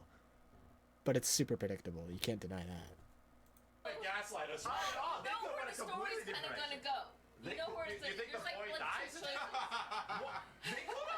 They've done it multiple times. That game was setting up that. Multiple times. Because they wanted to be a sad story. Hey, look at Samurai Jack. Like, I didn't expect. We're not talking about Samurai Jack. I know that, dude. but you understand that. Yeah, Anytime he could have gone left. But if that game suddenly killed Kratos in the end, yes, you think people would be happy? No, but they could have done it. They can't do that. They could have absolutely. It's predictable because you know there's going to be sequels and shit. Yeah, that's kind of true. You know exactly where the story's going to Sony go. will never let him go until he stops selling. They will milk Kratos' nipples dry. Kratos Ladies milk. and gentlemen, I give you Last of Us. Any director, any producer, Talking about something else now. any dev could have killed off the character. Could have killed off the character at any point in time. You never Steve know. keeps talking about other things. And that's why it is not predictable, because you don't know. I don't know what's going to happen until I got to the end. Because Joel was never the poster child. He didn't know what was going to happen until he got to the end of the game. Well, maybe you just weren't thinking about the story, like, at all. Like, I hate to be mean, but it's like, I'm sensing a pattern. You hate Bloodborne's story because it requires you to think about it and like figure it out yourself. And then you also said that like God of War is not predictable because you had no idea what was going to happen until you were already at the end of the game. It's like maybe you're just not thinking about the stories you're playing enough. I'm sorry. Maybe you should just need to engage with the stories that are being told with you on a deeper level. Who was front and center on the first game's box? Who was Let's flip this thing over. Kratos was crying. It was always Ellie. They could cry anytime. No, I'm waiting for you guys to stop talking. Oh. No, you should write it. Yeah, right. What are you doing? You guys are out here still arguing. No. Steve always derails the argument by talking about other games. Not at all. Not at all. You literally I'm are, making dude. examples. Yeah, because your game is not the example. Because you're saying that, oh, it's predictable, and I'm saying, no, it's not predictable. It And is, I'm using though. examples of other games that you might think are predictable. But your game is predictable. The one you're arguing is. Just because other things aren't doesn't mean this one is. No, but I'm saying that it's not predictable because of so much unpredictability that is in the prediction of the game. There's so much prediction that if you think about the prediction, then it's not predictable because you're predicting the same thing. What is he saying?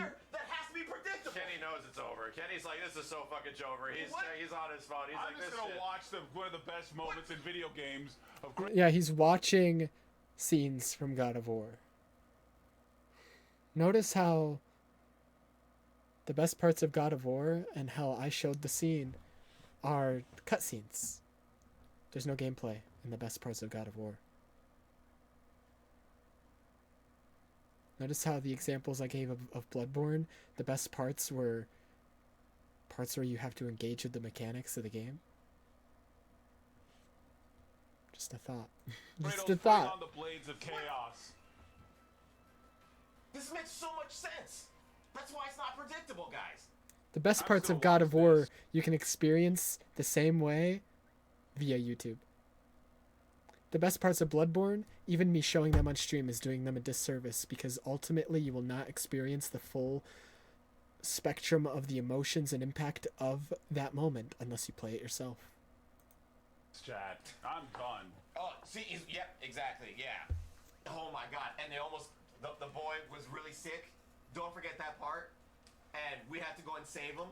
Like, everybody knows that part was really... But that story was given to you.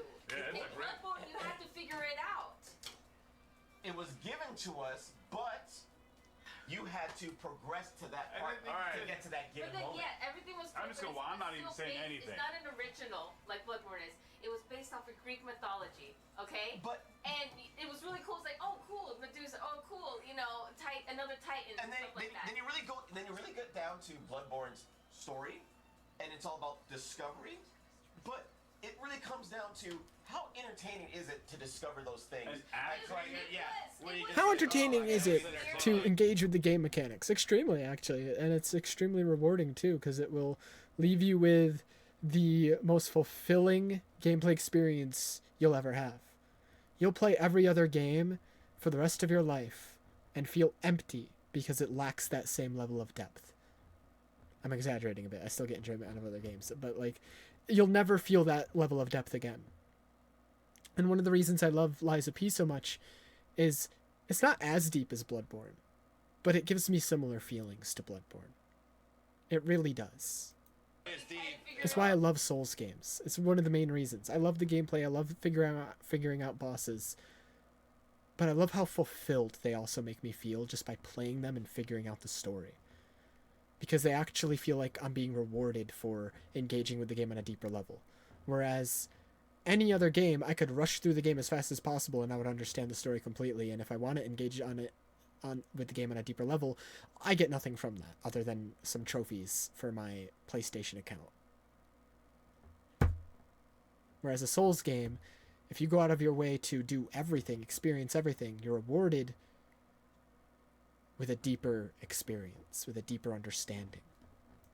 I now found this I found this rune that tells me where this mysterious lady comes from and her entire background. So I gotta read a bunch of slop just to get to the moment that No, and actually then you get to her and she talks about it. That's like, what is happening here? I need to know what I'm supposed to do. All right, Nico, save us. I'm so done. Wait, what is he doing? I'm so done. What is he doing? Let's push it up there. He closed it up. The top three. Because you can't open it. Real quick, I just want to say. You can't open it. Literally nothing you guys said changed my mind at all. You talked for 30 minutes and it did nothing. So Wow, that's crazy. Know that. That's crazy. Nothing you guys said changed my mind at all. Here we go. He wrote all three, but how do we vote for Because number we one? know what number one is after he gets the first after two. this argument. Yeah. So essentially, it's given. But anyway, I mean, obviously, like number 3 had to be Bloodborne. Yeah. So. Oh yeah, right. Bloodborne number 1! Bloodborne number 1! Let's go! Okay, I put okay. I was not Ghost of Tsushima. Yeah, because it had to. Come on. Right? It had to. Come on. It had to. Yes. Okay. Simmons, what do you think? I would have put Data Boy at 3, but It is at 3. I personally would have put Ghost at 1. I would have put Ghost at 3. I would have put Data Boy at 2, and then I would have put Bloodborne at 1. The thing is yeah, we're getting outvoted on 1. Yes, and it's like because I have a different one than you and Kenny, but they have the same one. Bloodborne. Well, how come we couldn't vote on one? Game for long. Because it was already decided. Why? Because if it got down to it, Ghost of Tsushima gets axed, right? So Simmons is the only Ghost of Tsushima. We have 2 Bloodborns and 2 God of Wars for number 1. But Simmons is going to lean Bloodborne in that situation. You're going to lean Bloodborne, Simmons? Over God of War? Over God of War? Yeah. There it is. Yep. So the argument was between 1 and 3. Which one's 1? Which one's 3? And Bloodborne 1. Let's go. Anyways.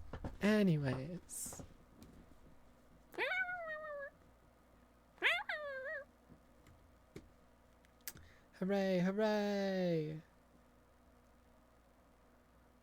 They murdered DMC in cold blood for a Black Ops 4 game mode. Yeah. Yeah, DMC 5 should be there. But, you know, they just have, like, a lot of memories together on it, so that's why it's there. Anyways, I guess we'll save this Sega Genesis video for some other time. Because I want to get back to Liza P. At least for a little bit.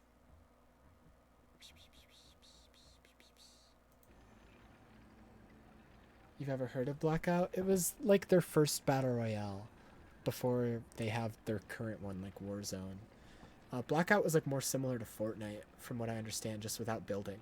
A lot of people, like when Zero Build was added to Fortnite, compared it to Blackout because it was apparently similar in terms of like the gameplay structure of Zero Build Fortnite.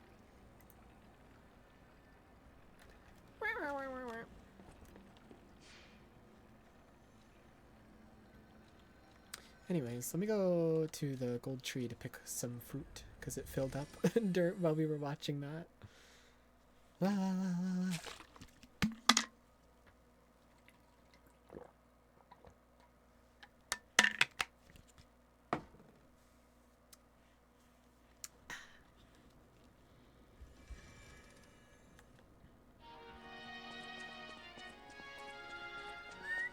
Strange. It hurts.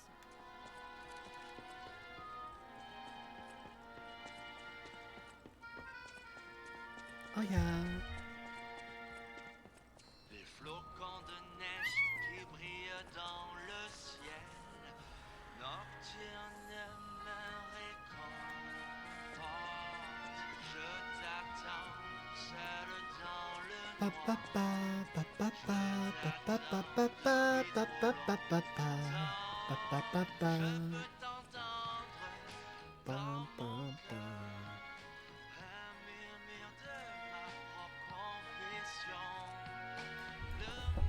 This upcoming area is kind of rough because there's a lot of things that inflict the insta-kill status ailment. So, hold on, let me get changed real quick. I need to change into something cool.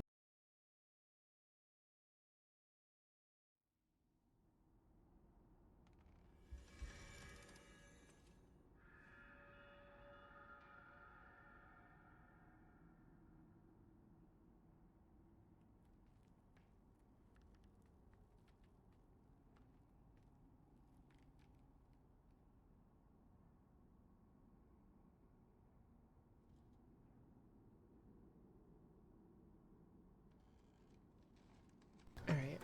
I turned my AC on as well, so I apologize for the noise. Alright.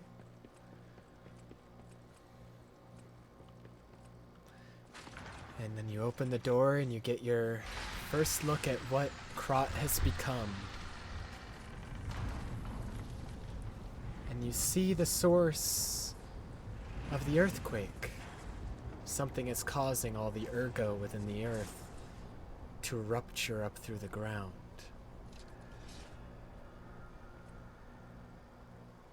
All the ergo is expanding, growing, rupturing the city. This used to be the workshop's transportation base close to Krat's central station. These things cause disruption, which is the insta-kill shit. The place during the frenzy. So we don't want that. I didn't see it myself. I didn't know the scale of it all. So let's add that earthquake to our list of strange and bizarre happenings in Krat and keep moving.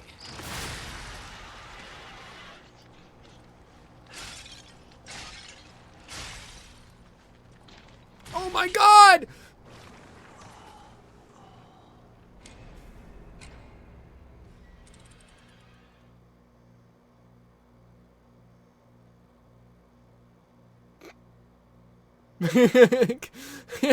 Okay then. Just got fucking clobbered. What the heck? I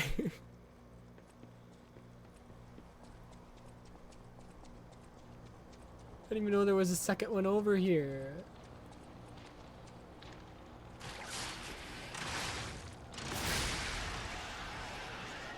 Run before the second one shows up. Where is he? He's in there. Aye. Stop clobbering me.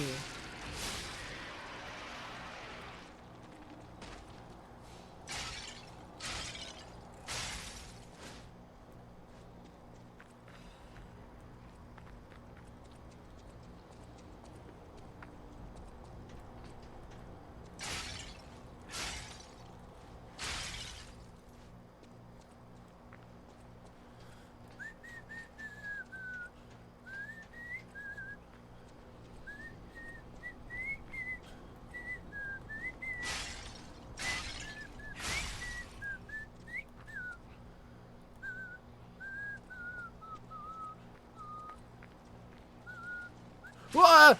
Where'd you come from? Goodbye.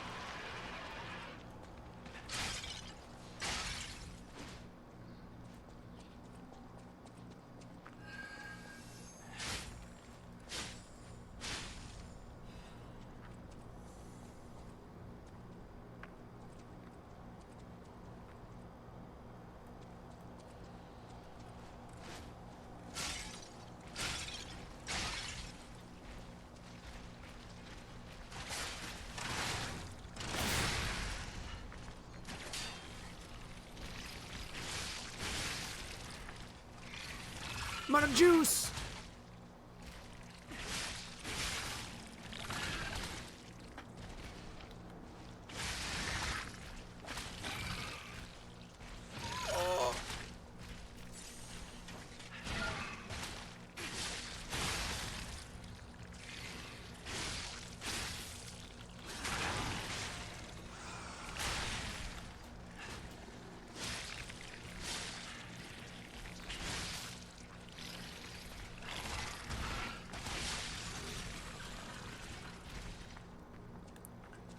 Oh yeah.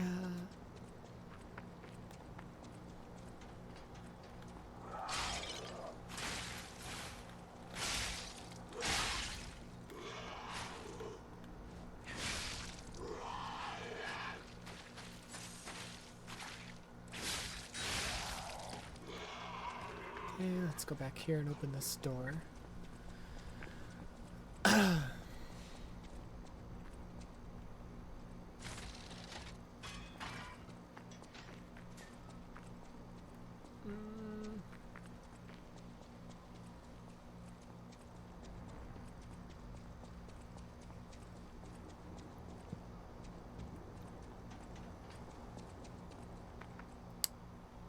Yeah, that's not until later. chest up there.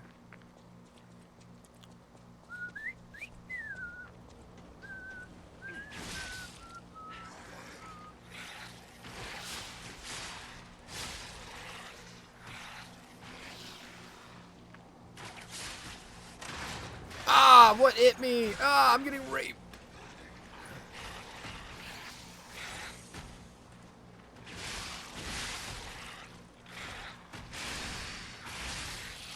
Oh.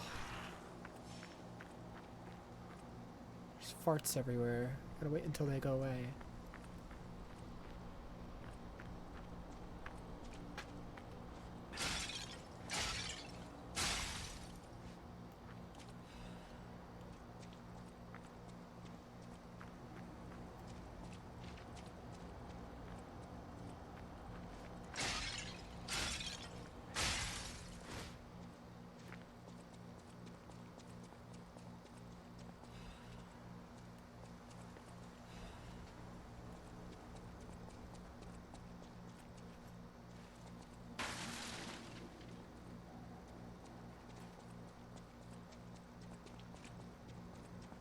I believe there's something here later for a side quest.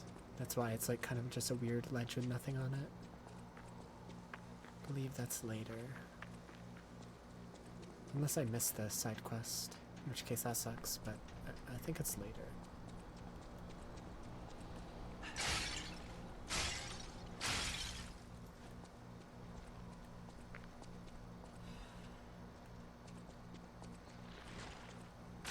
What is your problem, buddy?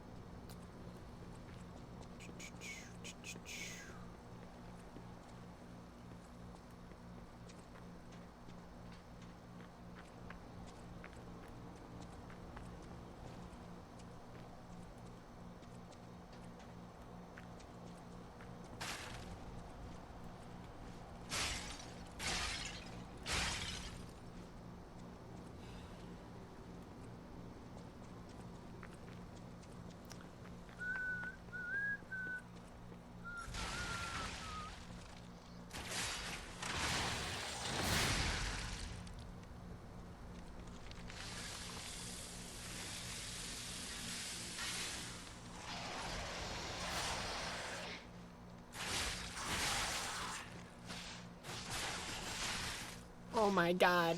Oh my god.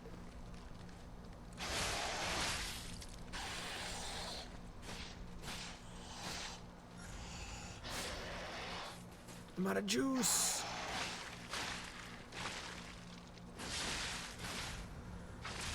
No, my fucking balls.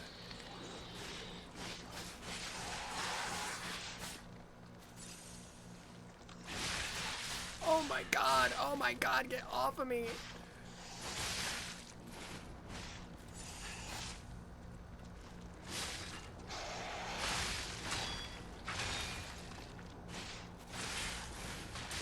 Dude, get off of me. Dude. Dude. Dude. Dude. Hello? Why is this normal ass guy like the strongest motherfucker in the game? Took all my heals and all my juice just to get him halfway down? What? Hello?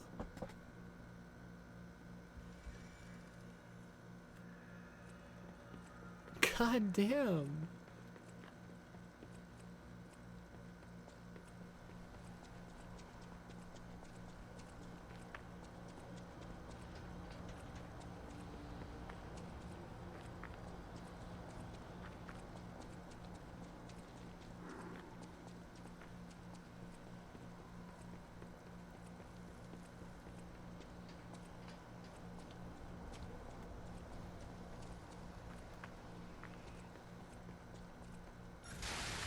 Get out of here, stinky buttfuck.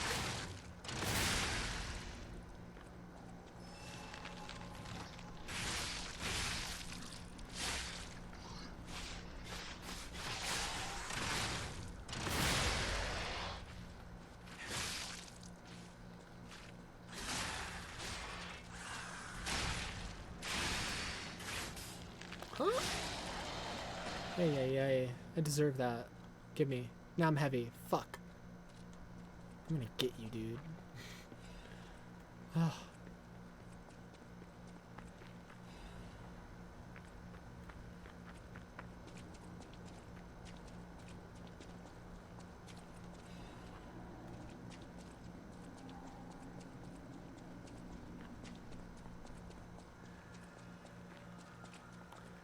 Collapsed workshop tower. Uh-oh.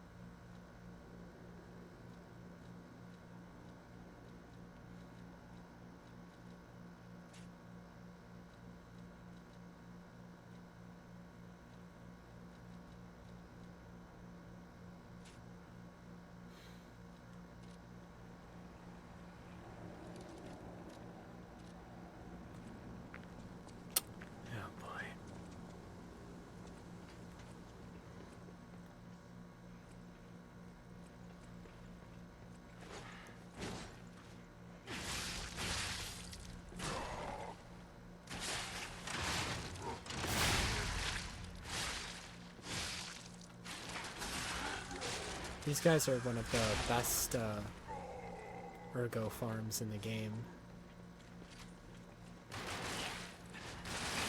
You're not for like 3 seconds. There we go.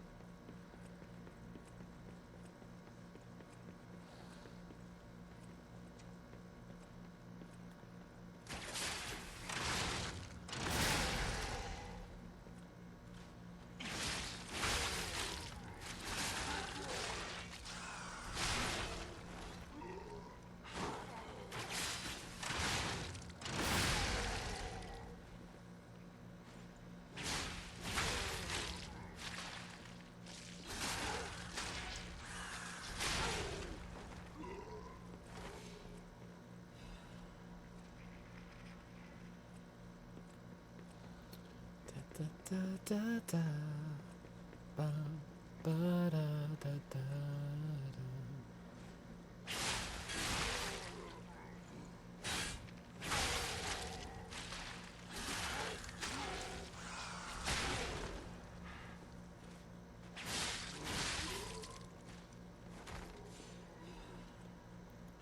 Workshop technicians, yada yada yada, yada yada yada.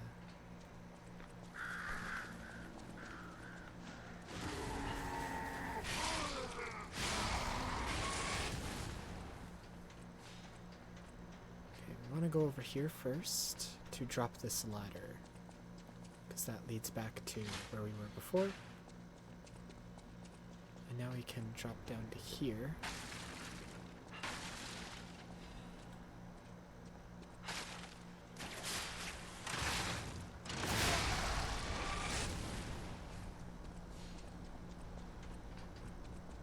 And then here.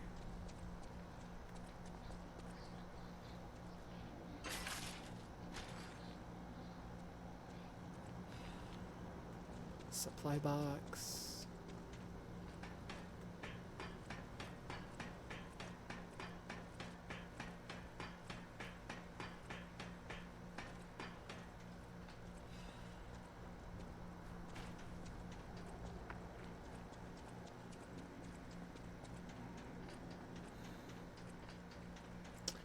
before we go in there, because then there's a boss battle, let's go down and head to the hotel.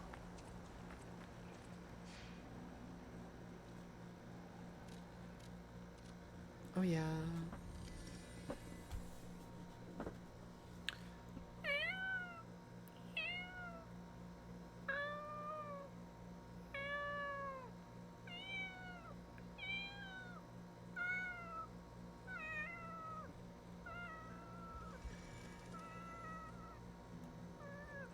Also, you'll notice we can no longer go back to the Chapter 1 areas because now they're destroyed in Chapter 9.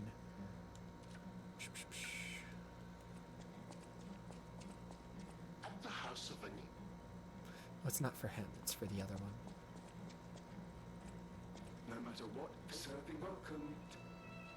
This is. I shall open it. No matter what, serving welcome. Fuck, there's some good shit in here. Quartz, we're buying first. And then a vessel. And then we can take that vessel over here. I always... why don't I hide? I am perhaps...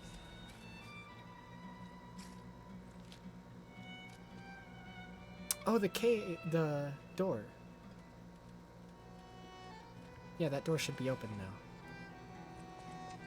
Da, da.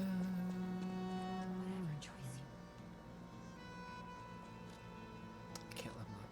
I'm stupid. Do I have any souls I can turn into you, buddy? Only that. Oh. Da, da, da, da, da. Oh yeah.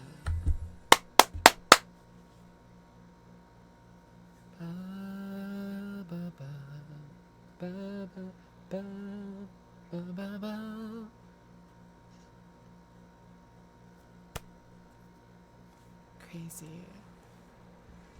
Oh yeah, oh yeah. Come here, boy. Oh, you're no trace. My next stop. I'm curious. I'm trying to track down Mr. Trying to track down Mr. Alidoro.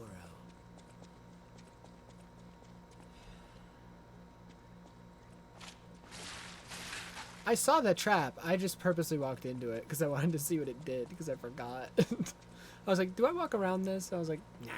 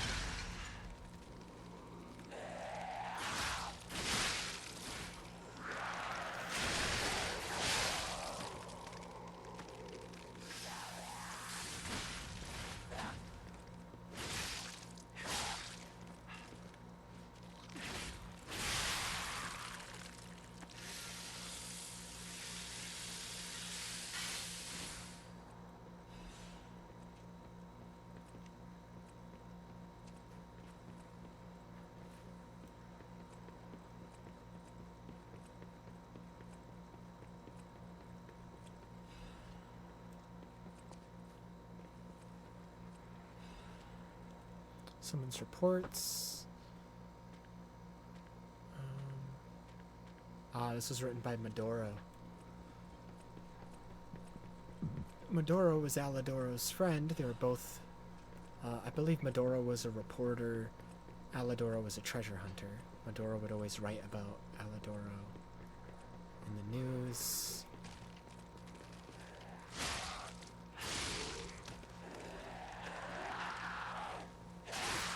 Okay, buddy.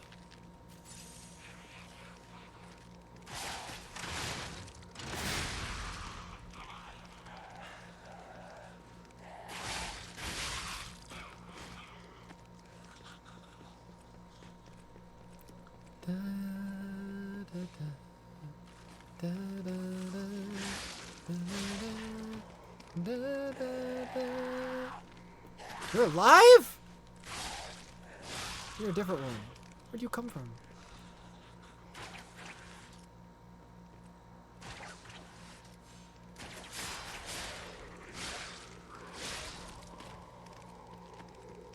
Scary.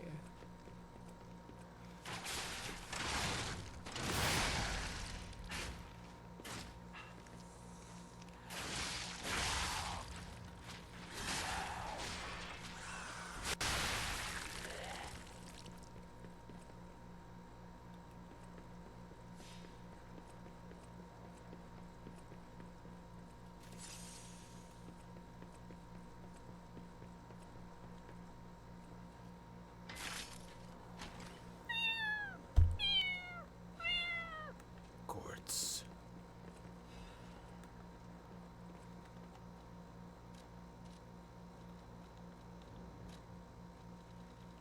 Picking up that chain reminded me that throwables exist.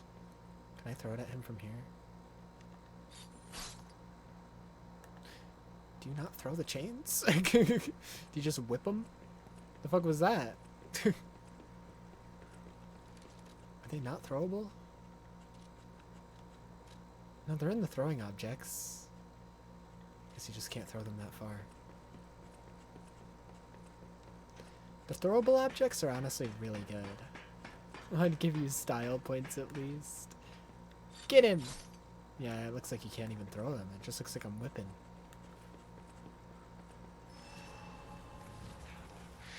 The throwable objects in this game are actually very useful from what I remember. Like, there's some that, like, legitimately break the game.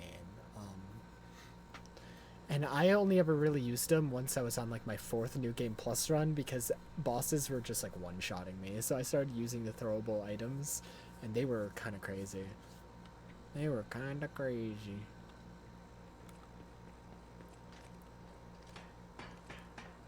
Let's test one on you. Hey, I'm testing something. Chain! Chain! Oh yeah, the chain is more of a melee thing. I like have to be like right on their. Can you stop? To be like right on their ass. I remember the saw blades were crazy good. I accidentally threw one. Let's throw it at this rock.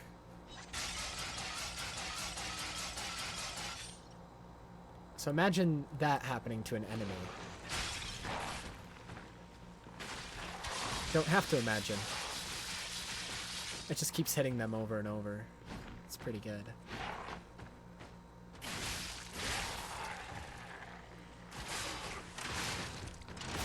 What the fuck?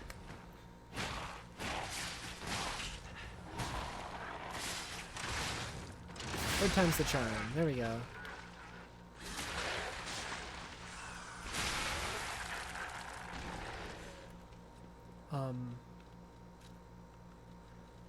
These ones are super OP, the shot puts. I'm not gonna waste one just to test it though. These ones I remember being pretty good.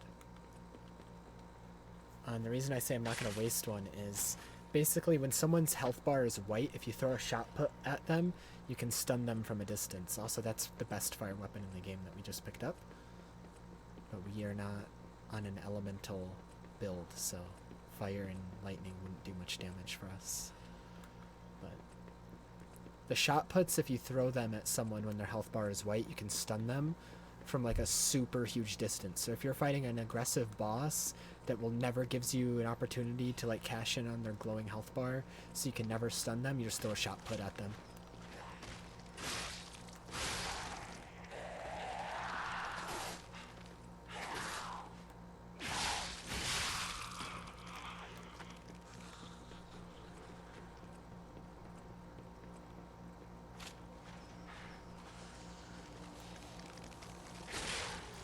Hold on, guys. Move out of my way. I'm trying to test this one. Oh, yeah, and it stays on the ground? Yeah, this one's really good against some bosses. Get him! Alright, let me remove that. Let's just put like a, I don't know, that on there.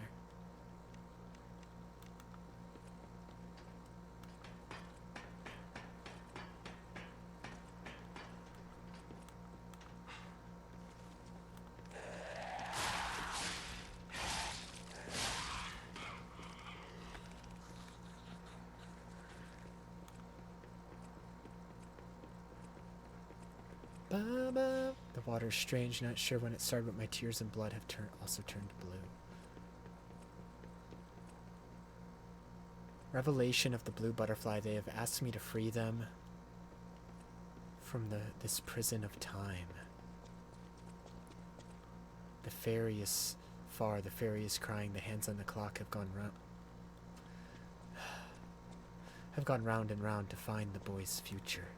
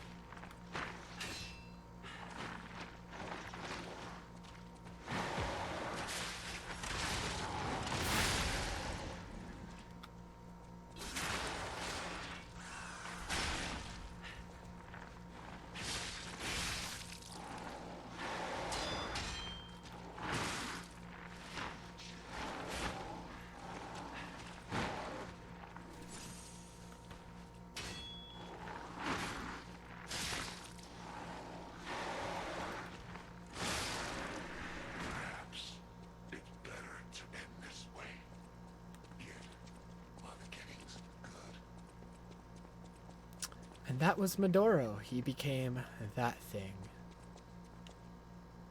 I leave the butterflies writing here. Remember, you are human. Now it's time to get out of the string.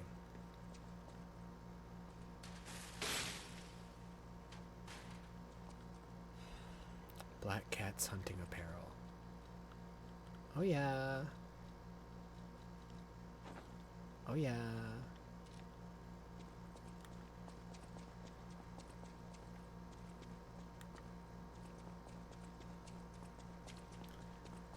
So some hints about Sophia, the blue fairy. And also find out what happens to Medoro in here. Within that book we picked up, there's more suspicious stuff about Alidoro as well.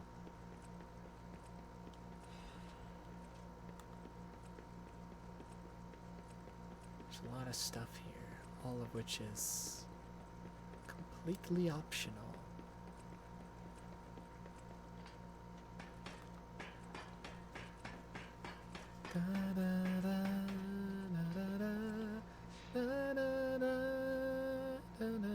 Oh, item.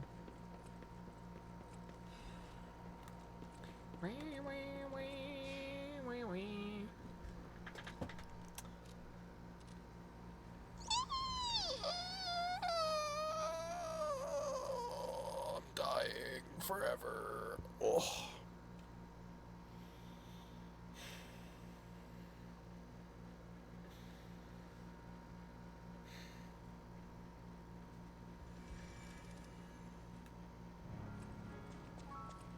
Whatever choice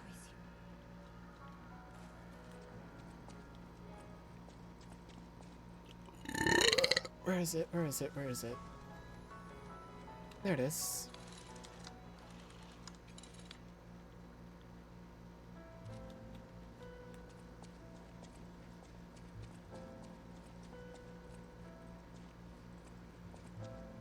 More music. A great weapon.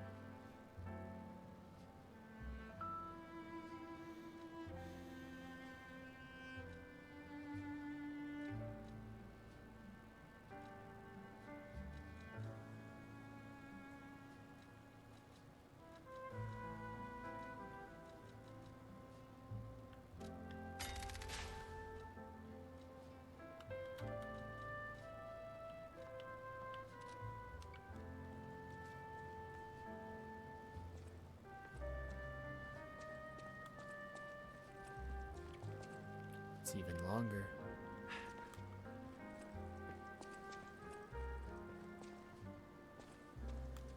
We've been lying a lot. No matter what, sir, welcome.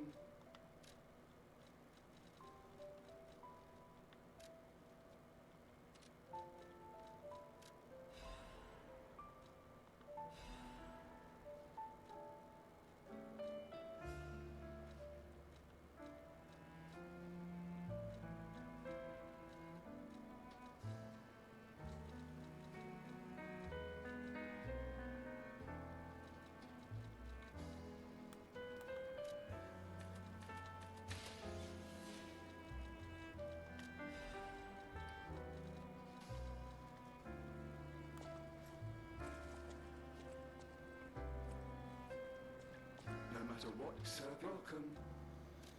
These I know you get a limited number of, these full moonstones. I'm gonna look up how many. How many full moonstones of the Covenant are there?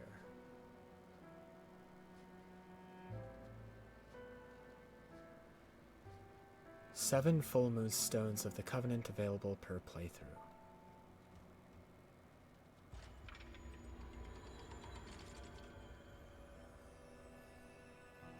While the first playthrough yields 6, New Game Plus and subsequent yield 7. So 6 for the first playthrough, 7 for each additional one.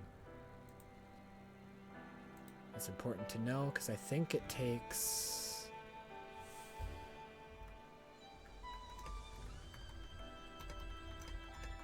I think it takes 2 per weapon, meaning you can upgrade 3 boss weapons per run to max level.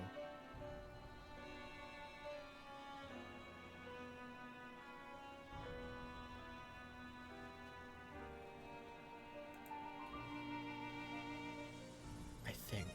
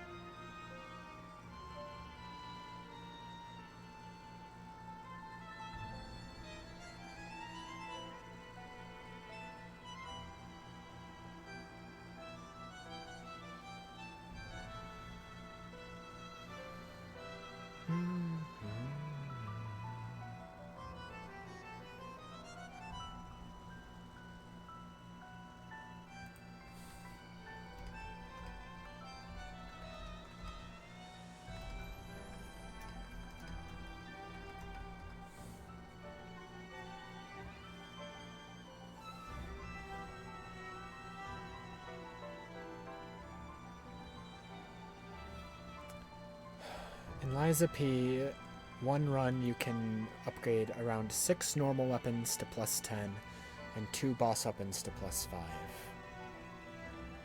So there's enough materials to upgrade 2 boss weapons to the max level.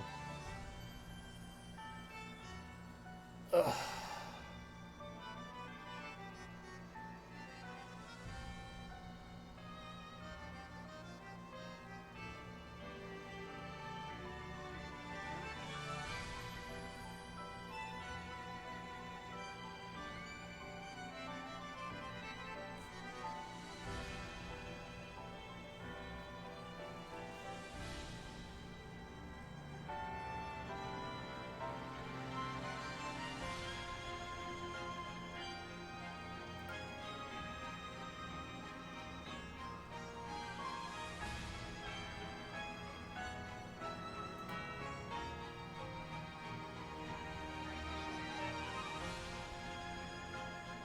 Alright.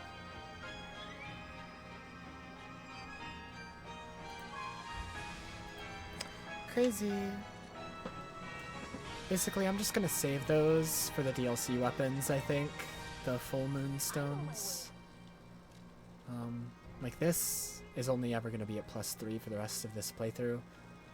Because I want to save the full moonstones for DLC weapons. But as long as I'm not using full moonstones, I'm fine. You know?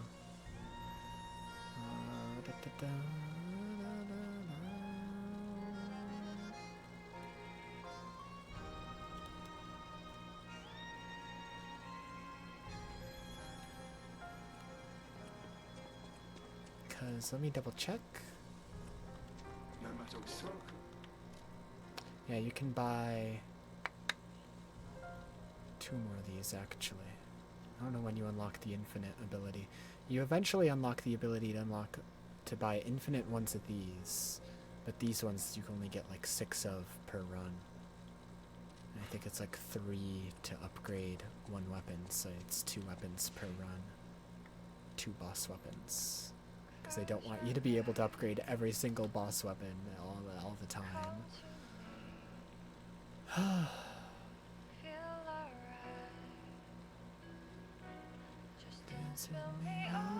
Why is this? Is this the correct one? The picture for this Stargazer looks wrong, but I think this is the correct Stargazer. So I don't know why the picture looks weird. Also, that picture, fraud or friend. Very fitting. Oh, it is the right one. Did the picture showed somewhere else entirely? The picture showed like the street over there. Not this one. Anyways, time for one of the bosses I was stuck on for the longest time. It's not even that hard, I'm just stupid and really bad at the game. Let's go.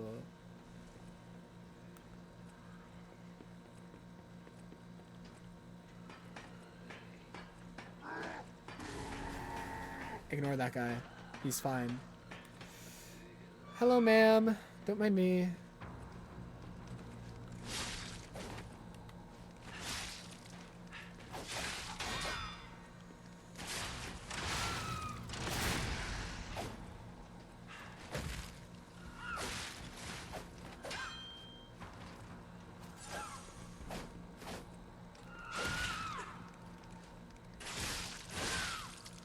Hello? Ow. Ow. Ow. Ow.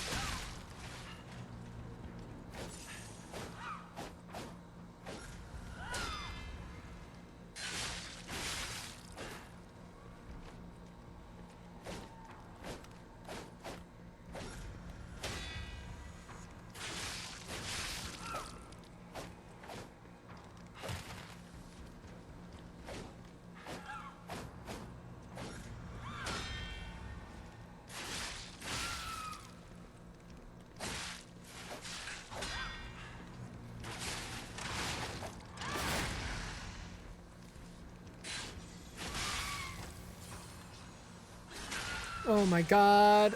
Oh my god, it's a miracle. It's a fucking miracle. I was stuck on that boss for hours the first time I played this game. This is also the boss that, like, Asmongold had that really shitty rant about how terrible the game is because he was using an Unga Bunga strength build and couldn't get past the boss. That's when I started hating him. Oh, ew, yeah. This boss, when I saw him fight this boss and he started shitting on the game because he was terrible at the game and refused to adapt his playstyle, that's when I started hating him, long before he became a fucking right-wing grifter. I hated him before it was cool to hate him.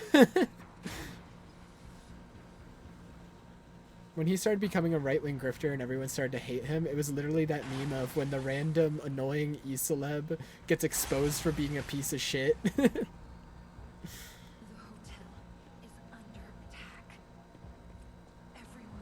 The hotel's under attack. Uh-oh.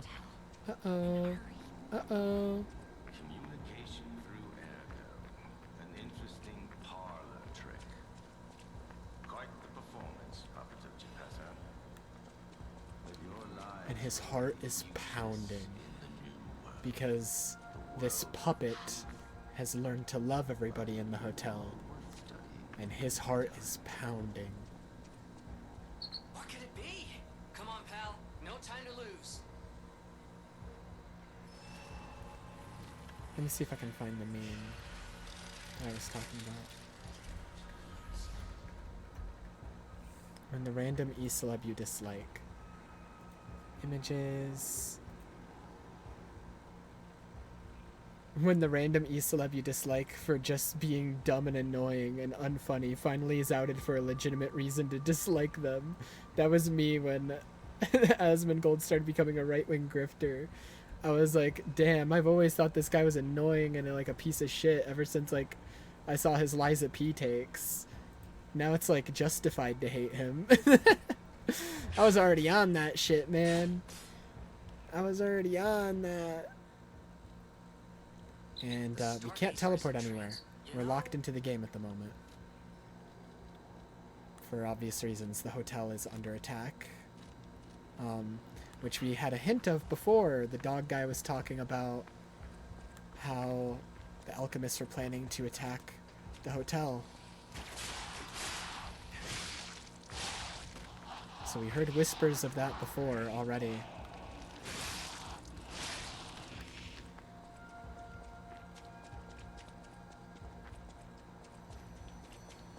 Ring ring, the phone from the beginning of the game. Fine day in the city of Krat, but I wonder, my friend, just where you've been. Ah.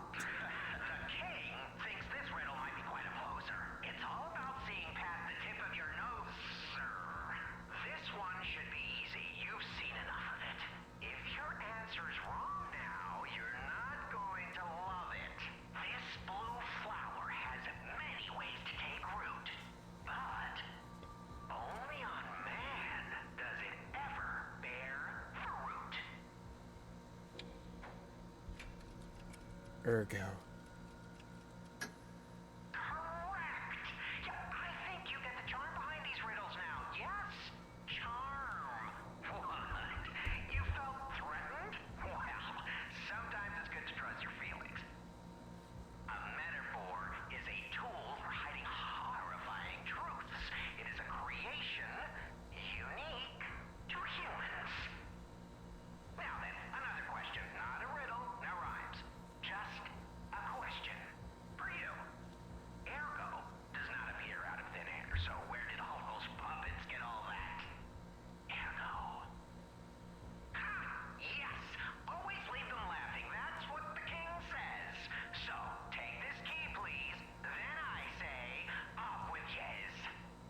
Off with yous.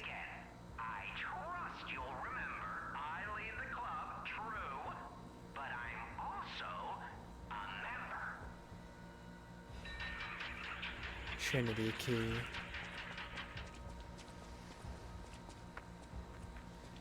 And the heart pounding stays for this entire section of the game because obviously P, I'll just call him P because he doesn't really have a name. Can't really calm down, justifiably so.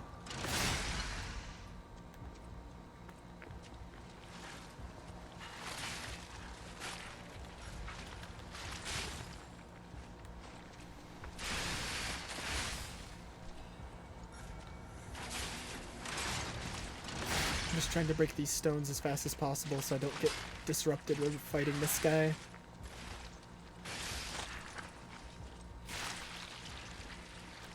You can see the hotel from here, and you see the lights are out now.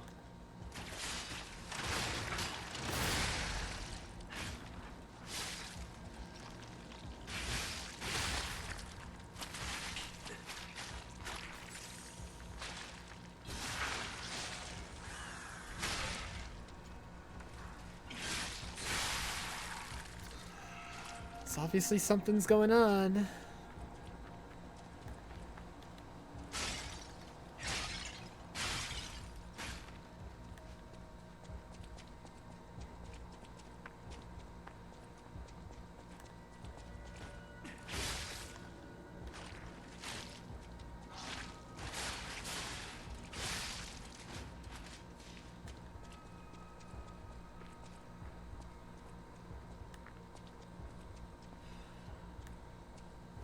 Side area was really just for items and for the Trinity key. Where we actually gotta go is the same direction we went to fight the Parade Master at the beginning of the game, the first boss. Up this way. Oh no. Hey, so there's something horrible in front of the hotel. It might be worse than what we saw at the cathedral. Alright, tighten up your springs and let's go. Something horrible in front of the hotel. Oh joy. Oh good. Oh golly gee. I'm so happy. It's gonna be so good.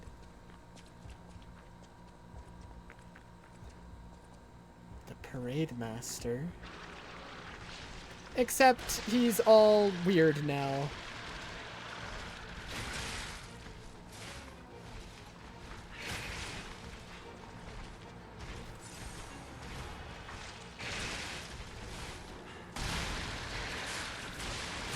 Oh, I forgot he does that now.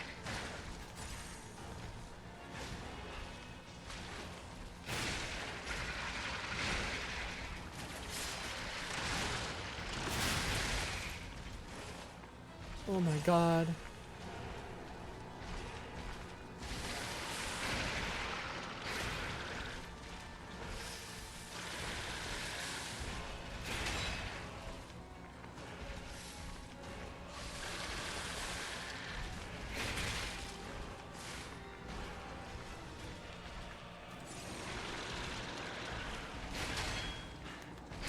Why does he do a second one?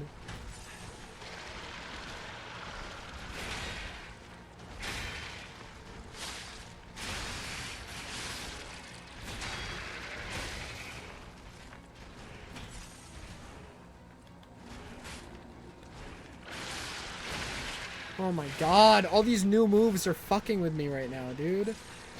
Forgot how hellish this version of the Parade Master is.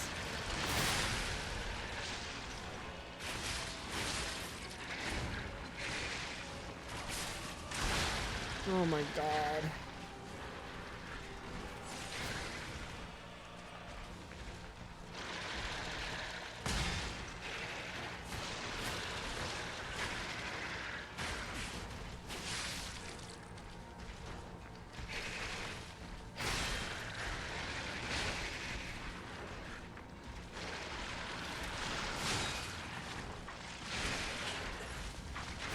Dude, what the fuck? He just kept going. I never had an opportunity to heal. He just kept fucking attacking. Ay, ay, ay. He was like, punch. Okay, that's your big attack? Nope, a second big punch. Okay, is that your big attack? No, third big punch. Ay, ay, ay. Ah. There's too much weird shit going on.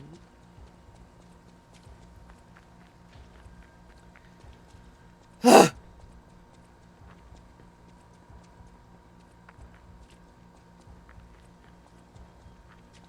Too much weird shit.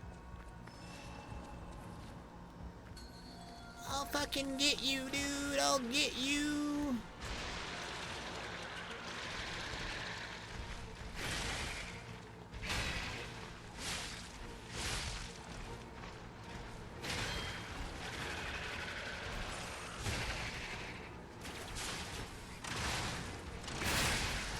How do you hit me when I was up there? What?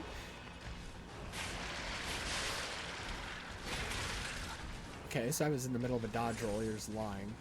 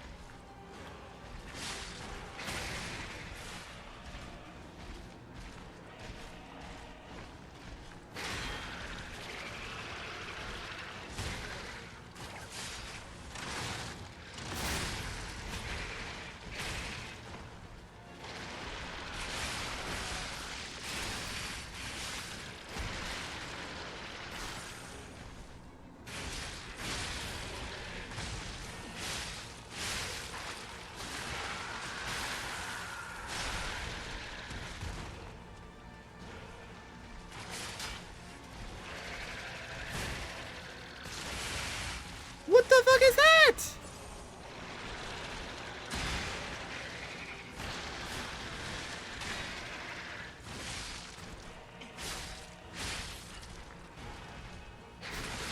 Huh? I tried to parry, but it was a grab. What the fuck? I'm gonna die. I'm gonna die. I'm so dead. I'm so dead.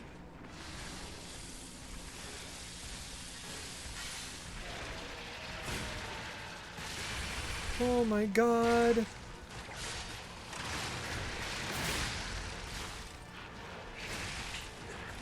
Oh.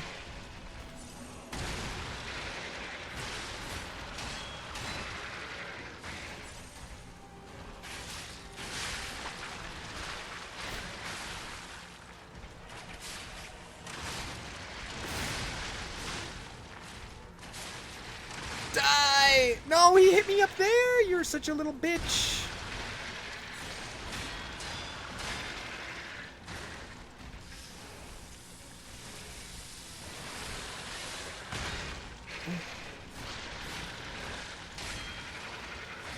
Die! Die! Oh my god! You whore! You whore!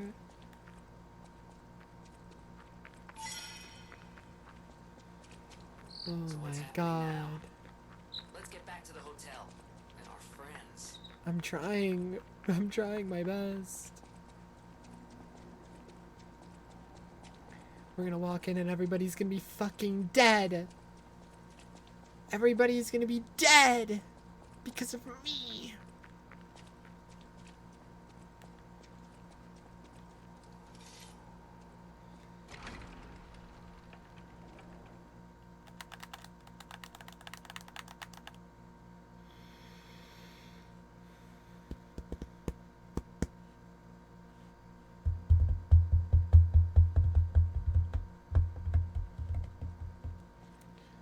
Hypocrite.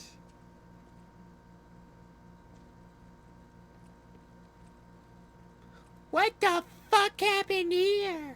You're alive. I was worried because I didn't hear from you. The stalkers have kidnapped Geppetto. Geppetto got kidnapped. It was the fox, the cat, and the Black Rabbit Brotherhood. And the fox and the cat are the one that did it. I sense Simon is behind this. First, go to the second floor and make sure everyone is okay. I'll try to figure out where they ran off to. Antonia might know a secret passage. Try asking her. Yeah.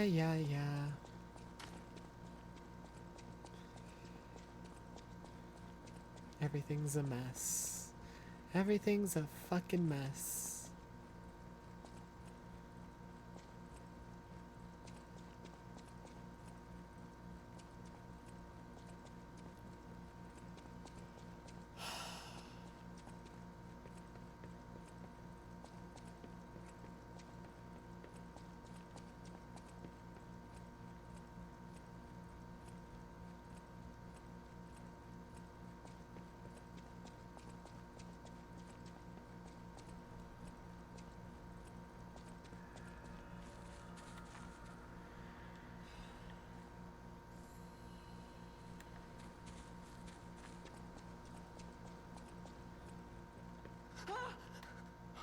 Mr. Stalker, it's you.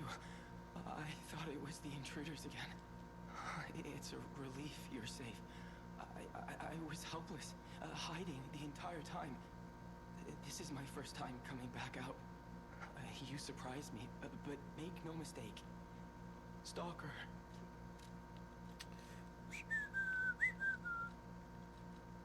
Let's buy some of these.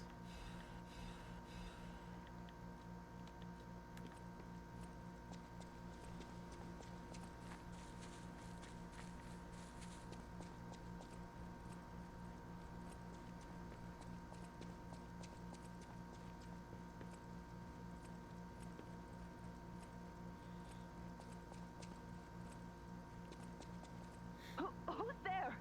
I'll never open this door. You might as well give up. Oh, it's you. Is it safe out there?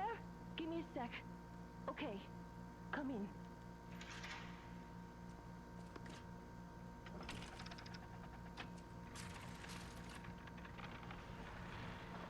I'm sorry, child. Geppetto has been kidnapped. What the hell? At least my painting's okay. You're here. That's a relief. Being trapped somewhere. It's the worst. It's good to be free. When you came in, you reminded me of the Hound. Probably because both of you saved my life. You're here. It's good when you came in. You have my personal to look after him. You have my to look after. Thank you for another Aito. Surely. Thank you for Aito. Surely. I never imagined the stalkers would. What? It was a planned, and more than anything, I'm concerned about. I'm sorry, child. Geppetto. Well, why'd you let that happen? It's all your fault, old lady. You should have fist fought him. Oh, while we were hiding. I certainly didn't expect an attack on the hotel. The possibility never crossed my mind. However, I think we can track them down. My portrait. Behind it lies a passageway to their base. Play this chord on the piano in my room. It'll...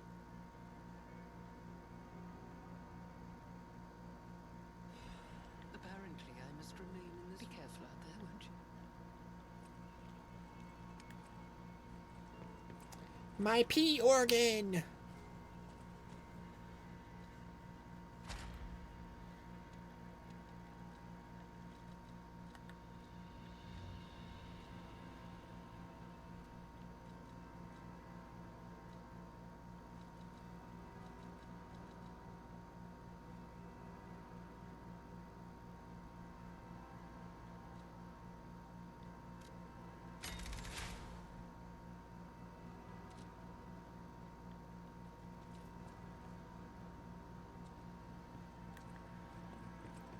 We've learned anger. So angry. I'm fucking pissed off. I'm leaving.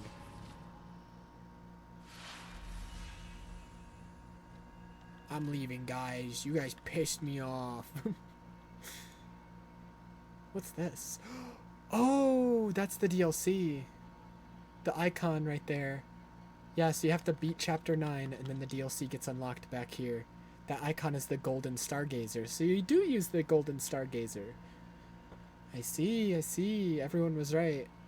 When the game first came out, everyone was like, this Golden Stargazer feels like it's going to be used for DLC. It is. Anyways. Now that we got that anger gesture, we can teach this puppet back here how to be angry at people. We can teach him how to be pissed off.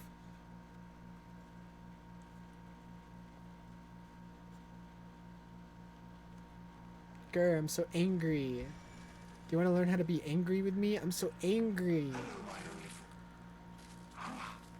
For someone else's sake. I hope I find someone I can be brave for. Hello, my only friend.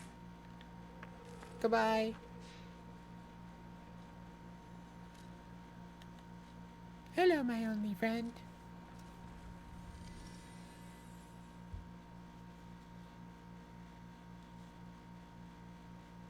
Hello, my only friend.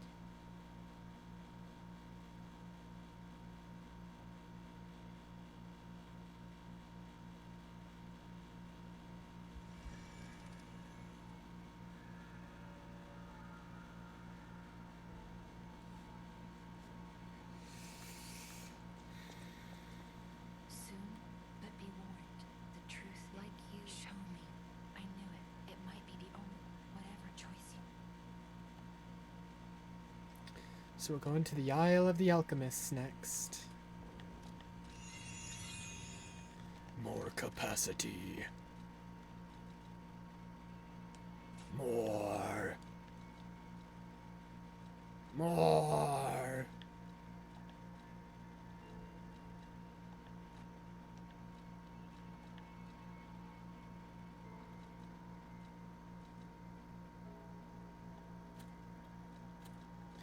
Frick. You have my due look after at the House of it. Thank you. Sure. The King of Bastille don't know it. I must his record. The light shines brightest in the darkest times. I always welcome. So he's talking about how we still don't know what caused the puppet frenzy, blah blah blah.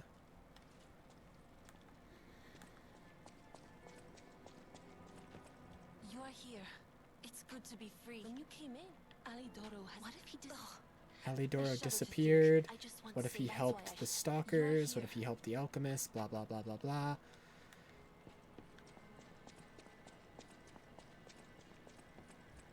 It was a more than end. No matter what, serving welcome.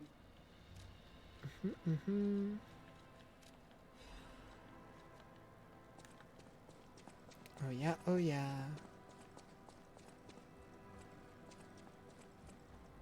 God damn, that's mean. Why would they do that?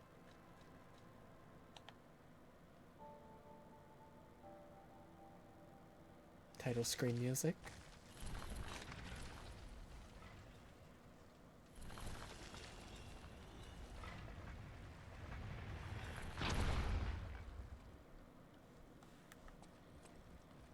And down here is the bunker where the submarine is being kept. The submarine that we needed the golden ergo for. The submarine that we needed that we need to take to the Isle of Alchemists.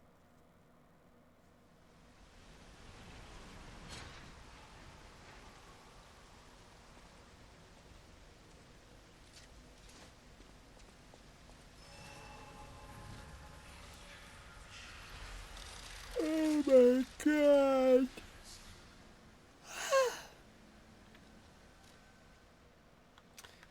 Yeah, that notification's just gonna be there forever because we're not doing the DLC. Not yet, not yet. Almost though. We got this chapter and the next chapter. And that's it. We could probably finish chapter 10 tonight. I don't think it's that long. I think it's just this cave leading to the submarine. Chapter 11 though, very, very long. We'll do that tomorrow. Guess all this was beneath the hotel. Wait. Is this the relic of Trismegistus? You know, it's the strangest feeling. I think I've been here before.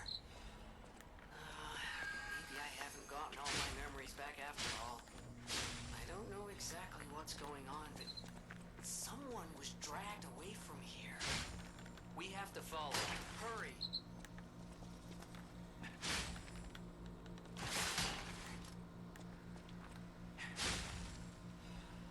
Here we go. More weapon upgrade shit. I'm underground, but I see a butterfly. Have it gone mad, or is it from another world?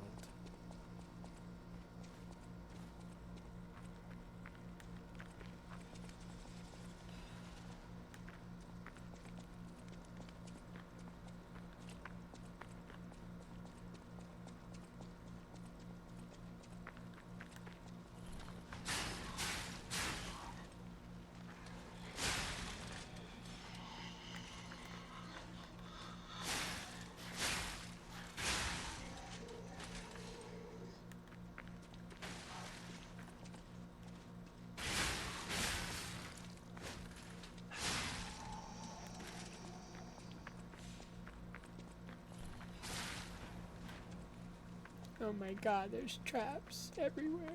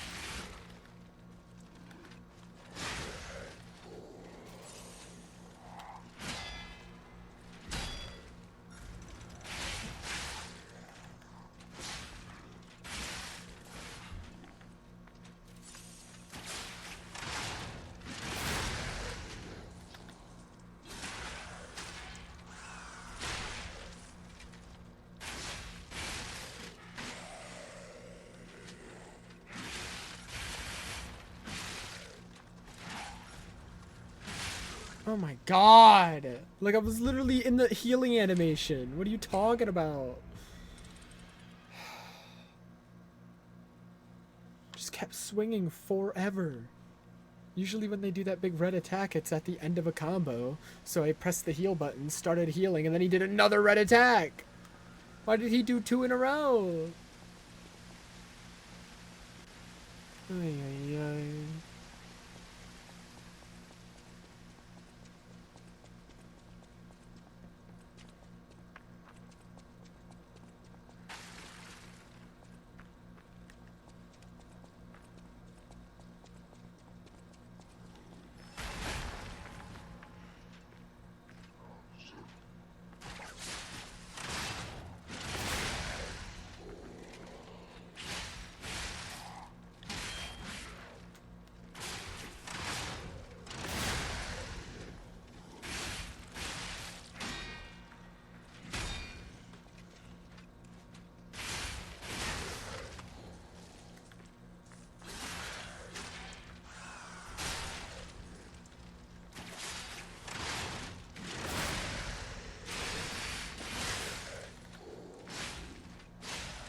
Get out of here.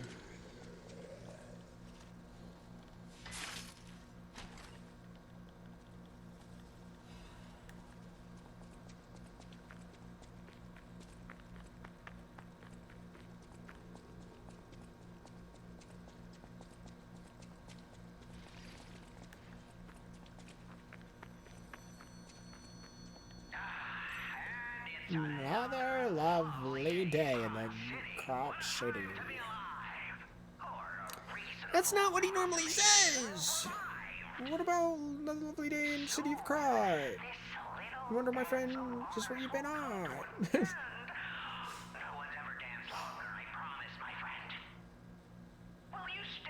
My favorite spam caller.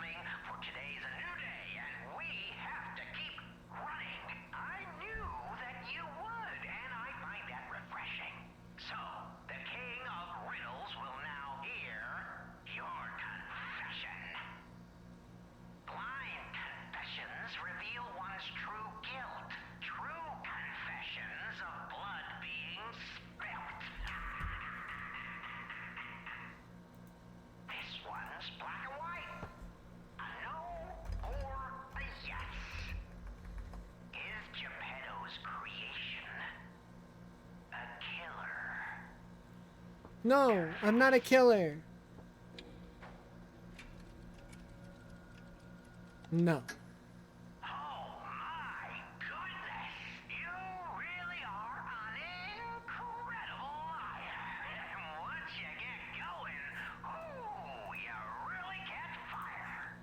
I'm not lying. I'm not lying. Mm-hmm.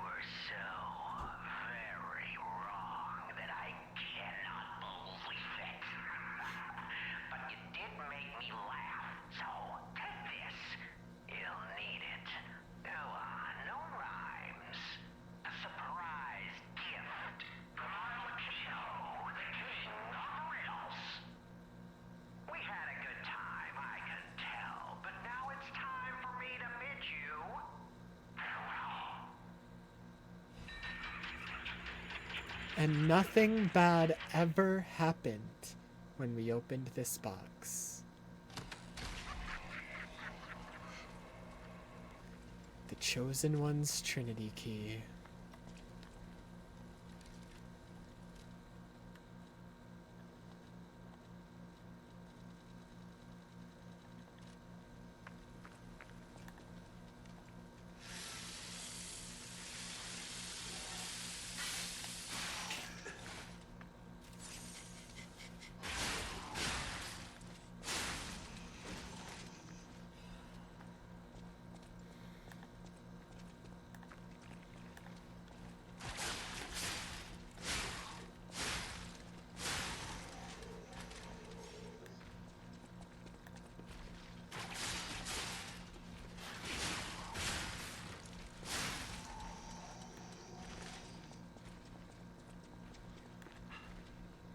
How did I miss?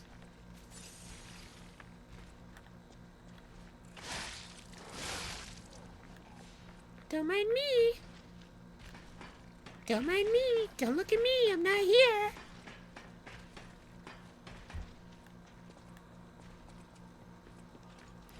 What is wrong with you? Oh my god. Dude, am I stupid?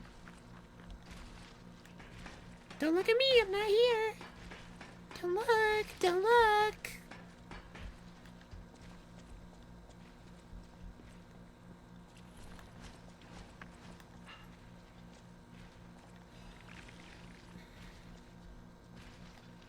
Shout out to that guy.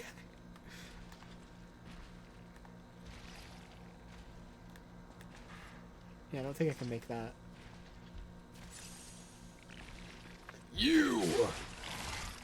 What the? Who are you jumping at?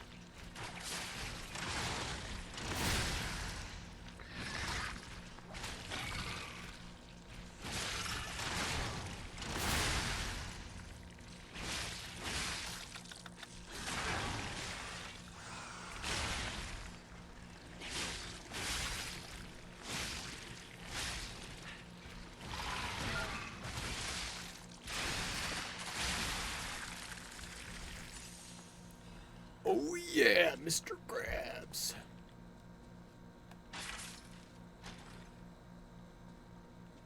Gimme.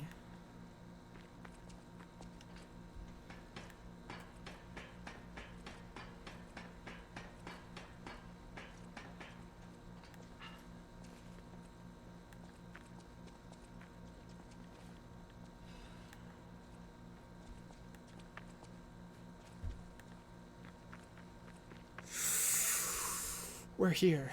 Okay. I'm gonna go to the hotel first. Oh yeah! Oh yeah! Oh yeah!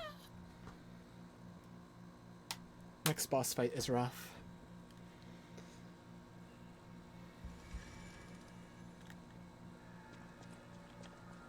Whatever choice you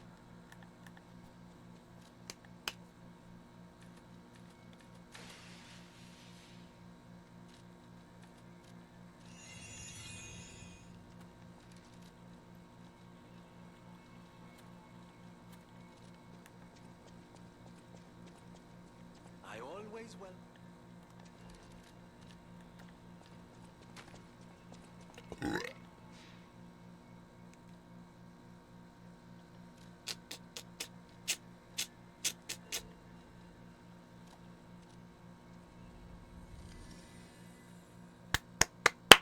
Because I forgot we had that one Trinity key from before. Not the one we just got. The one we just got we're not going to be able to use for a while.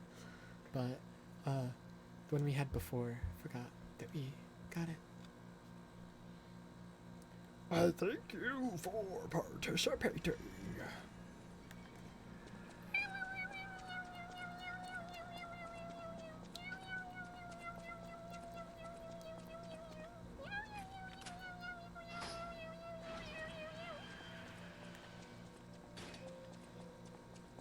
The Metal Angel.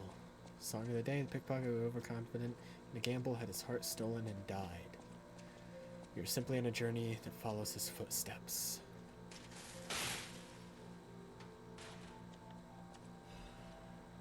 Workshop Master's Workwear.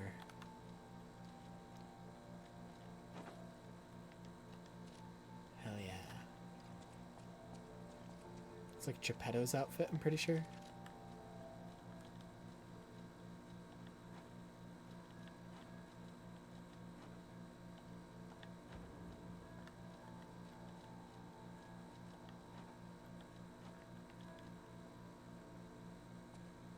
Hell yeah.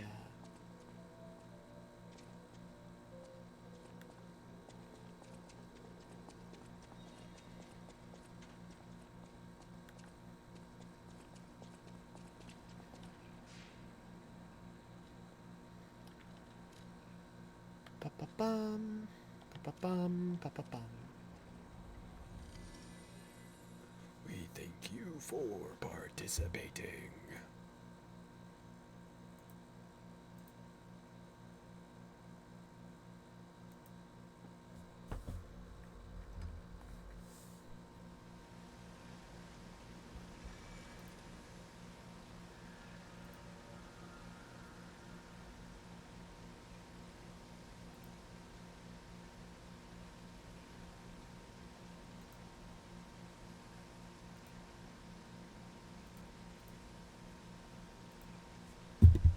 Ah, sorry. Just attacked my mic.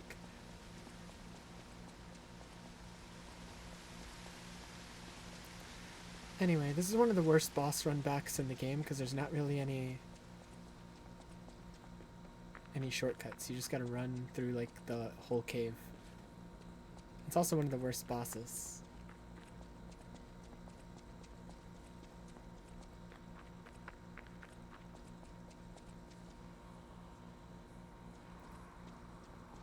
Where am I? Sorry, I just got so turned around.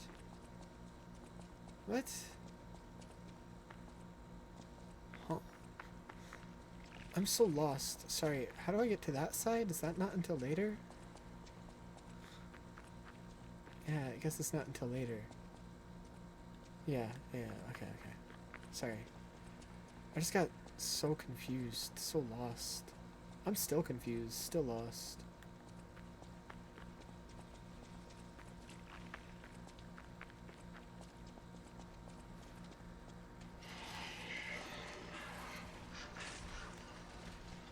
Yeah, I don't think that's until after the boss right here. I'm 100% summoning because this is what I was talking about earlier in the game when I said that the rabbits come back and they're even worse. See right there is the coffin they had.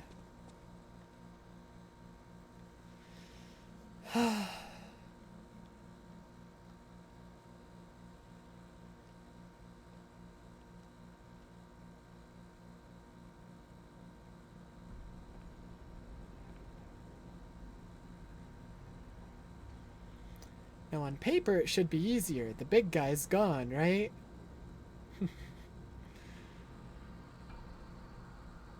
Let's just say there's a reason the coffin's there. Accept your fate. Death. Keep in mind the vial strapped to the side of the coffin. Should I break his neck or his arms first? I'll take your request.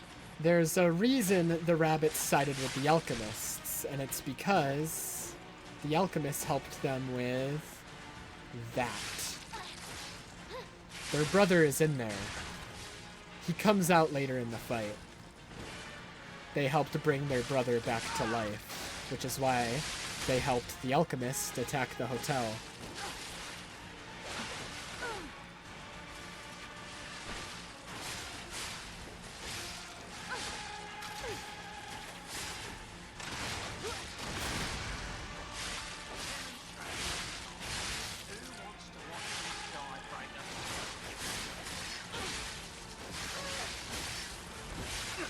No, my summon! He's about to die!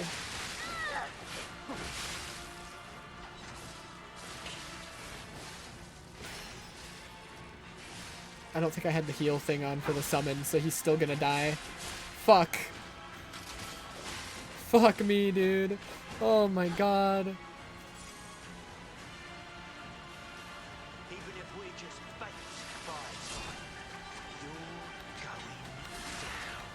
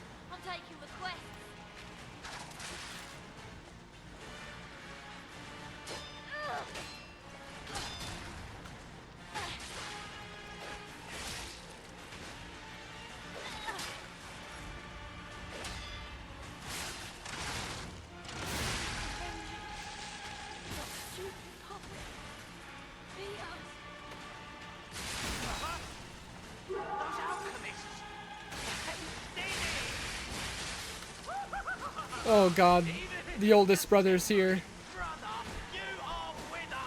Oh no, he has a magical sword. Oh!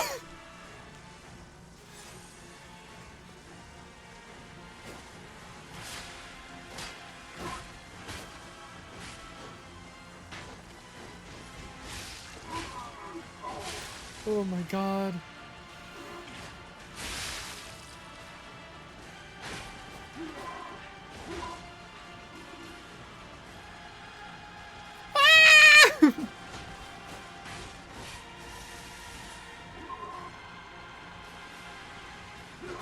Oh my god, dude.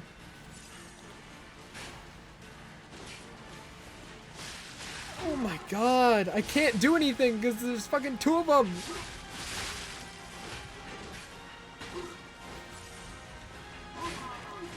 Oh my god.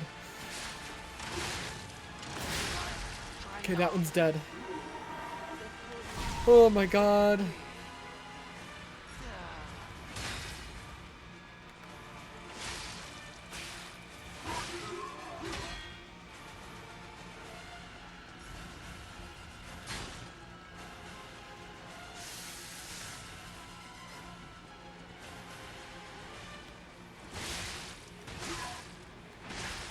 Oh my god, he's way too crazy, man.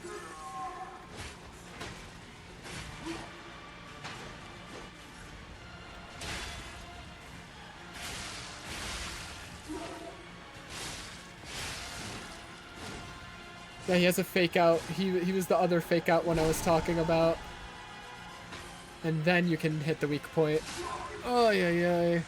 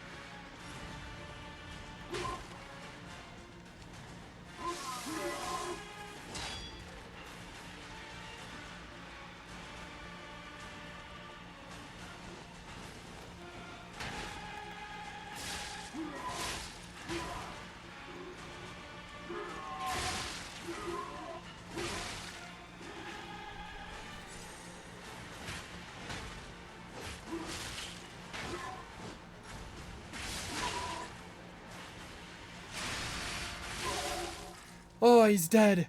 Oh my god, I hate that fight. Oh my god, I hate that fight. Oh.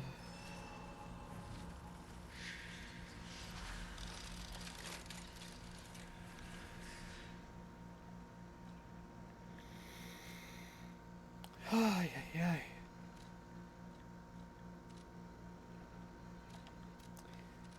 And now Vanini has something to tell us now that we're done with that boss.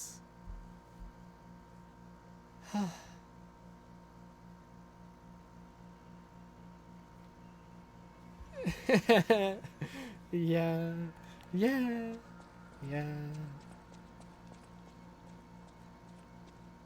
Where's the blue fairy? I can hardly believe it. But the ergo readings you gathered leave no doubt. No doubt at all, you see? Okay, Vanini, breathe. Despite your best efforts, they can't read your mind yet. My friend, my apologies. But when you hear this news, you'll be excited too. The puppets were being compelled by the Grand Covenant. But they were communicating with each other. With wavelengths. This is beyond anything I'd imagined. They were not built with this kind of intelligence. I did the best I could to decipher the wavelengths, but there was considerable noise in the signal. Care to give it a listen? He can't understand what it's saying, but he's thinking maybe another puppet can. Carlo, I hope you can hear me. The laws of the Grand Covenant bind us. We're his puppets. First law, all puppets must obey the Creator's commands. Law 0, the Creator's name is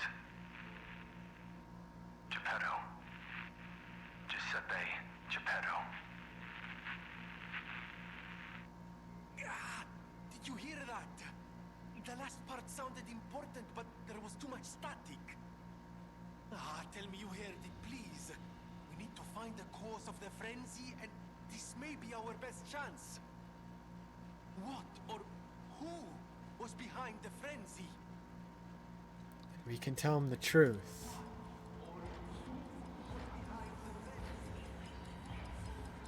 Or we could lie. Really? Nothing. I've tried everything I can think of, but I keep coming up Geppetto empty. caused the puppet frenzy. All I wanted was to stop anyone else getting hurt. At least hurt It was by always murderous Geppetto. puppets. Not even I can abolish all pain everywhere. No, you cannot give up, Venini.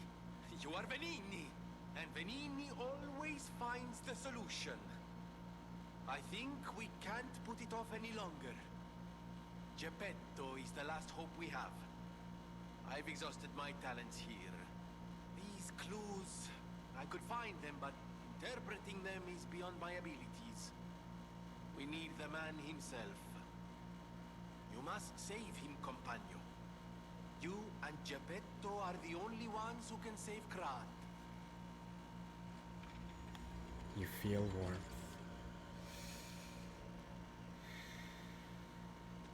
In order to protect his own father, he lies. There's nothing more human than that.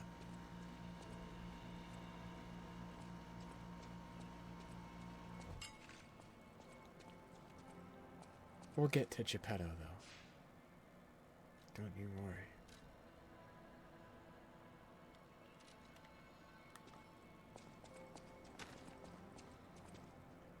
Lying makes me feel bad. Yeah, there's some lies you tell when you're doing an all-lying route that, don't feel the best. You may not be aware, but I am an orphan.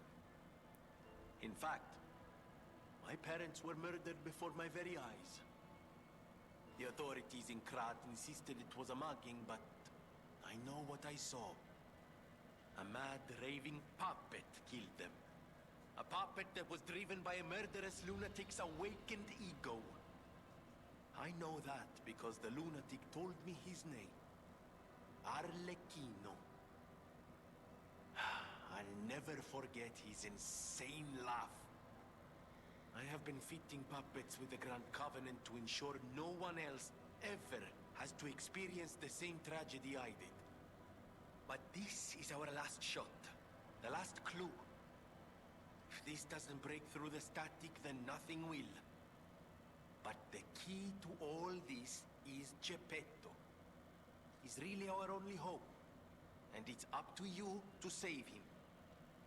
Go on and take the wavelength decoder. Even if I failed, you might be able to find more clues. You're someone who doesn't give up. Who knows? If you need to hear it, just use the Stargazer. Here, take it.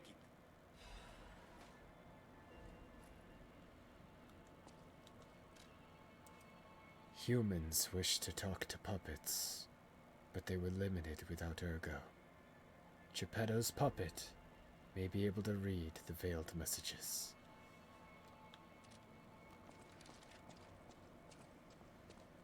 I always welcome.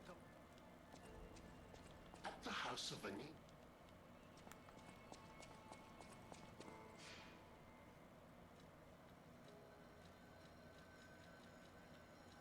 Carlo, I hope you can hear me.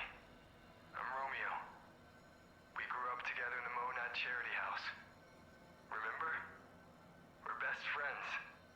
I'm doing what I can to fend off both the petrification disease and the alchemists. My puppets and I are taking a stand against death itself. That's why I tried sending you messengers. But you got rid of them all. You're still an unstoppable fellow. I remember you. No reason for us to fight, I suppose. I'm Romeo. We grew up together in the Monad Charity House. Remember? We're best friends.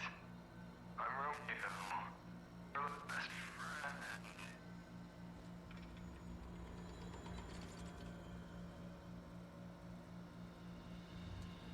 So there we get Geppetto's son's name. The human boy that we were built to look exactly like. The human boy whose ergo is inside us. Carlo. He was friends with a boy back at the Monad charity house named Romeo, who had his ergo turned into the King of Puppets. If we go back to the King of Puppets boss battle,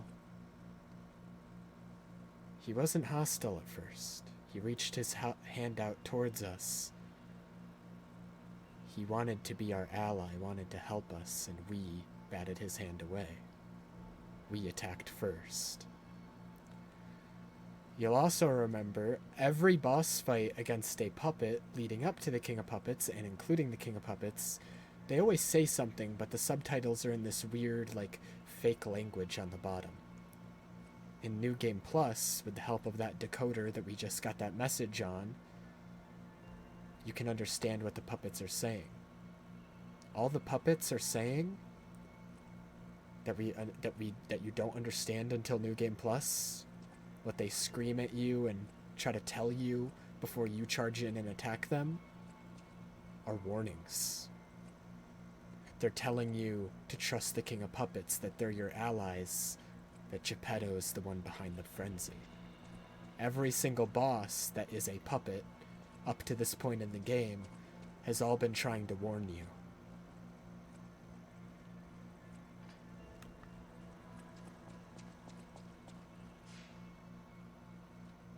And we just kind of have been going mindlessly slaughtering them. So, you know, fun shit, fun stuff. Strange. It hurts strange. It hurts so. You're here.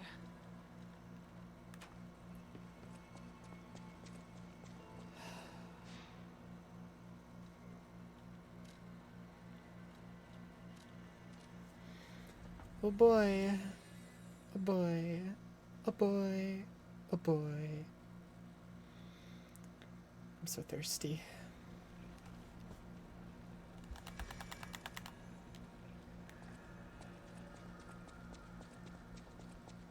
Wait, let me level up.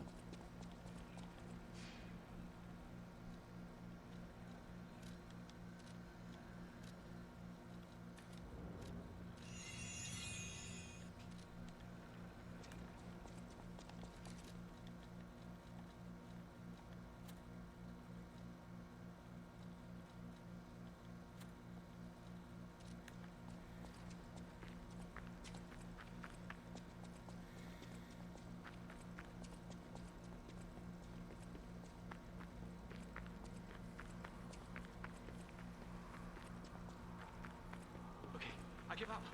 Just don't kill me.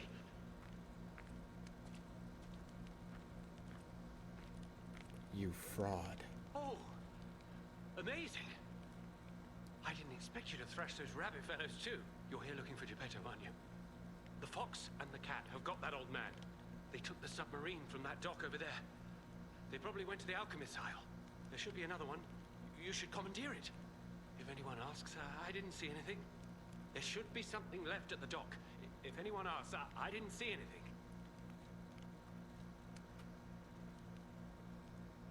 I'm just a guest here, with no special obligation to the hotel. But if you still want to hear, the alchemist said they would help me escape from the city. I can't live in the hotel forever. I need to move up and move on. Also, there was someone who was so annoying. That's all. Does that suffice? There should be something left at the dock. Right. I had a feeling you would ask sooner or later. It's because of that girl, isn't it? I am not Alidoro, the Hound. Not the real one, anyway. I used to be Alidoro's partner. I admired him, to be honest. He was amazing. Amazing at everything, except making a profit, that is. But he didn't need to cut me off just because I sold some antiques. I mean, what's a few antiques when you've got bills to pay? We argued. One thing led to another. had to kill him. And stealing his identity was the logical next step.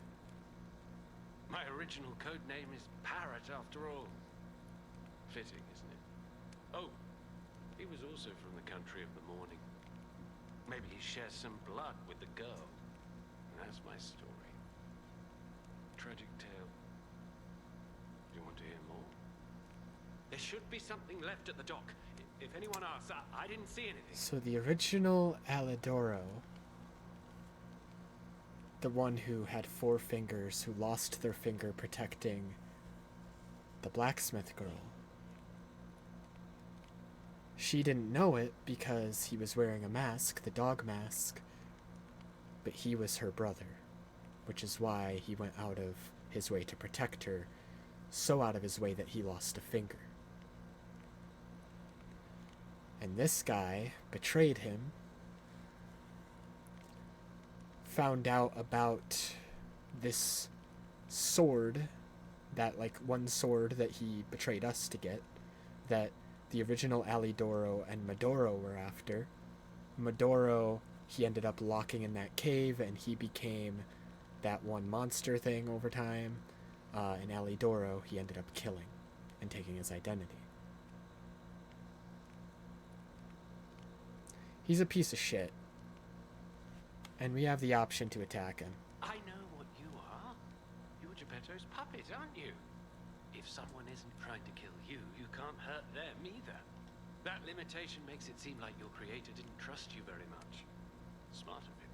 So, what will it be, Mr. Handsome Idiot? Leave quietly? Or shut up and buy something? You've got to be joking! Don't come any closer! You're like a human. There goes our boss vendor.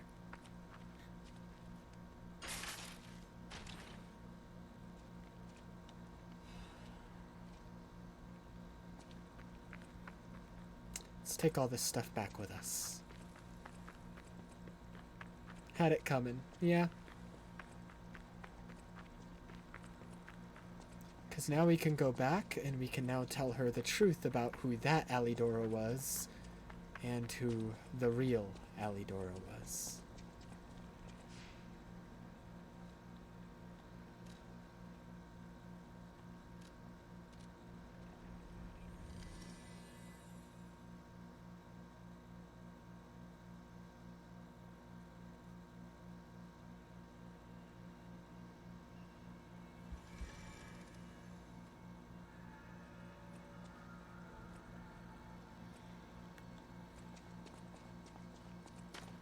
The house of it. Ah, the house. At the house of it.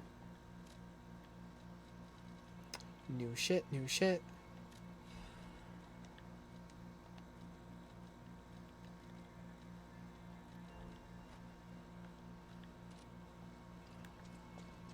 Ayol? Que belle! And but the device border don't. If you ever meet the creator. No, sorry.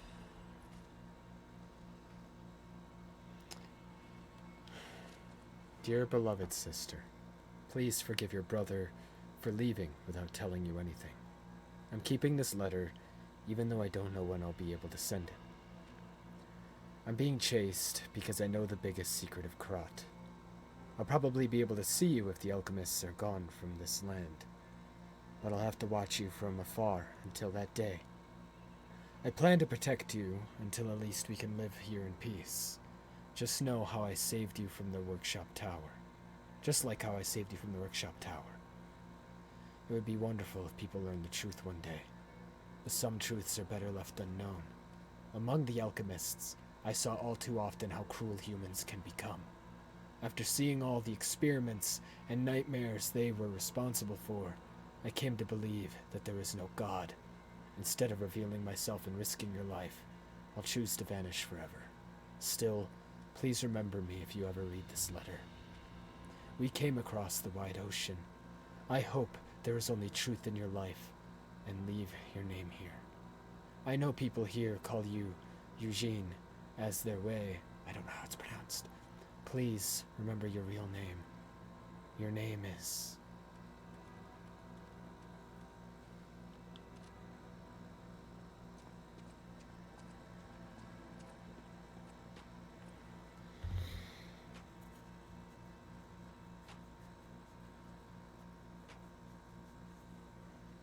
I heard a rumor from a recent arrival.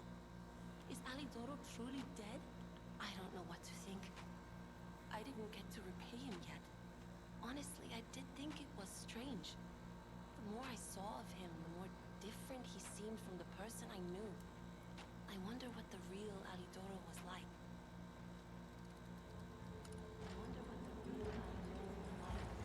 And we can tell her the truth. And I'm going to. What? This, my first time through the game, was the only time I told the truth. What are you talking I lied every other time, brother? except this time. I can't bring myself to lie. Could be my brother. The part where it says, "We are from across the wide ocean." It sounds foolhardy to jump to conclusions. But it also fits with what happened at the workshop tower. Sorry. It's just so sudden. I need some time to think. You're here. And there's two different endings for her quest, depending on, if you lie to her or tell her the truth. And each of them give a different music disc. So you can't get all music records in one run because you have to replay for the other one. It's annoying. Oh, this one's so good.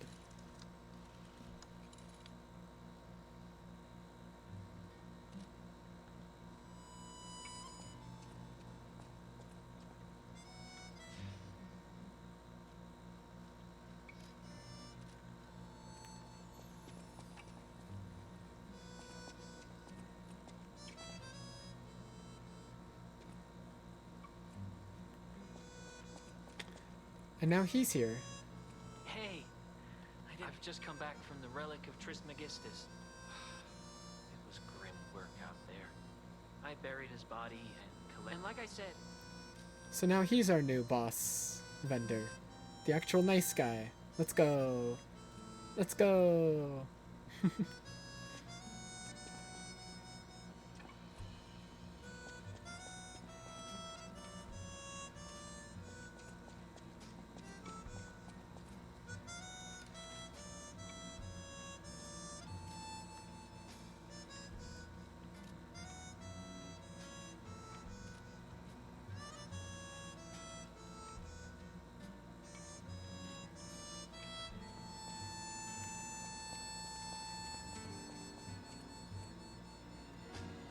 No matter what, serving her welcome.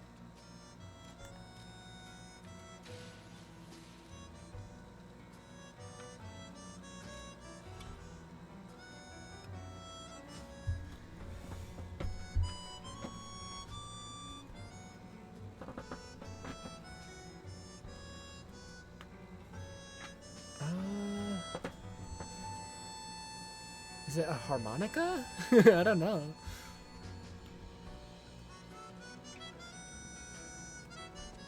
I'm bad at deciphering instruments. That's what you were thinking? Yeah.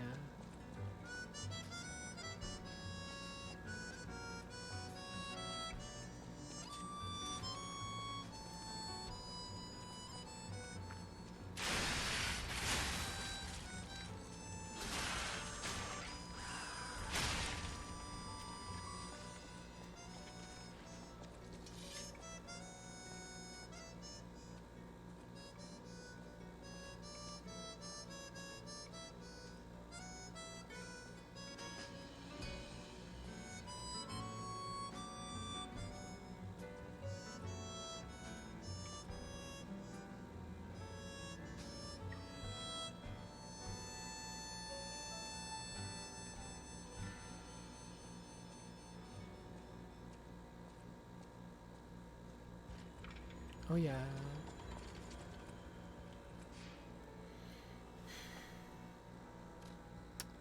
No. Wait. She wants to talk again. I did some sleuthing. My older brother's mark is part of the decryption. He used a mark of the country of the morning. I have no choice but to believe it's real. After all, we are the only people here who would use that mark. Why did my brother leave? What could it mean if he knew the secrets of the alchemists and Krat? I'm so angry. Does he think he's better than everyone, trying to protect me from a distance? He could have at least said something. All I wanted was a chance to meet my real family. Sorry, I'm just grumbling. I should thank you for uncovering the secret that matters to me.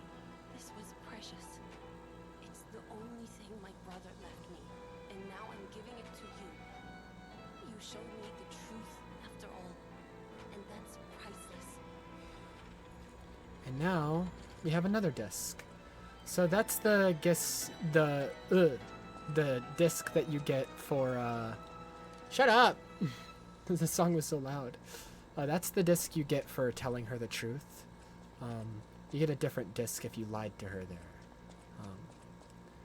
And you know, despite me doing an all lying run, that is the one lie I cannot. No. It's like, what's the point of me killing Alidoro if I'm just gonna lie to her about his identity and protect him after I just murdered him? Like, I'm not doing that shit. I'm killing his ass.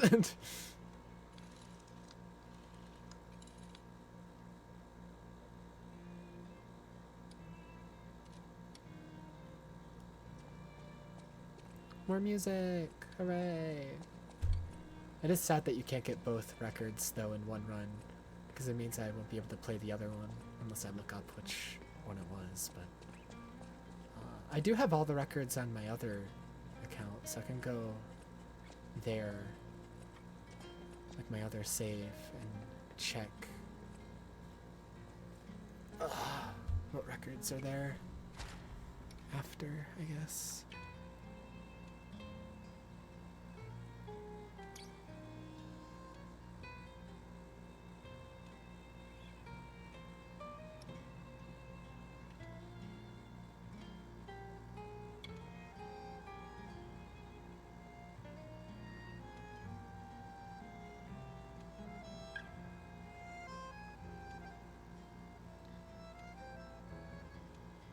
I don't care about any of those.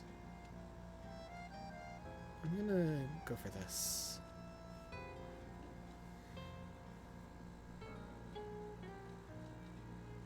Oh yeah, there's level 5 ones now. I didn't grab a level 5 attack over there, I guess. Don't care about any of those.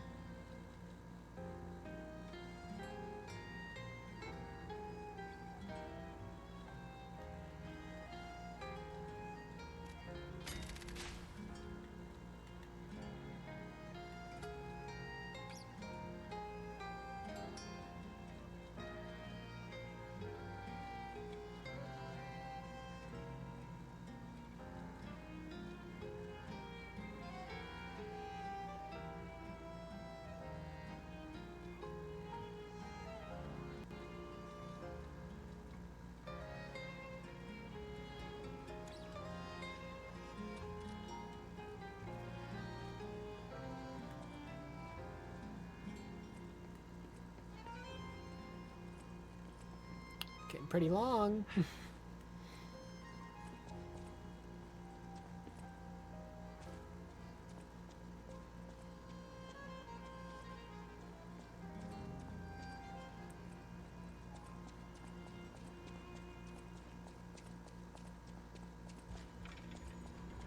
You feel warmth. I'll show you warmth.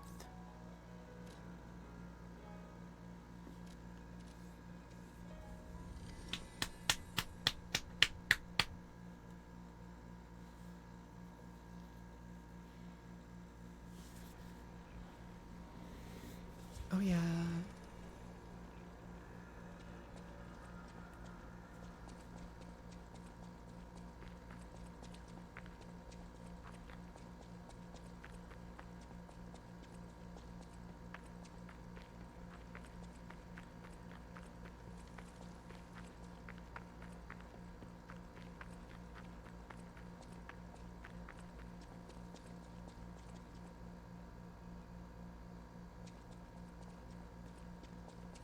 Oh, we're on the other side now. Right.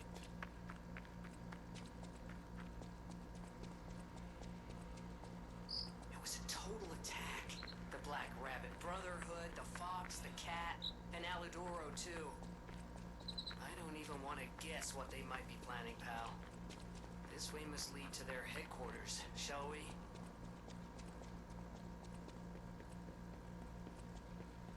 Hey, look! That lever resembles... Yes! It seems we can use it to call a submarine. Which is what we needed the golden ergo for.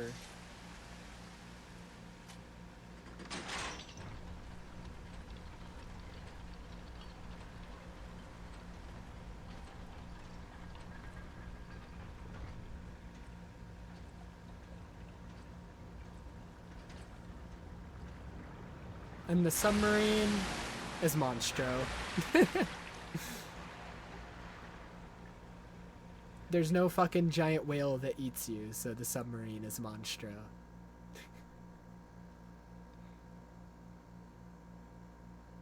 Makes sense, makes sense.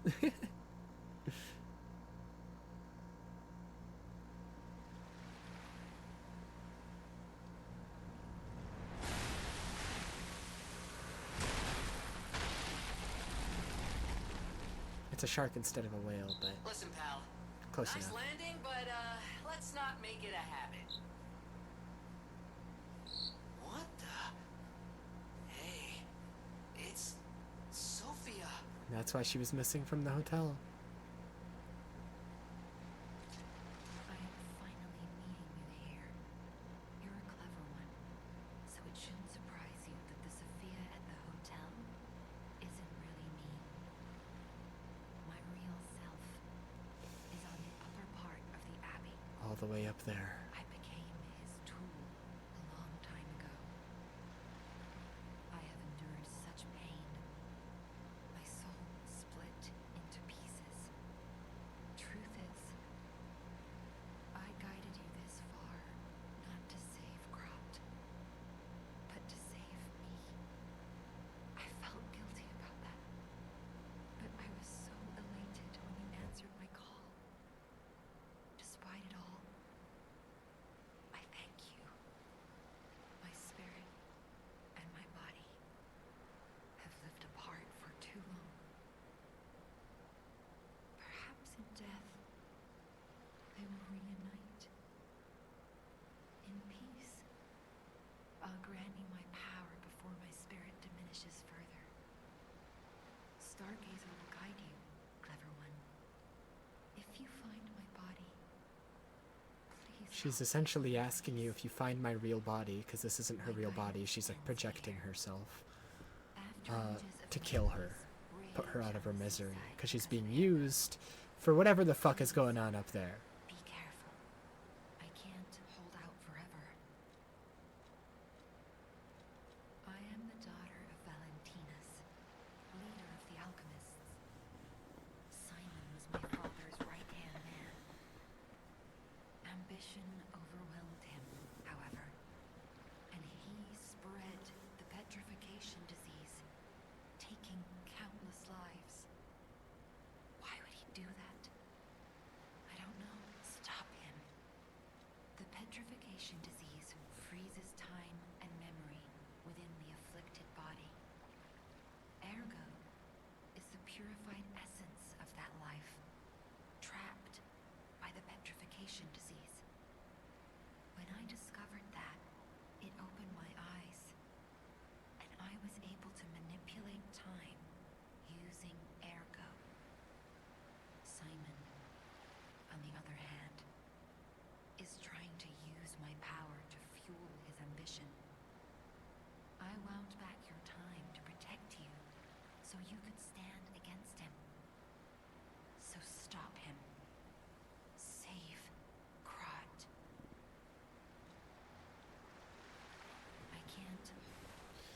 Alright.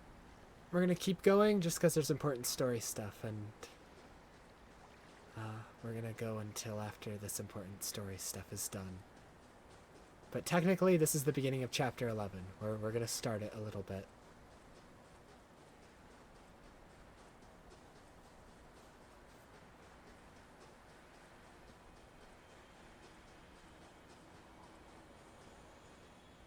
I wanna go home. I don't wanna be here. How many sleeps till Daddy's back? 10 sleeps? 20? Soon enough. You know he's quite busy. While you wait, why don't you meet your friend? His name is Romeo. So, Carlo was dropped off at the Manon Charity House while his father was busy, where he would meet Romeo, his best friend. Hi. Are you trained to be a stalker too? Let's practice together. Call me Lampwick. Romeo Lampwick. Lampwick is a character in the original novel.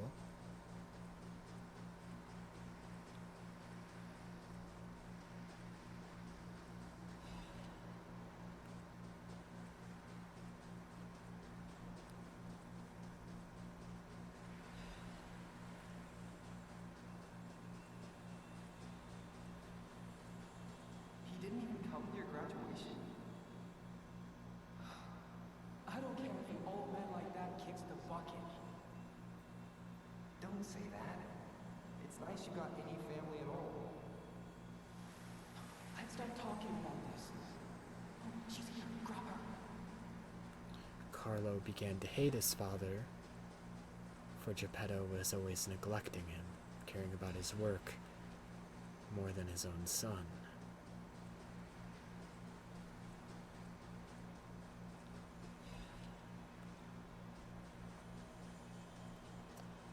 It was then that Carlo began to idolize an adult woman stalker who he wanted to be like. Please teach me how to use a sword.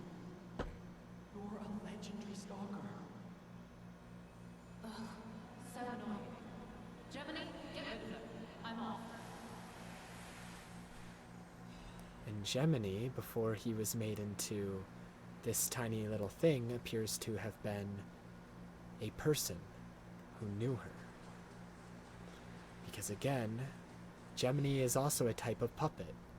He's just a puppet in the shape of a lantern, and puppets are made from ergos, and ergos are made out of people. So Gemini was also a person. Gemini talks about all the time how things look familiar, but he doesn't really remember them all that well.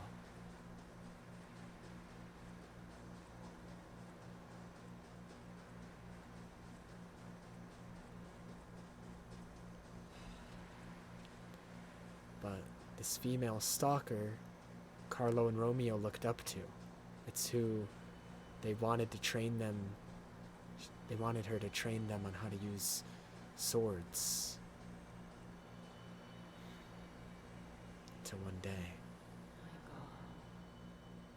No. I'm sorry. I was too late.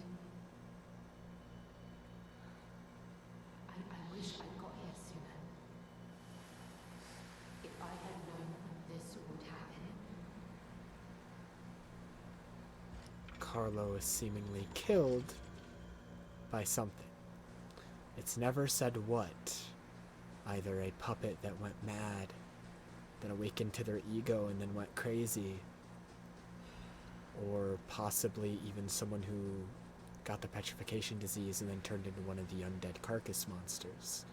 It's never said what he got killed by, but we know he got killed and didn't die of natural causes, because the stalker lady is like torn up by it. It's like, I could have prevented this.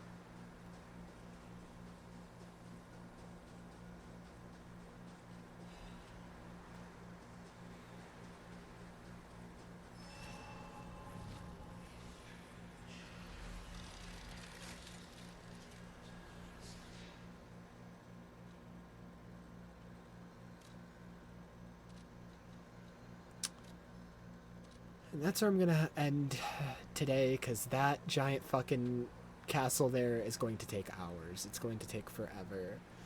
Chapter 11 is so long. It's so annoying. Today was sick.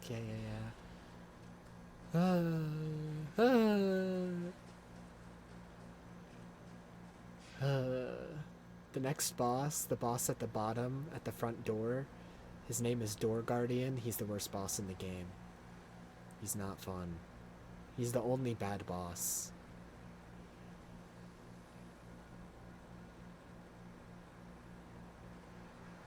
Like, it's actually terrible.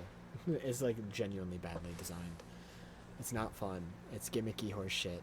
But, you know, it's what it is. There's always got to be at least one horse shit boss. Ugh.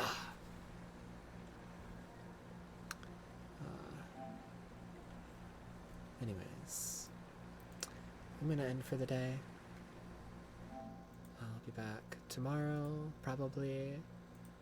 We'll finish up the game. We'll finish chapter 11, and then the next time I stream after that, we'll be starting the DLC.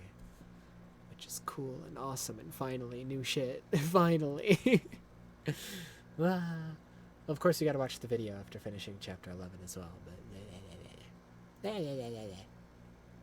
Thank you as always. Thank you as always. And yeah, I'm gonna go get water. I'm very, very thirsty. And yeah. Good night, goodbye, goodbye. Meow meow.